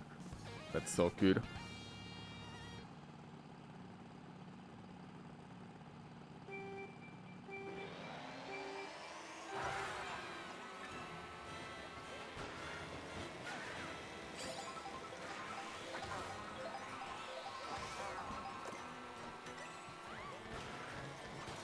Let me be first all this time. Hey! What was that? Can't save this.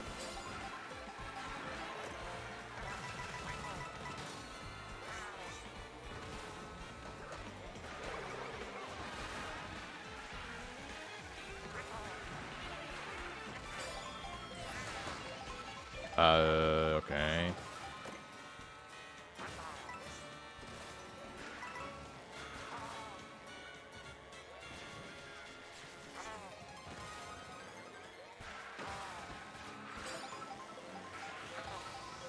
No!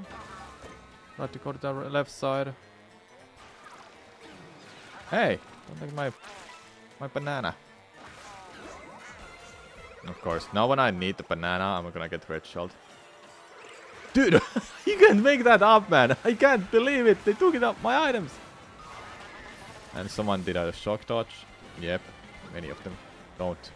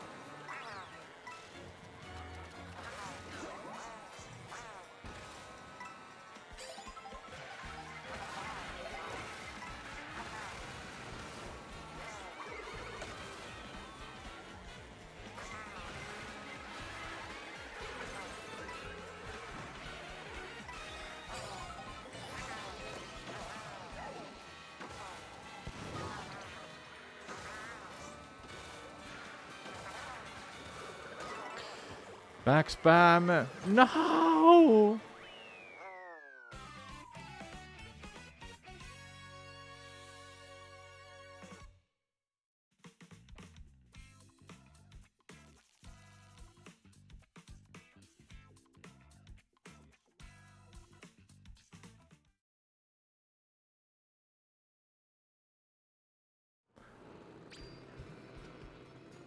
Oh, I see Pico.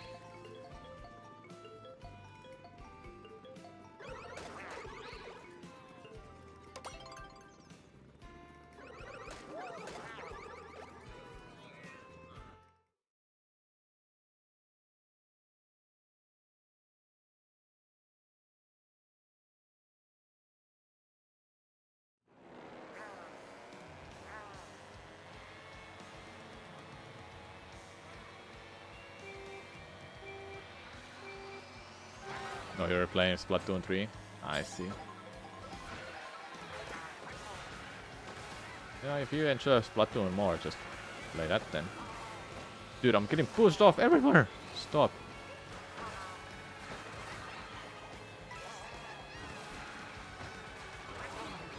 Hey!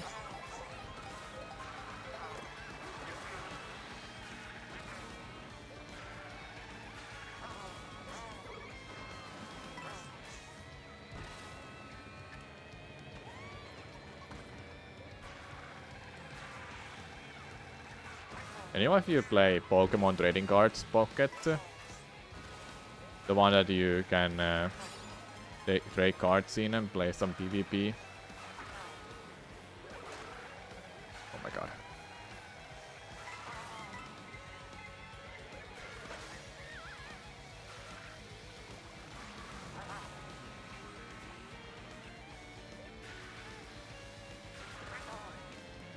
You have it, but only for card collecting? Yeah, that's fine. At first I was collecting cards only. PvP didn't interest me. But as soon as I tried it myself and I figured out how to do that, and like how the meta works, or like how to play actually, I was like, this is so much fun. I should do this more. Then I got myself to Ultra Ball rank. The best I have been is Ultra Ball 2. Not at the moment, but I'm trying to get to it. Eventually I wanna try to get to Master Ball. That would be great. And the one reason I wanted to start doing them more is that I realized that you get time classes from it for opening packs. It was just a no-brainer to me to start doing them, because I get more time classes. Oh, he just dropped down. Hourglass, timepiece. Sorry, timepiece.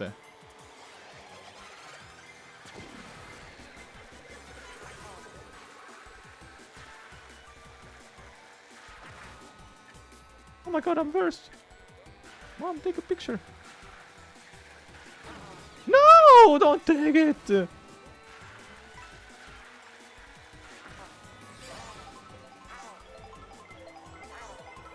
Do not give me coins! No! Go, go, go, go, go!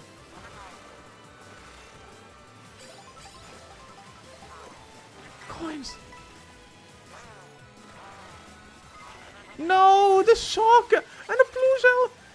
Everything! Everything is falling apart! No! What was this bullshit, dude? Oh my god.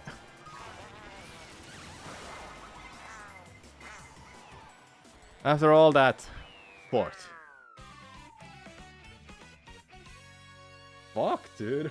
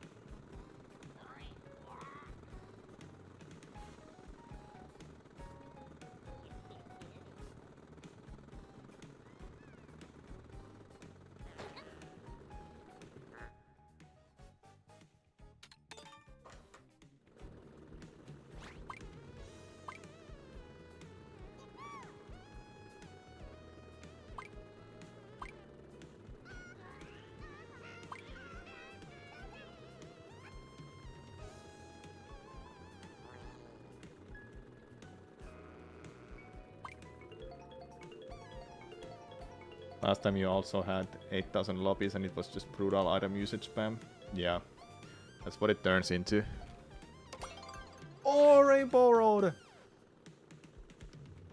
So yeah, Pokemon trading cards. I'm still trying to collect the full set for older packs. I started playing it so late. I started playing when the third pack was available. No, it was second. No, second. The Mew one.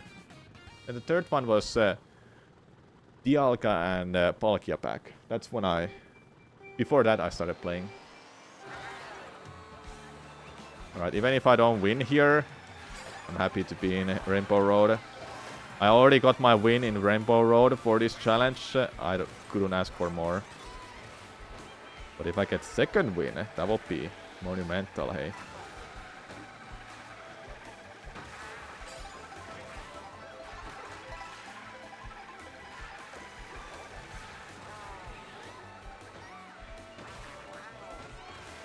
Stop pushing me off. Oh my god, the momentum was crazy for me there. How was I so much faster than them?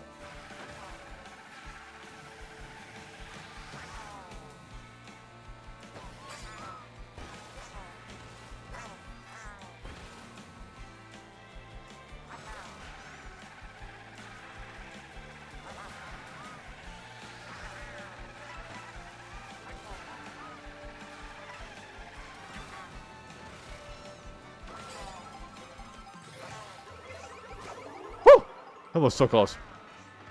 Shock will be so good. Oh! Oh my god! Oh my god! You shall receive when you ask for it. I can't believe it.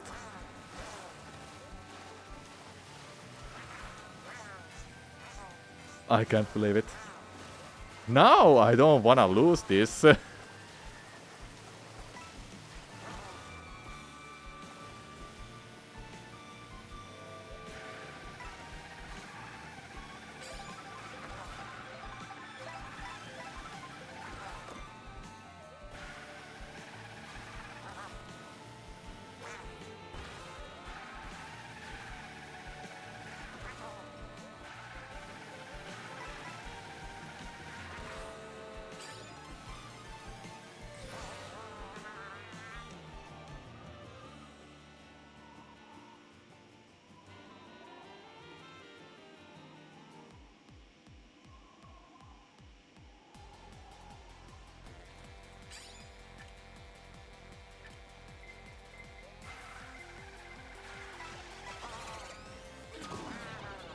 What?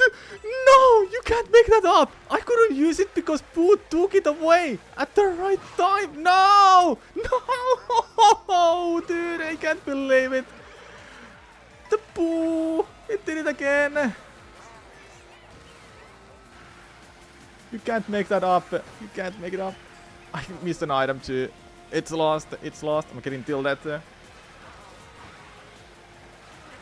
How in the world it was just perfectly timed? Okay, this will be the craziest comeback now. If I win now.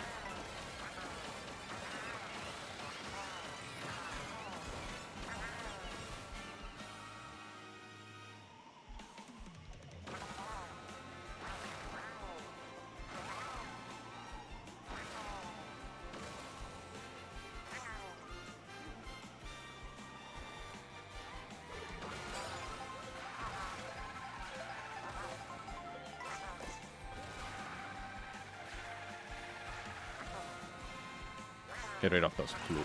Yeah, get rid of them, yes, but not in front of me. Hey. You freaking...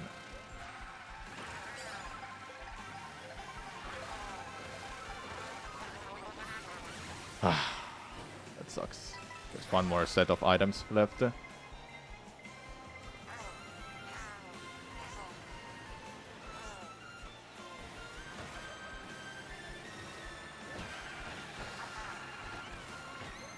Where's the first one? Oh my god, they already won. They're so far ahead.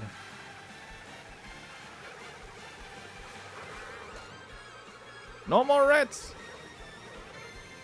Well, Okay, some dirt then. After all that! After all that! The shock dodge into Pooh taking my mushroom? Like, what? It was too good to be true. Then it was all ruined.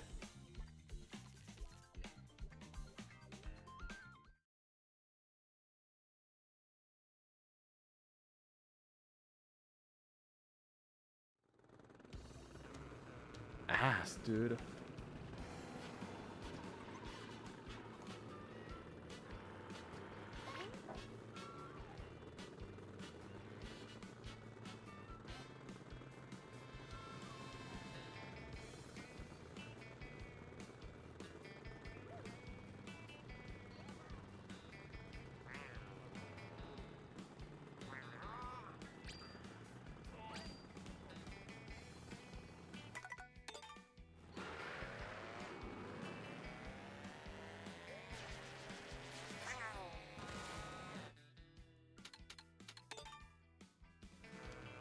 At least I got content out of that.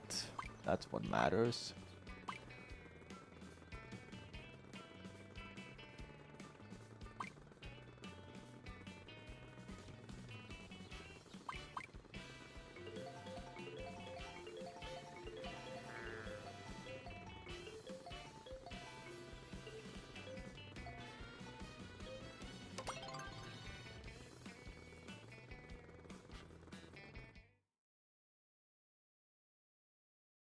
Thanks for the clip, Pika.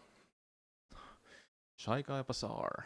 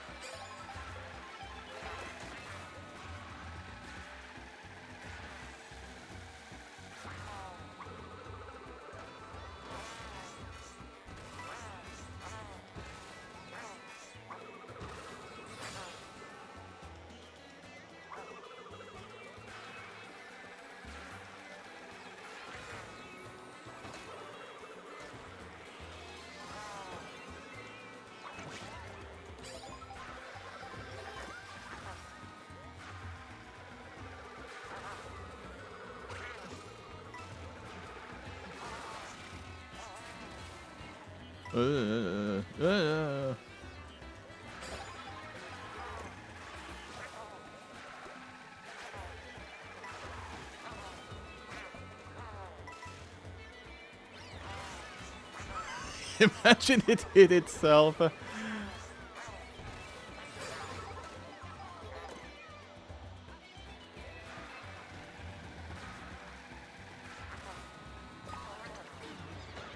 well, just take it then.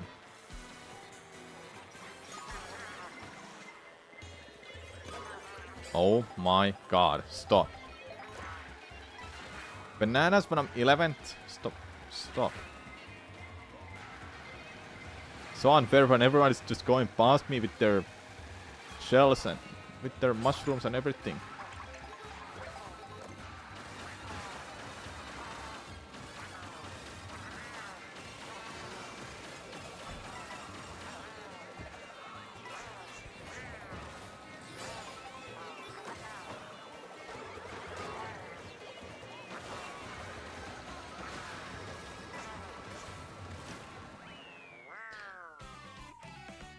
That Katakwak is on a streak right now.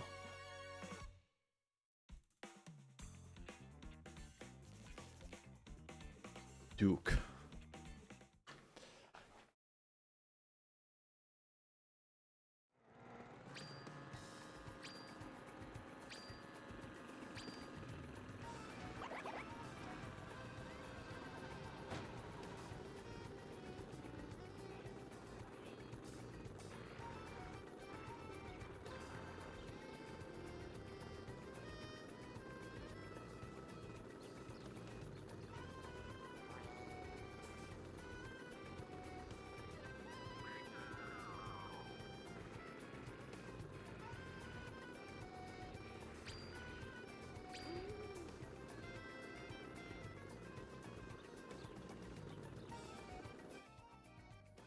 Sometimes I have that too, Pico, and there's not much you can do about it.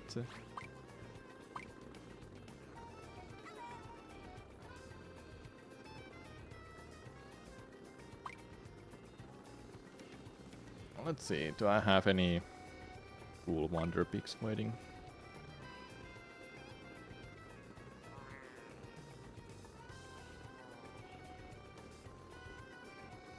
Next week they'll release a new pack. More to collect. It's evolutions this time. I love Espeon. I want that so badly.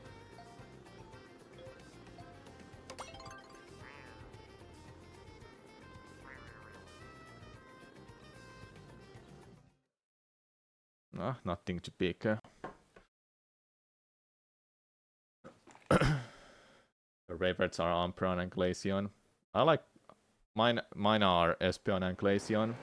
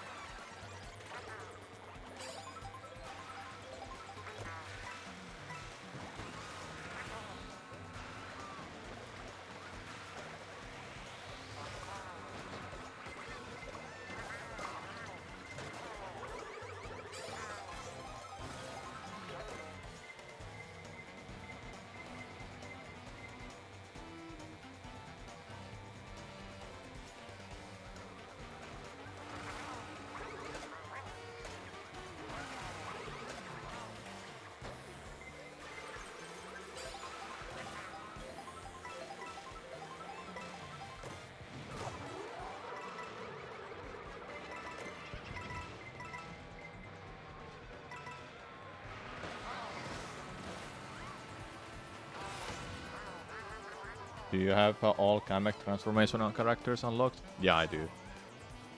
I do.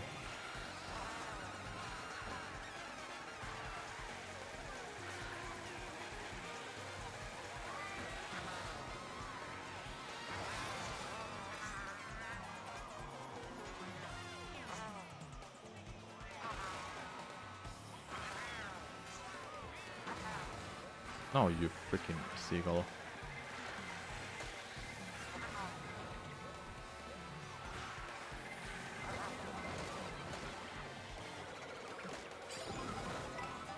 Duke, what are you doing?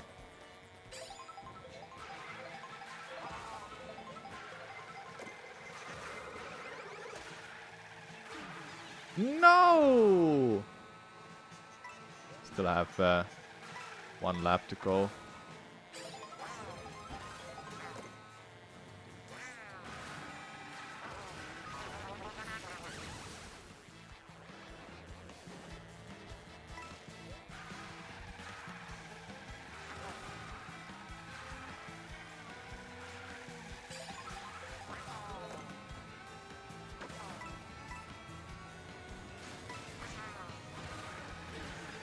Again!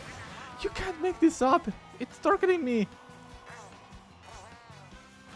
Don't let it get 3 times in a row. Oh, you messed up. No! What is this? Oh! Yes! Take that, Duke! Let's go!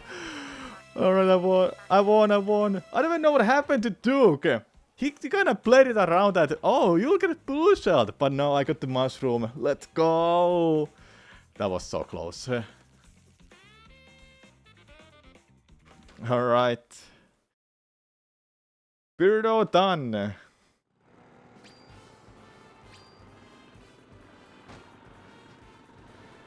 Alright, Birdo done.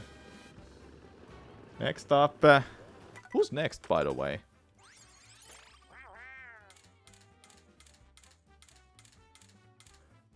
Boo! Alright, we need you on a bidding one. Yeah, bulldozer.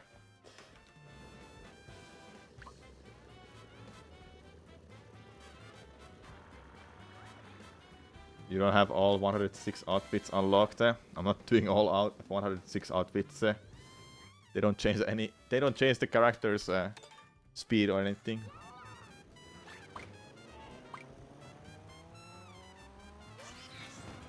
Nothing against the Duke. I think it's just it just makes a good content when I'm like, oh, this Duke guy just keeps winning. Can I stop him? Can I stop this Katakwak from winning? Makes good story, you know. What did he try to do here? Okay, that must have been a fuck up from his part.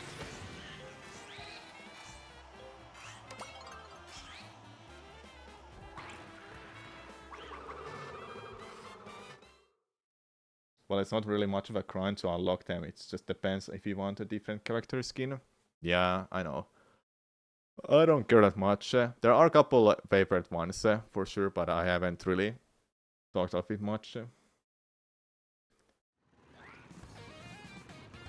Aristocrats, for example, is pretty nice for this Kimpu.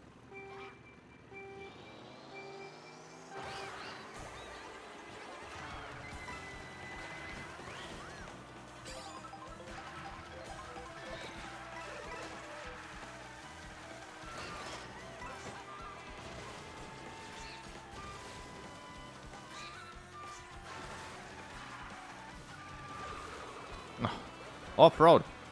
Well, let's stand back a little bit.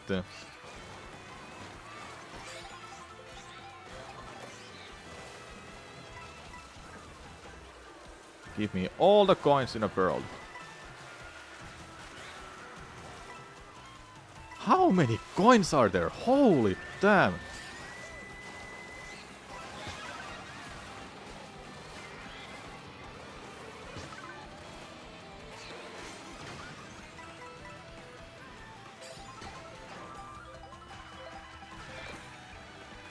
Not the smartest idea, I think, but how can do?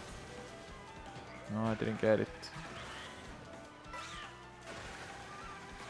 I have full speed, let's go.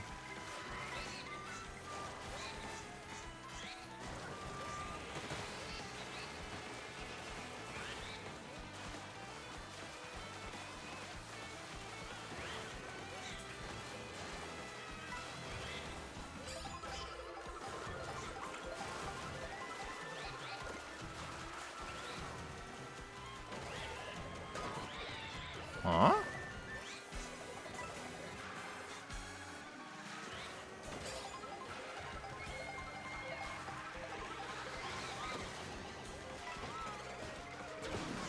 It's a... You can't... Boo! No! No! How did you get back and interact in time?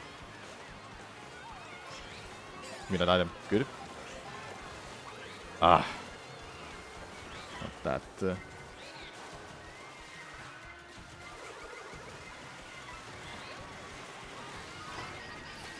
Well, now we're not gonna win anymore.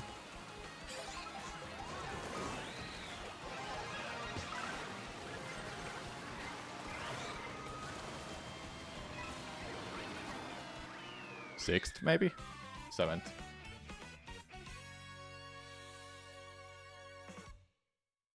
Rosalina has one of the best skins. Yeah, she's got really good outfits.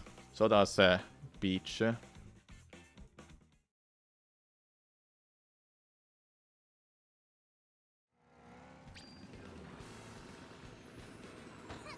So today we've got 2 wins. That's pretty awesome.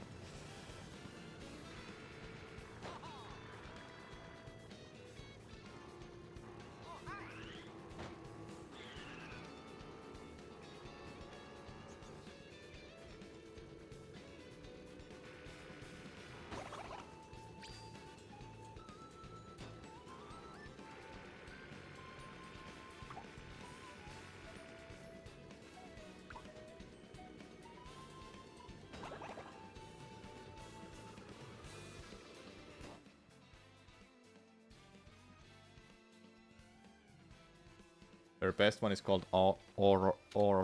Aurora.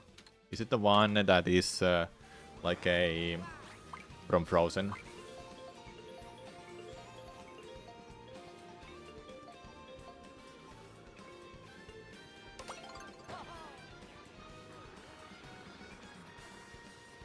Yeah, that's one I'd blocked out of the question.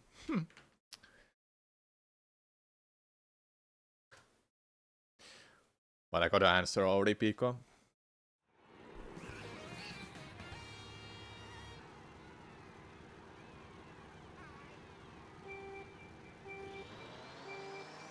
Yeah, the blue dress.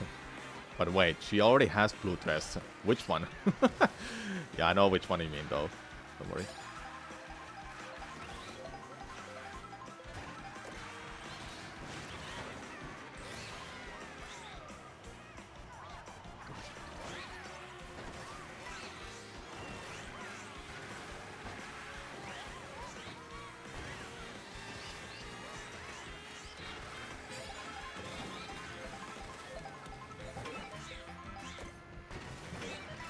I like this level. It's so much fun. Oh my god.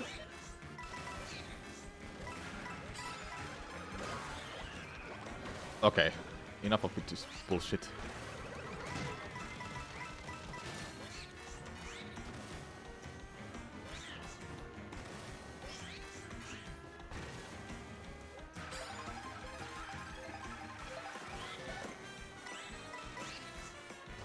I don't know which one is faster, going below or on the rails.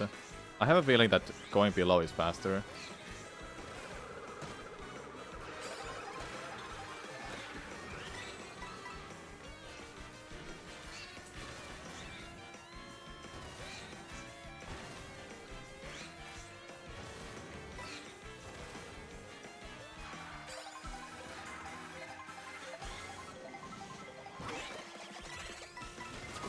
I had to hope for it. I have a bad speed for... Okay, well... I got Mario Karted! Am I last? I'm a second last. From first to last. Literally Mario Karted, man. No, it's 55.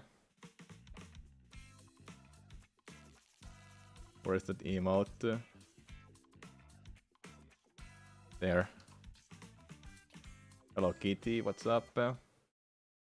Yep. Stuff happened. Oh no, I was like thinking, oh, this is too good to be true. But even just thinking about it was a mistake. I'm gonna have fun to edit a 20-hour video into like 20-minute package of good stuff. I mean, isn't it always preferable to actually lose your number one spot sometime after a second lap? Depends. What if you just don't get blue shot at all? Then was it a good idea to just lose your first place to second place? I can't win in online matches if I don't just keep going for the first place and keep it. Like, I can't go and somehow hit someone with a red cell because they just might get lagged. Or green shell either. It's hard to stop a first place if they're just lagging like that. The pull rate for blue shells is too high for that. Well, still, I'm standing behind that idea that what if you just lose because of that you like give the first place to someone else? Also, I got shocked. There was a shock as well, so that was a checkmate situation.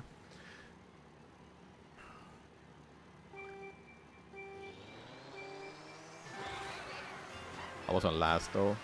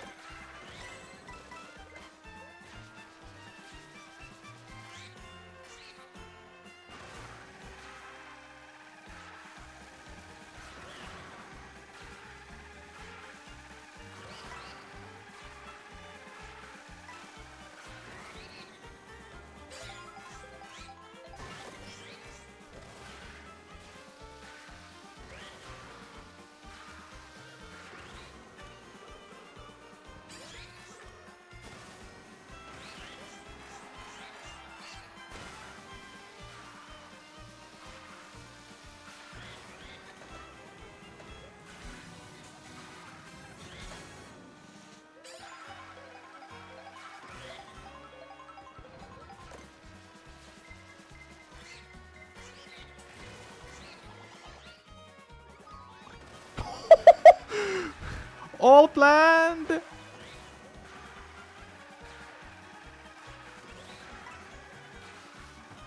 No! Off-road my ass, dude!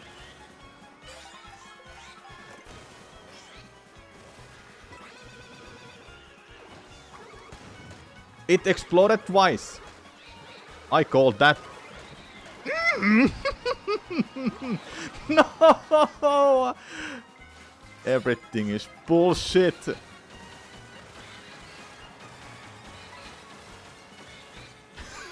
Yeah, this is fucking hell, man! What happened? All because I went off-road. All because I went off-road. Then it snowballed into a bigger mistakes.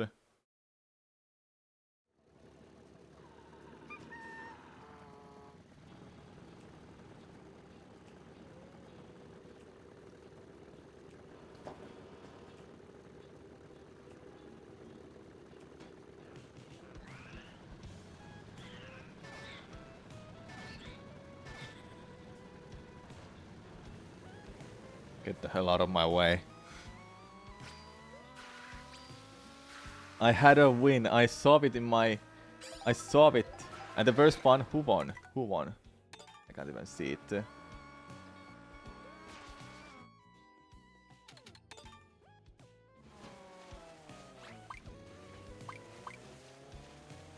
I don't know, my lies.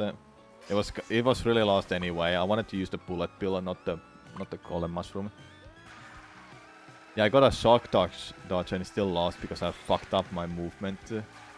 Hitting off-road for just a few frames.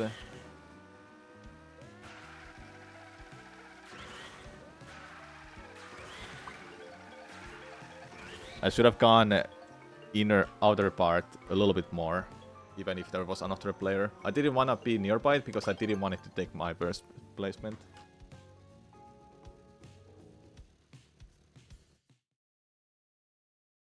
Then that bomb exploded because I exploded it by myself with a horn. Then it still dropped it down. That's what I call about the lag. I'm literally last place. Alright, well, let's make it the first place then.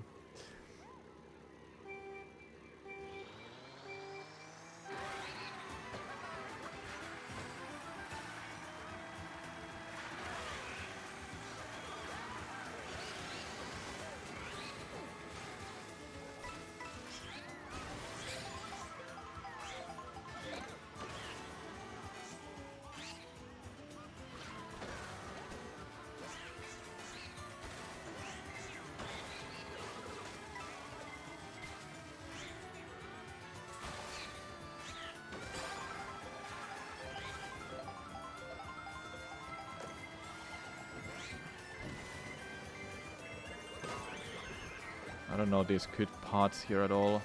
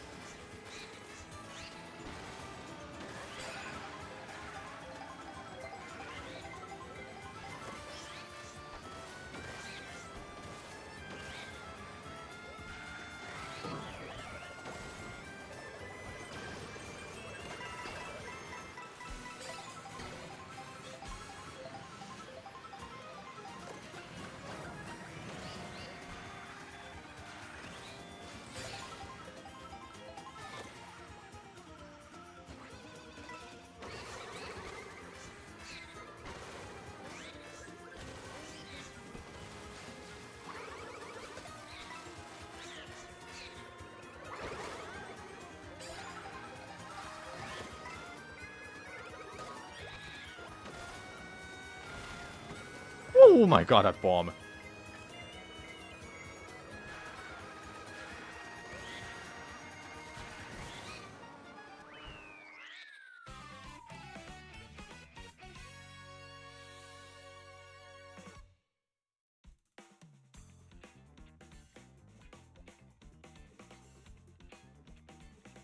Yeah, of course, there's item desync in online games. Let's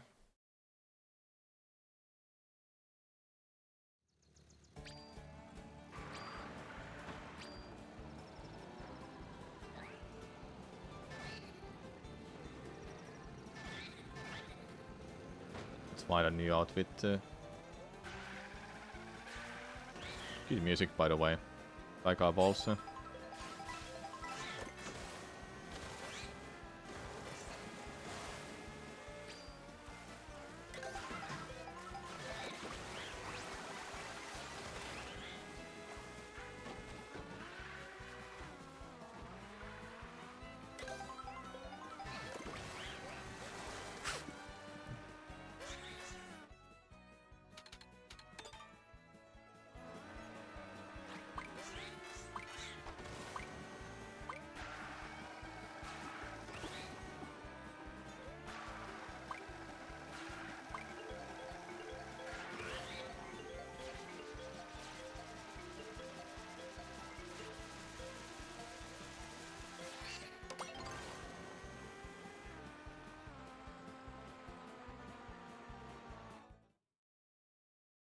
You know what will be really challenging as well? Win at every track. And I mean just a track. Actually no, that will be a bad idea because there's hundreds of combinations for these.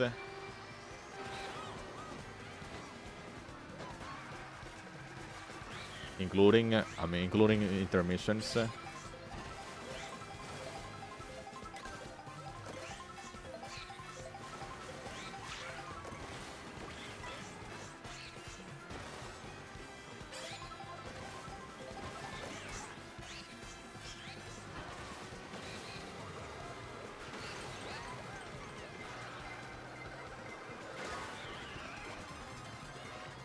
Okay, dude.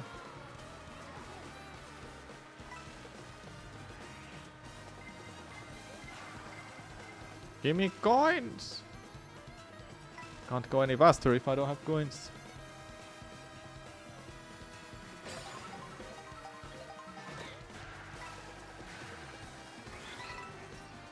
Oh yes.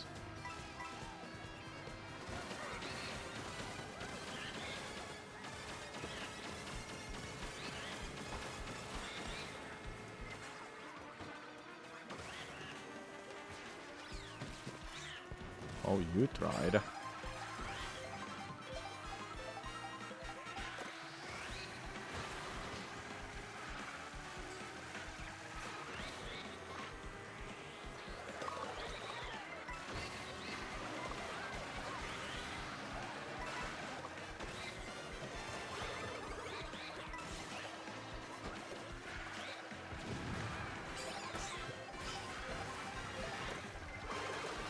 What the hell is going on?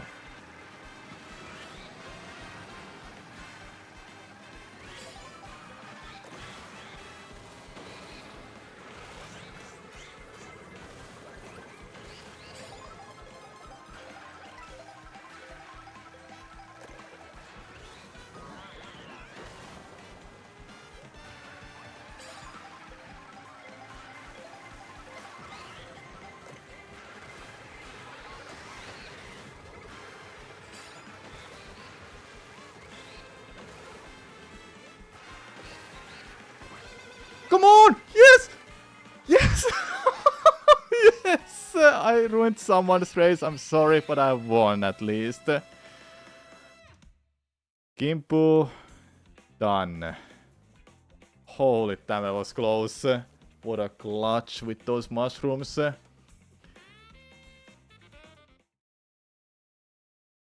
was close. Gimpu done. Next. Who do we have next? Oh, Shy Guy.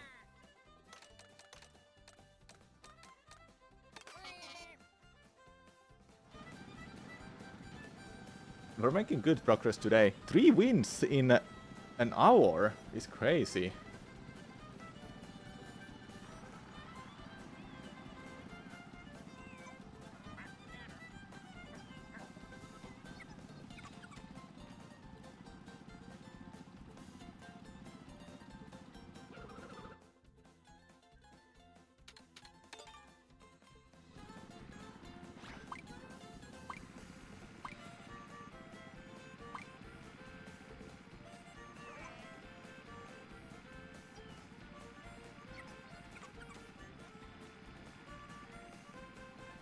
It's going so well that I don't want to stop yet.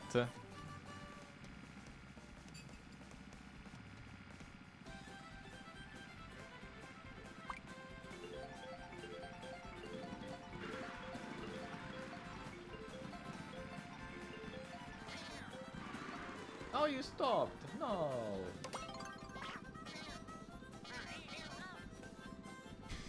Whoever it is, you're a homie.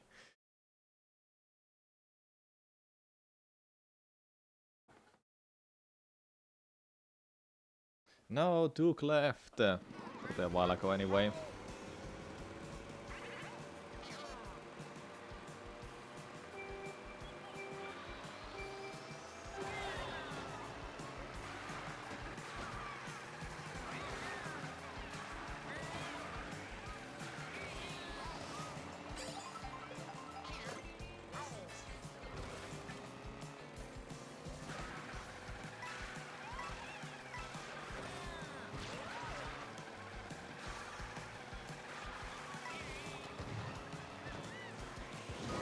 Oh, it's the Hazard one. Freaking throws everything at us. No, you're pushing me off. Don't do that.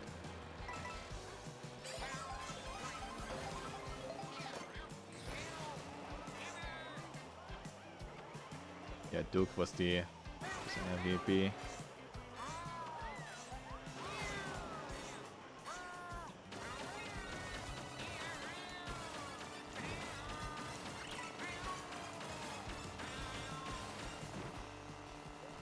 Shock. I have a feeling it's coming out now.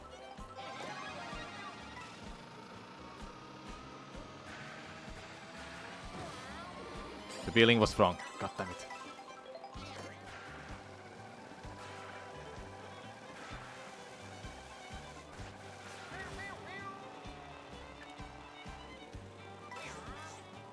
Don't say it. Don't say it. Don't even think about it. Shh.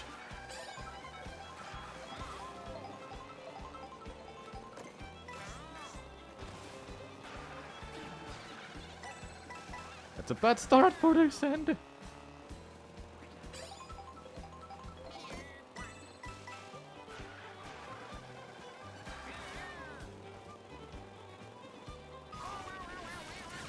Okay, nobody touched. Oh, somebody's coming behind.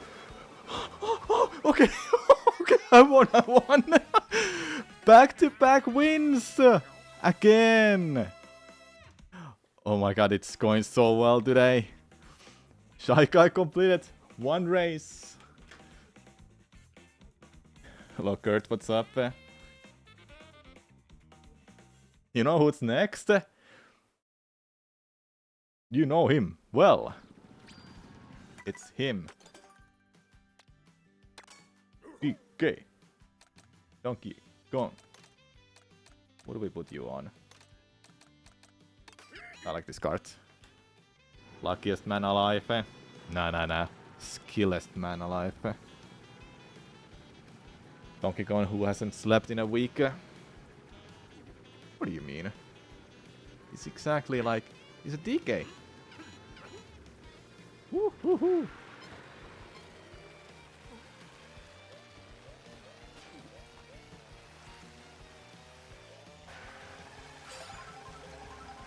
Surely I can't get 3 wins in a row, right?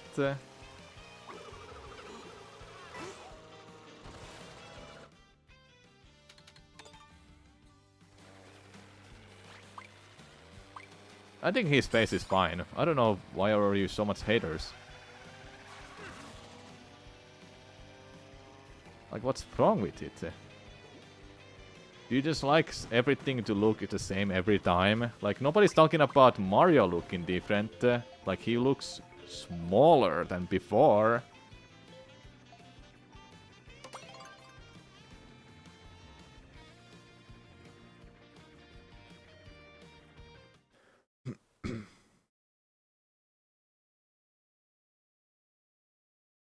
This Kong has a funny face. It's Lanky Kong. Yes. Alright, if I get a 3rd win in a row, that's gonna be amazing.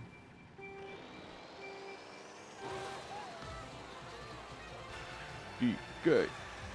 Donkey Kong is here.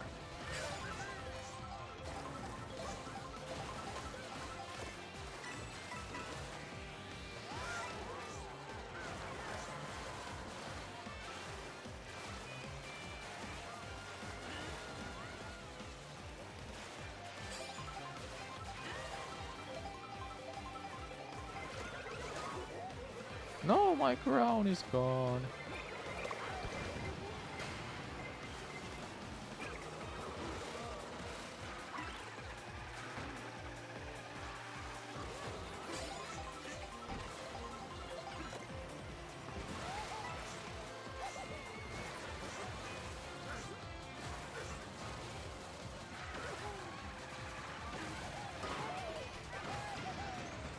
Oh! Oh! I survived! Oh my god. It was close.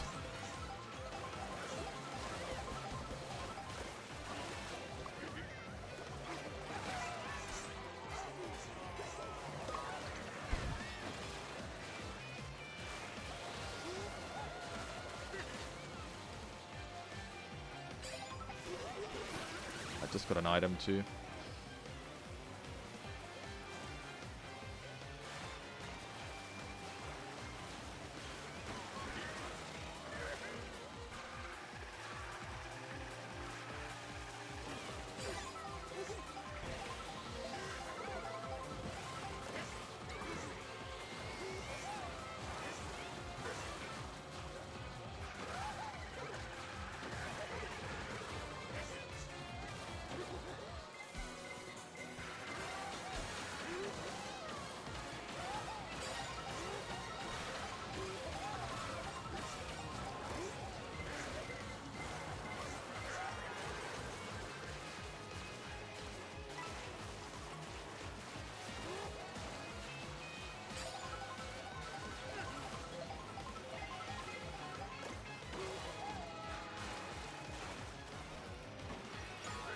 What is going on?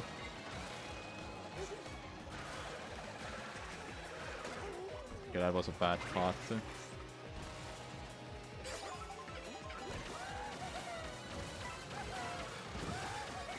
No 3 times win. No 3 wins in a row.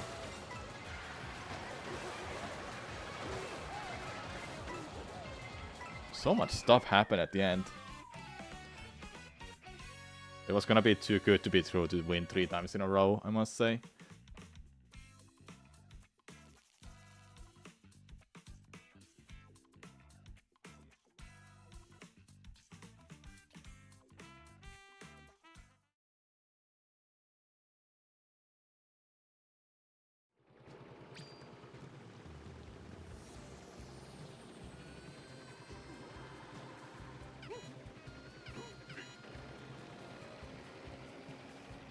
Yeah, there is Rainbow Road. The best one in a game, in a series.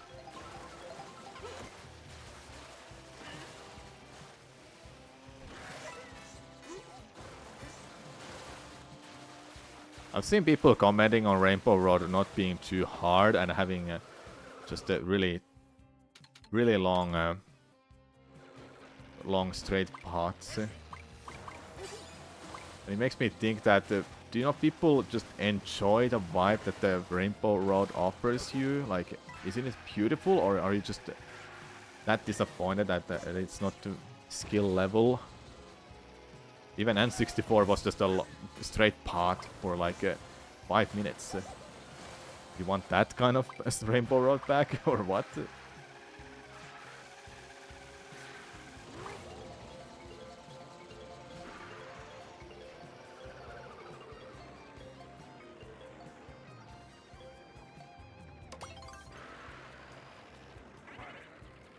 How painful is it on an eye? You couldn't play the looks cause a lot of level were too flashy. And 64 Rainbow Road was hard because of jank controls. Well, you can't drive off in that level, but in other ones you can. Yeah, I guess it's hard. I don't know, but just I enjoy the vibe of this one's Rainbow Road. It's just beautiful.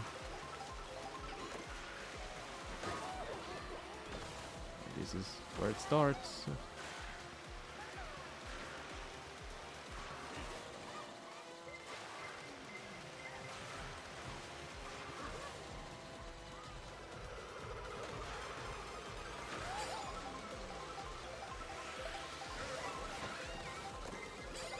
Chad, what do you think about playing at DK games before DK Bonanza?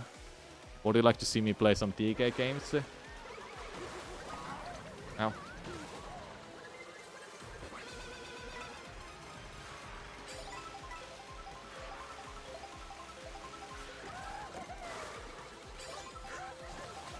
Oh my god, a bomb.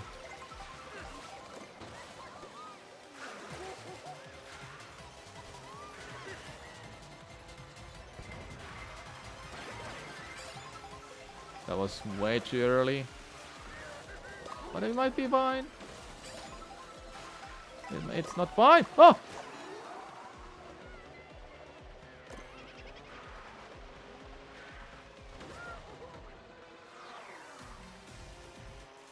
Oh, it's the last lap. There's one more. I thought it was the last lap. No! Damn me.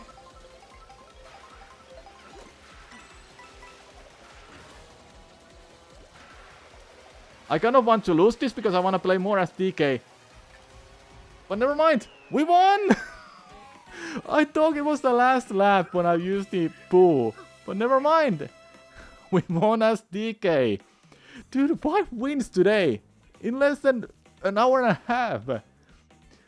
Today is a good day, man. Let's go.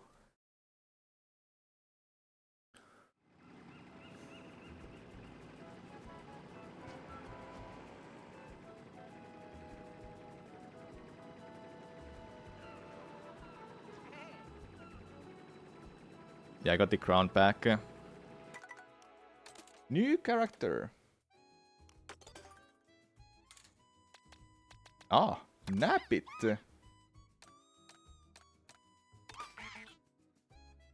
Are we at the territory with characters that don't have outfits now?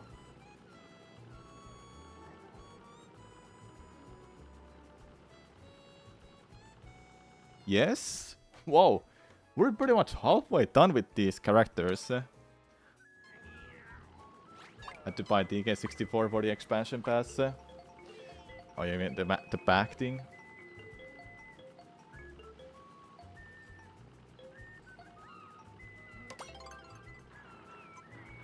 Yeah, so Yoshi's story music there.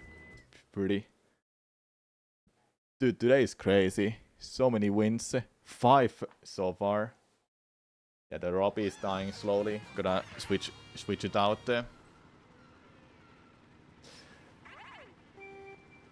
Still don't know who Napit is. It's just a character in one of the 2D Marios that like steals stuff, I think. Don't know exactly its lore. What are you doing, everyone?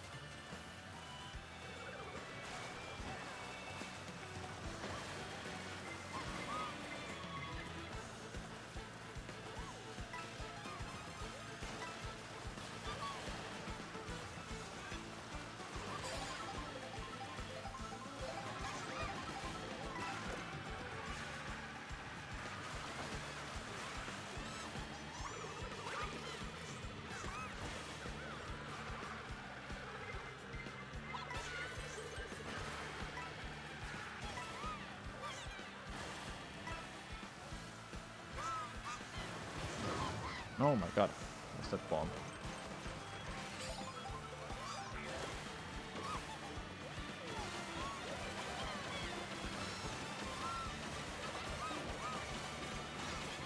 Oh, Kenku, when did you join? Hello.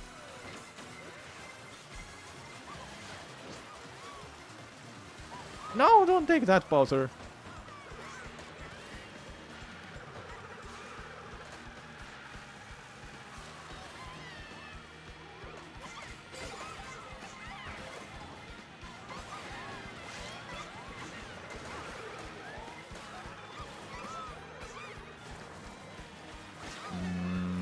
There is a chance to... Never mind.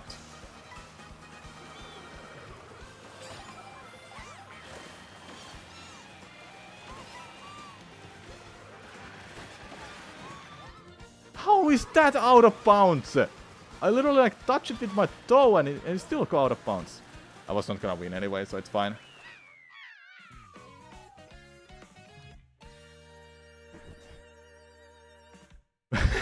Is he mad he lost? Yeah, I'm like last. Damn. Okay, I think I'll do one more, then I'll also change lobbies. Seems like this is dying more. Okay, let's see. So is this really... Yeah, it is. We're in a territory. We're in a territory with characters that don't have outfits. Sort.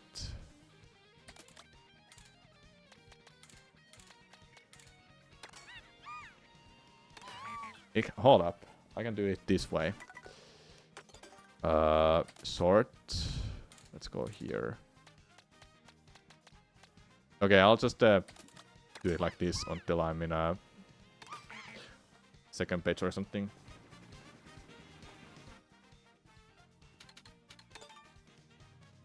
So do we get the other games guest characters like Link, Zelda, Samus, or even Captain Falcon from DLC at some point? It would be great to have them join up. Can you imagine if driving was like Mario Kart? Oh my god. It would be hilarious, I must say.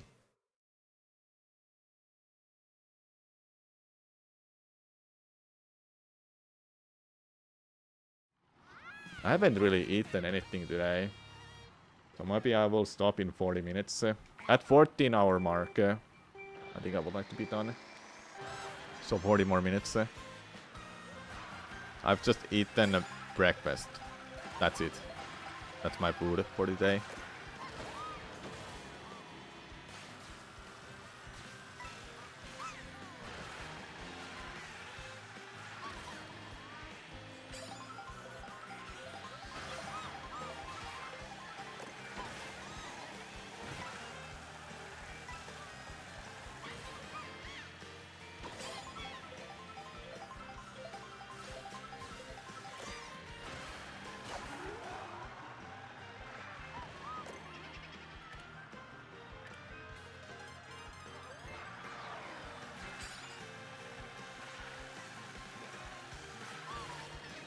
Uh-oh. No, I'm not going there. You think I will get baited?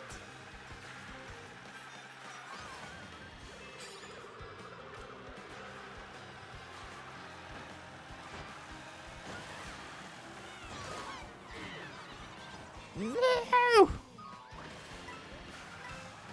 This only happens to me when the Pooh is stealing everything from me, even right before I die.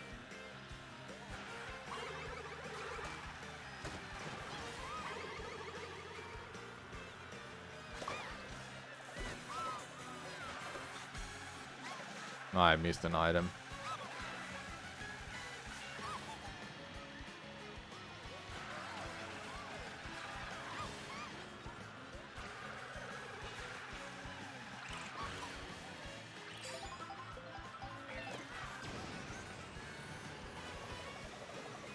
That's too early. It's too early. Because the shock is coming out in 3 seconds. Oh, that's my last item. See? I knew it was too early. Well, I was not gonna win anyway. By the way.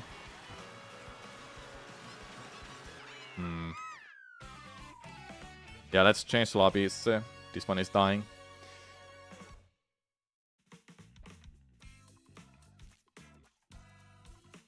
Change lobbies. Need more people in. This was a good lobby. I like this one. There were 5 wins. Maybe 4 in the same one, but still, it was awesome.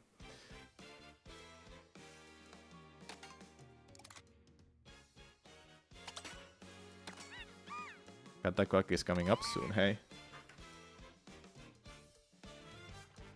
Yeah, Captain Falcon is F-Zero character.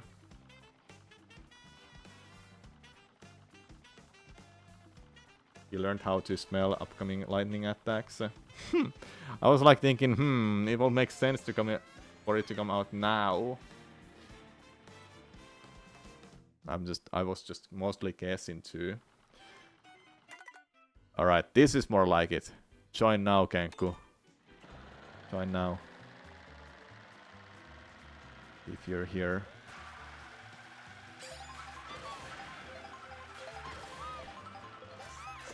I wouldn't say the challenges becomes harder or easier if lobby is half empty or there's more than 20 people. I think that the lobby it's just more fun and more chaotic for content when there's more than 20 people. Like you saw those earlier, Matt, races.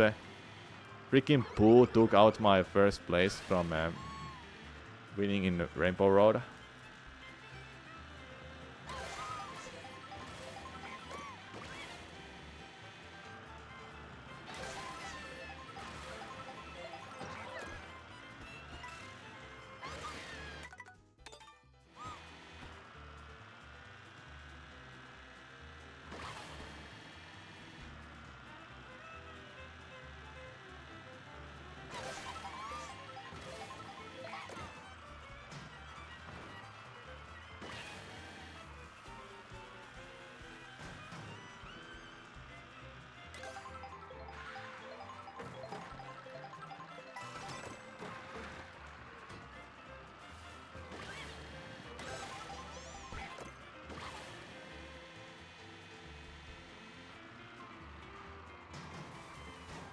Alright, just wait it out.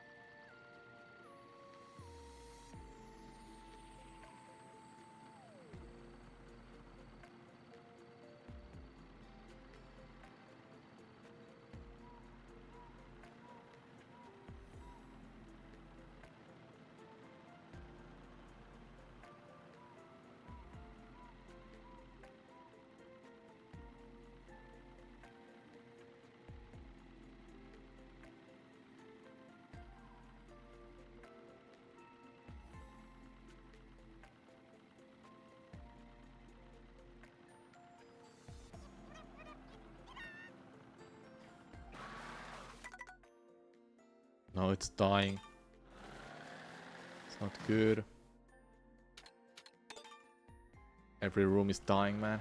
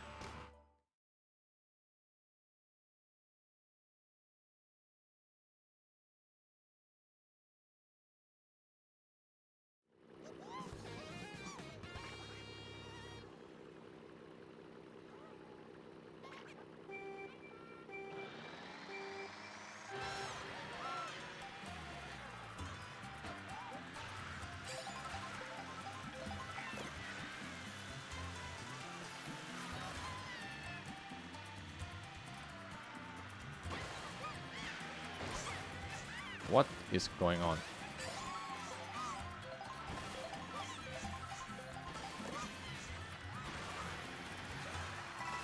Alright, hold on to this for a while. Never mind.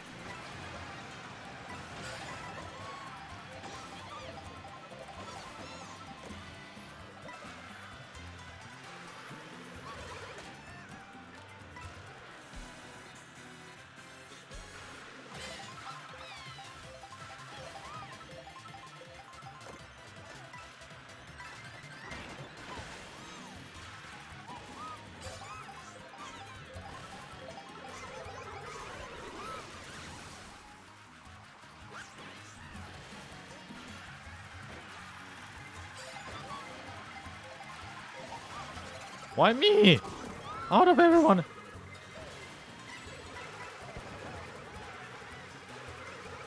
Oh no, if I wasn't first there, I might have had a chance to win. Am I last after all that? Not yet, not yet.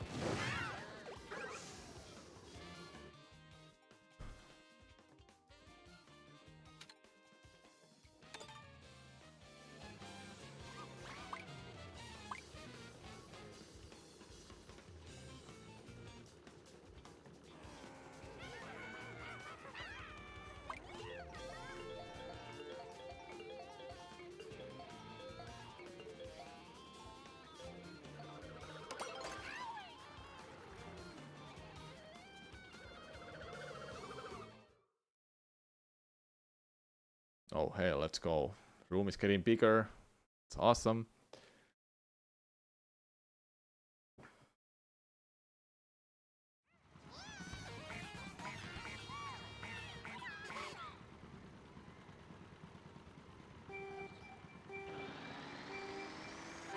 Alright, here we go.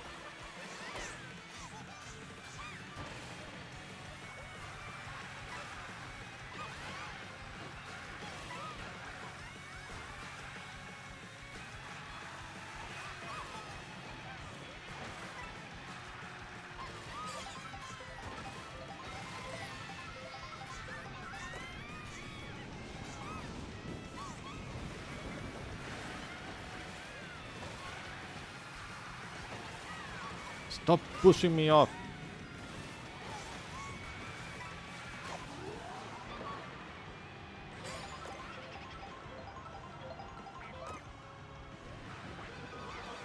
Hey.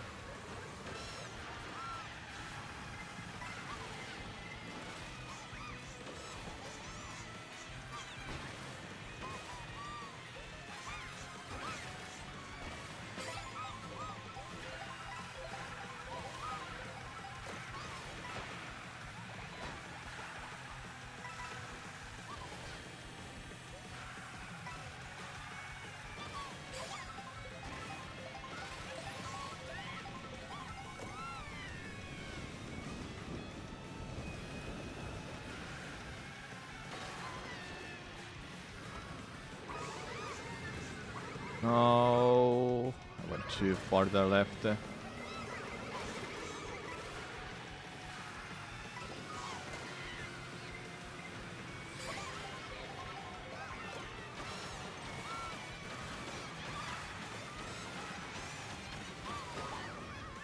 No. That first person is so far away. That's a Toad and Rosalina. We're not gonna win this anymore. That mall is so far back too. It just dropped down too. Oh, I was hoping for it to be like a shock or something. Everyone is dropping down. Oh, I didn't get double item. Well, I know shock is not coming out yet. Look at that mole in the map. Okay, it's hitting the item block soon.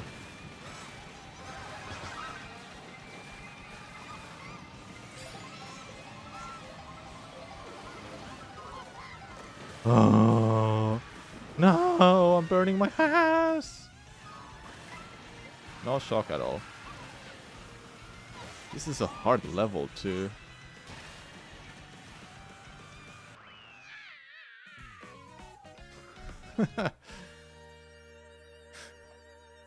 Thanks for good luck, Michael.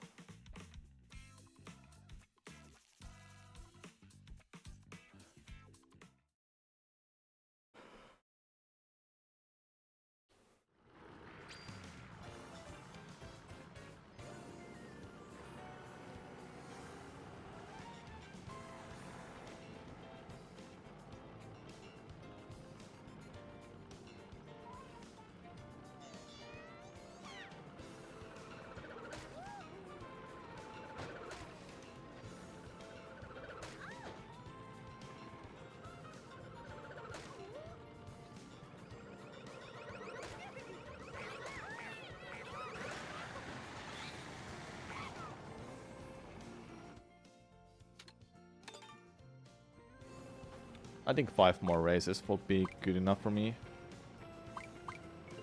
Oh, less than 1 minute for a meme number, chat. Are you ready for it?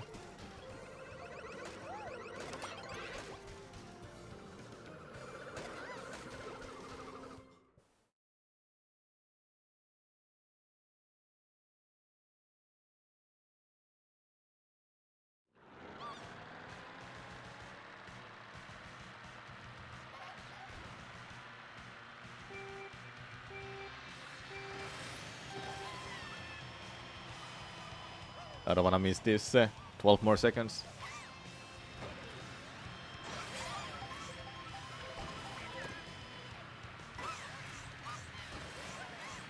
"13 hours and 37 minutes we've played this challenge."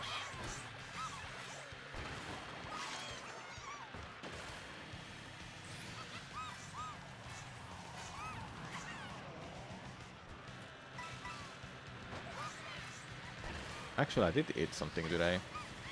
I lied. I literally just ate while I had a break here.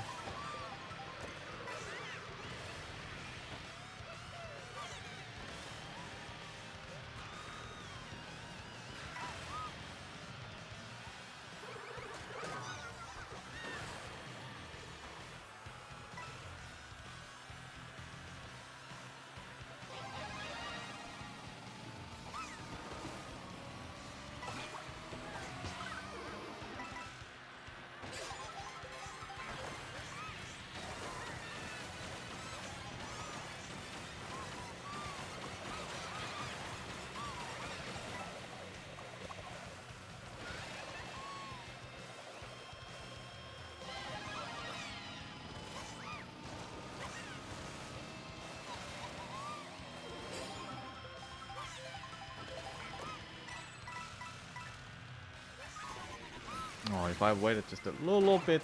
No, team. No!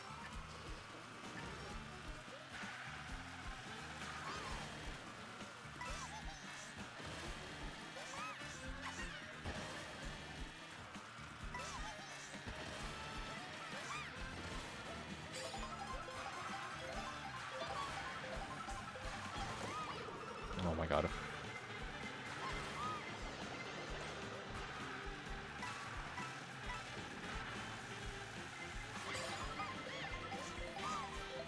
Did you you dodged it? How? How did you get a... Okay. Sure, why not?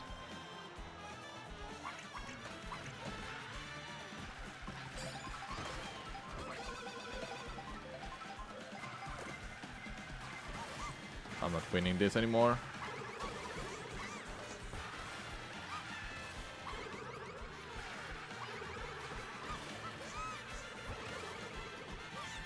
Fifth. That's fine. What is it, Nightmare? Hello. Alright, 4 more races, then I'll be done for today. I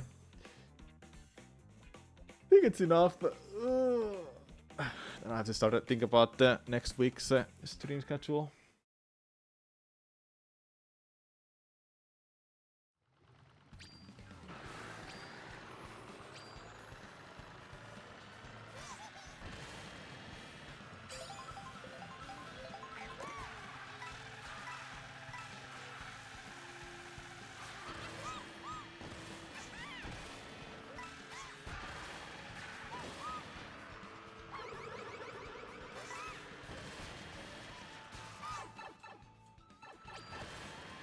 Huh? Is that all it does? Or maybe it doesn't work because I'm in online play right now.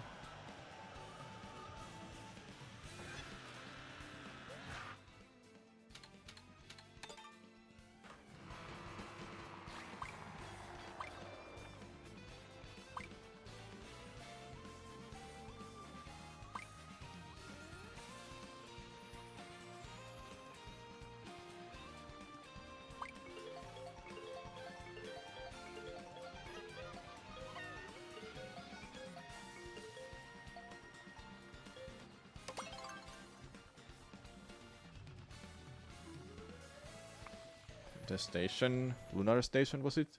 No, Starview Peak.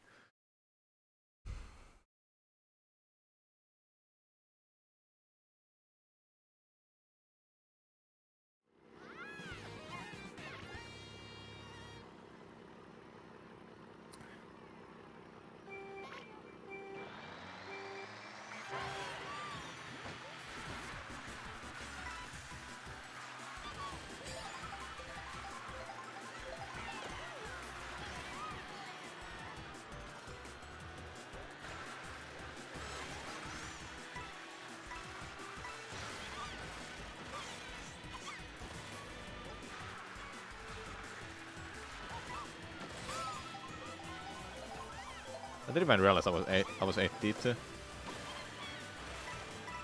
For long.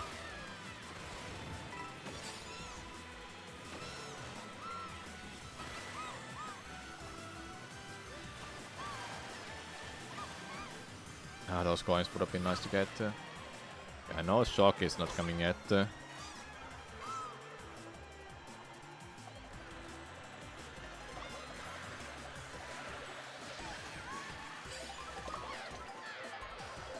No! What was that bullshit, dude? Well, there it is. I would have lost it then, because I wasn't gonna use my item here.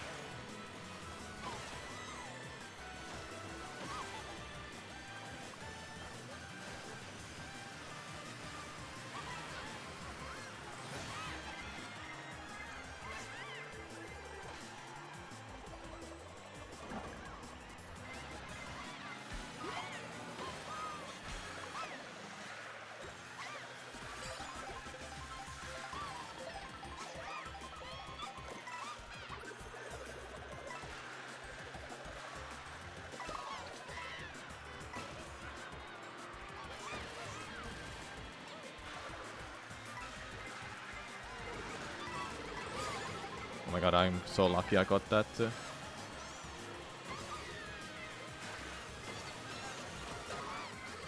Why are you so slow all of a sudden? What happened to you?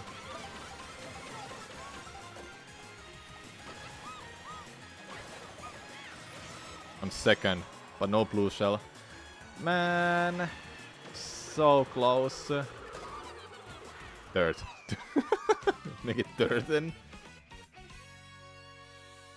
Doesn't matter. I was not gonna win anyway.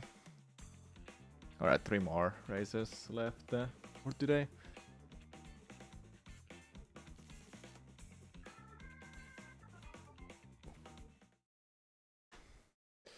Yeah, that last second spam.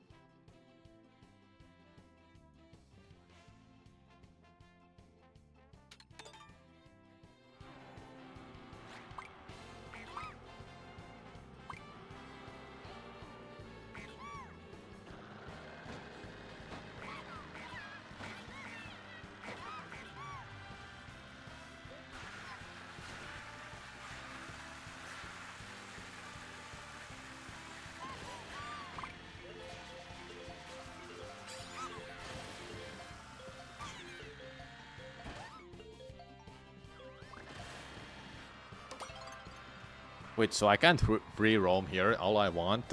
You're still gonna spawn me back here? What?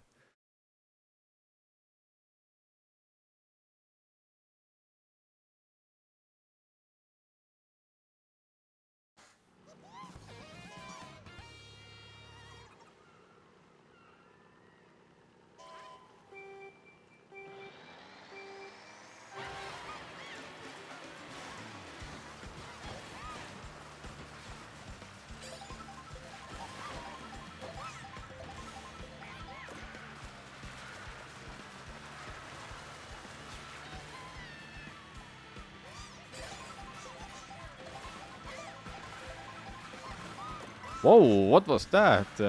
Who threw the table? No, Boo, not now. We didn't even play for like that long and I'm still getting stolen. Still getting theft, or whatever that is. Yeah, free roams are pretty weird. Okay, that person who was up there with a... What? They were up there with a star? Lucky. Lucky dude. Now. My god.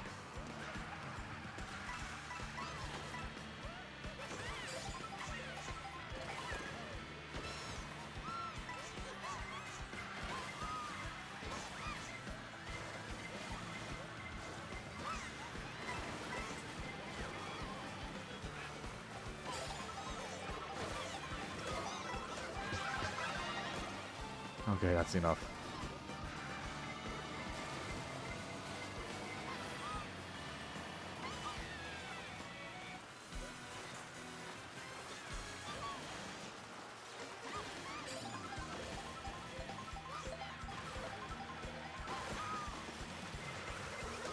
Why me? Out of everyone that's here, it still hits me.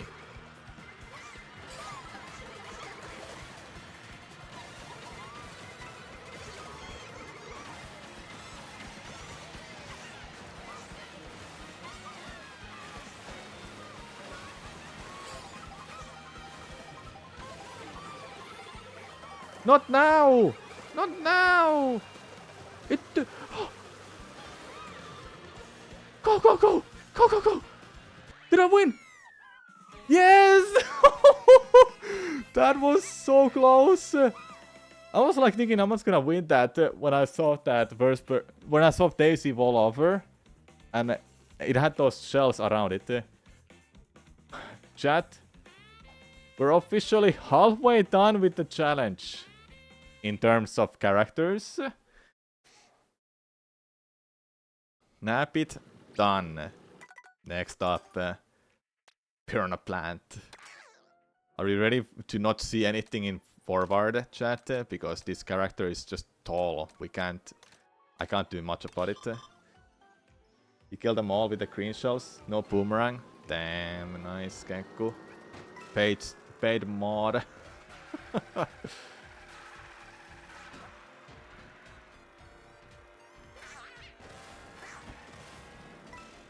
Yeah, I can't see much in front of me. He's too tall. It's a Smash Bros character.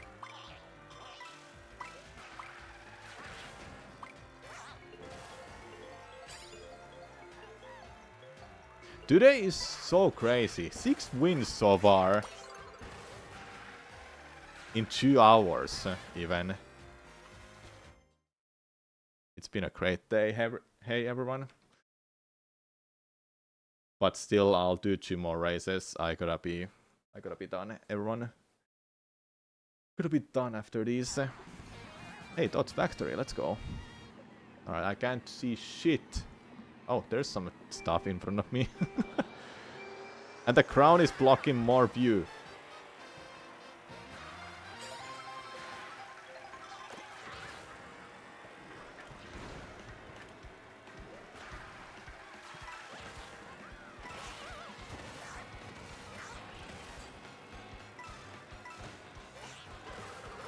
Oh, no! What was that? That was crazy. That was so cool. Now I can see in front of me a little bit without the crown.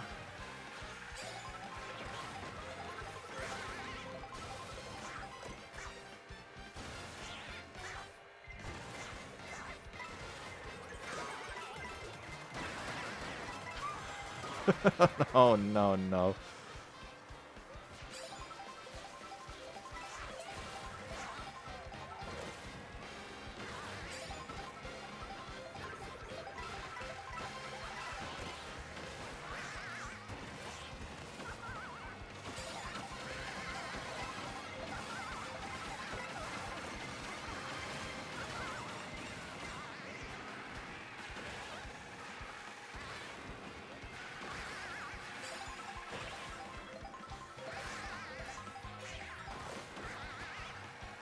Wait, I'm last? Almost last?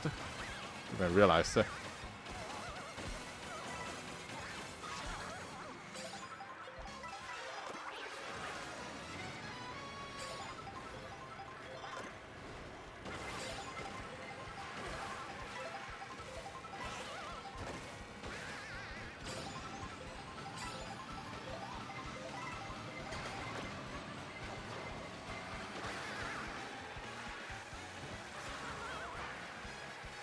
I saw those mushrooms. Actually, no. I saw those. I saw those. What am I even trying to say? I saw those bananas disappear because Pooh just took them. Well, dent, yeah. That track from Funky Pack Wii. Yeah. If I did the math right, your current win rate is 14.88%. So every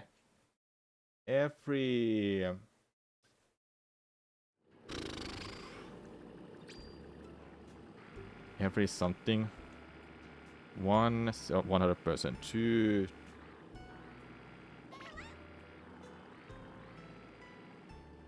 every something, every 10-ish I win. No, every 20 something, because 25 characters, 165, 69.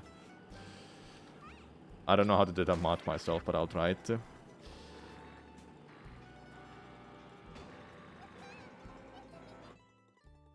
I have no idea how to do the math for this, but yeah, I see. That's cool. Alright, last match. Last one for the day.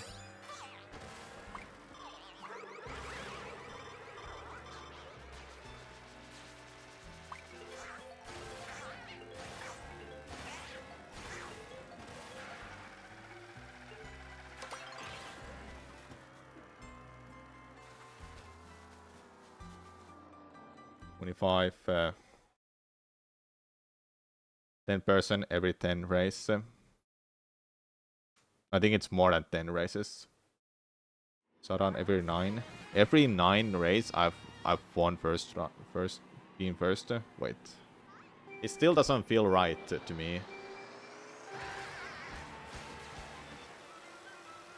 It's been a while I've been in this level, I must say. Also, it's night team somehow. It's usually evening.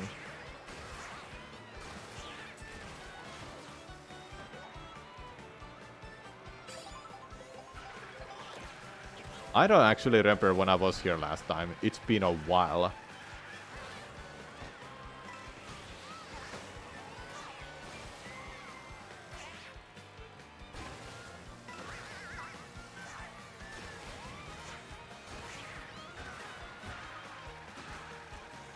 I can see a lot of people fail these tricks. I tried these time trial tracks. Strats. Uh-oh. Uh-oh.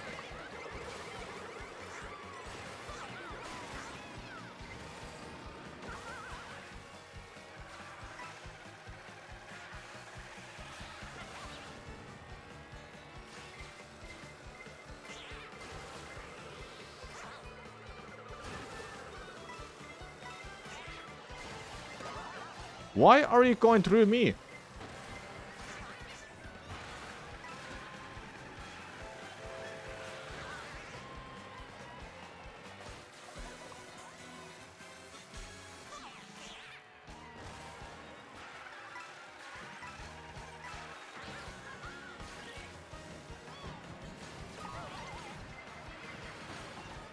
Get me back to the rail.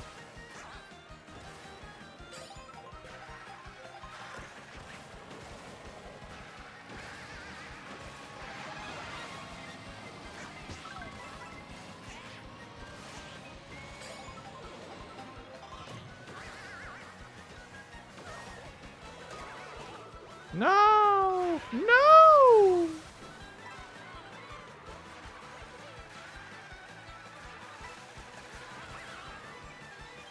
Well, oh well. That's it for today, everyone. Played nearly 2 hours, and we won 6 times. That's pretty good, hey? So our wins today were Rosalina, Peardo, Gimpu, Shy Guy, DK, and Nabbit. That's, I call that a big win for today.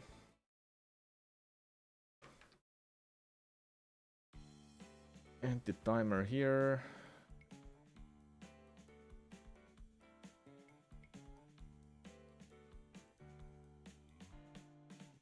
Today I will probably continue this, but we'll see what I decide to do next week. I've got some things planned for next week's weekend. So I hope you're excited for it, because I am. Alright, 5 hours streamed. Pretty good, I must say. I'll send you to Jay. He's doing a speedrun of this, I think. He has a launch. Alright. Go wish him good luck. Go play with him if he happens to have an open room. And I'll see you tomorrow, everyone. Have a good rest of the weekend. Bye-bye. I'll see you tomorrow.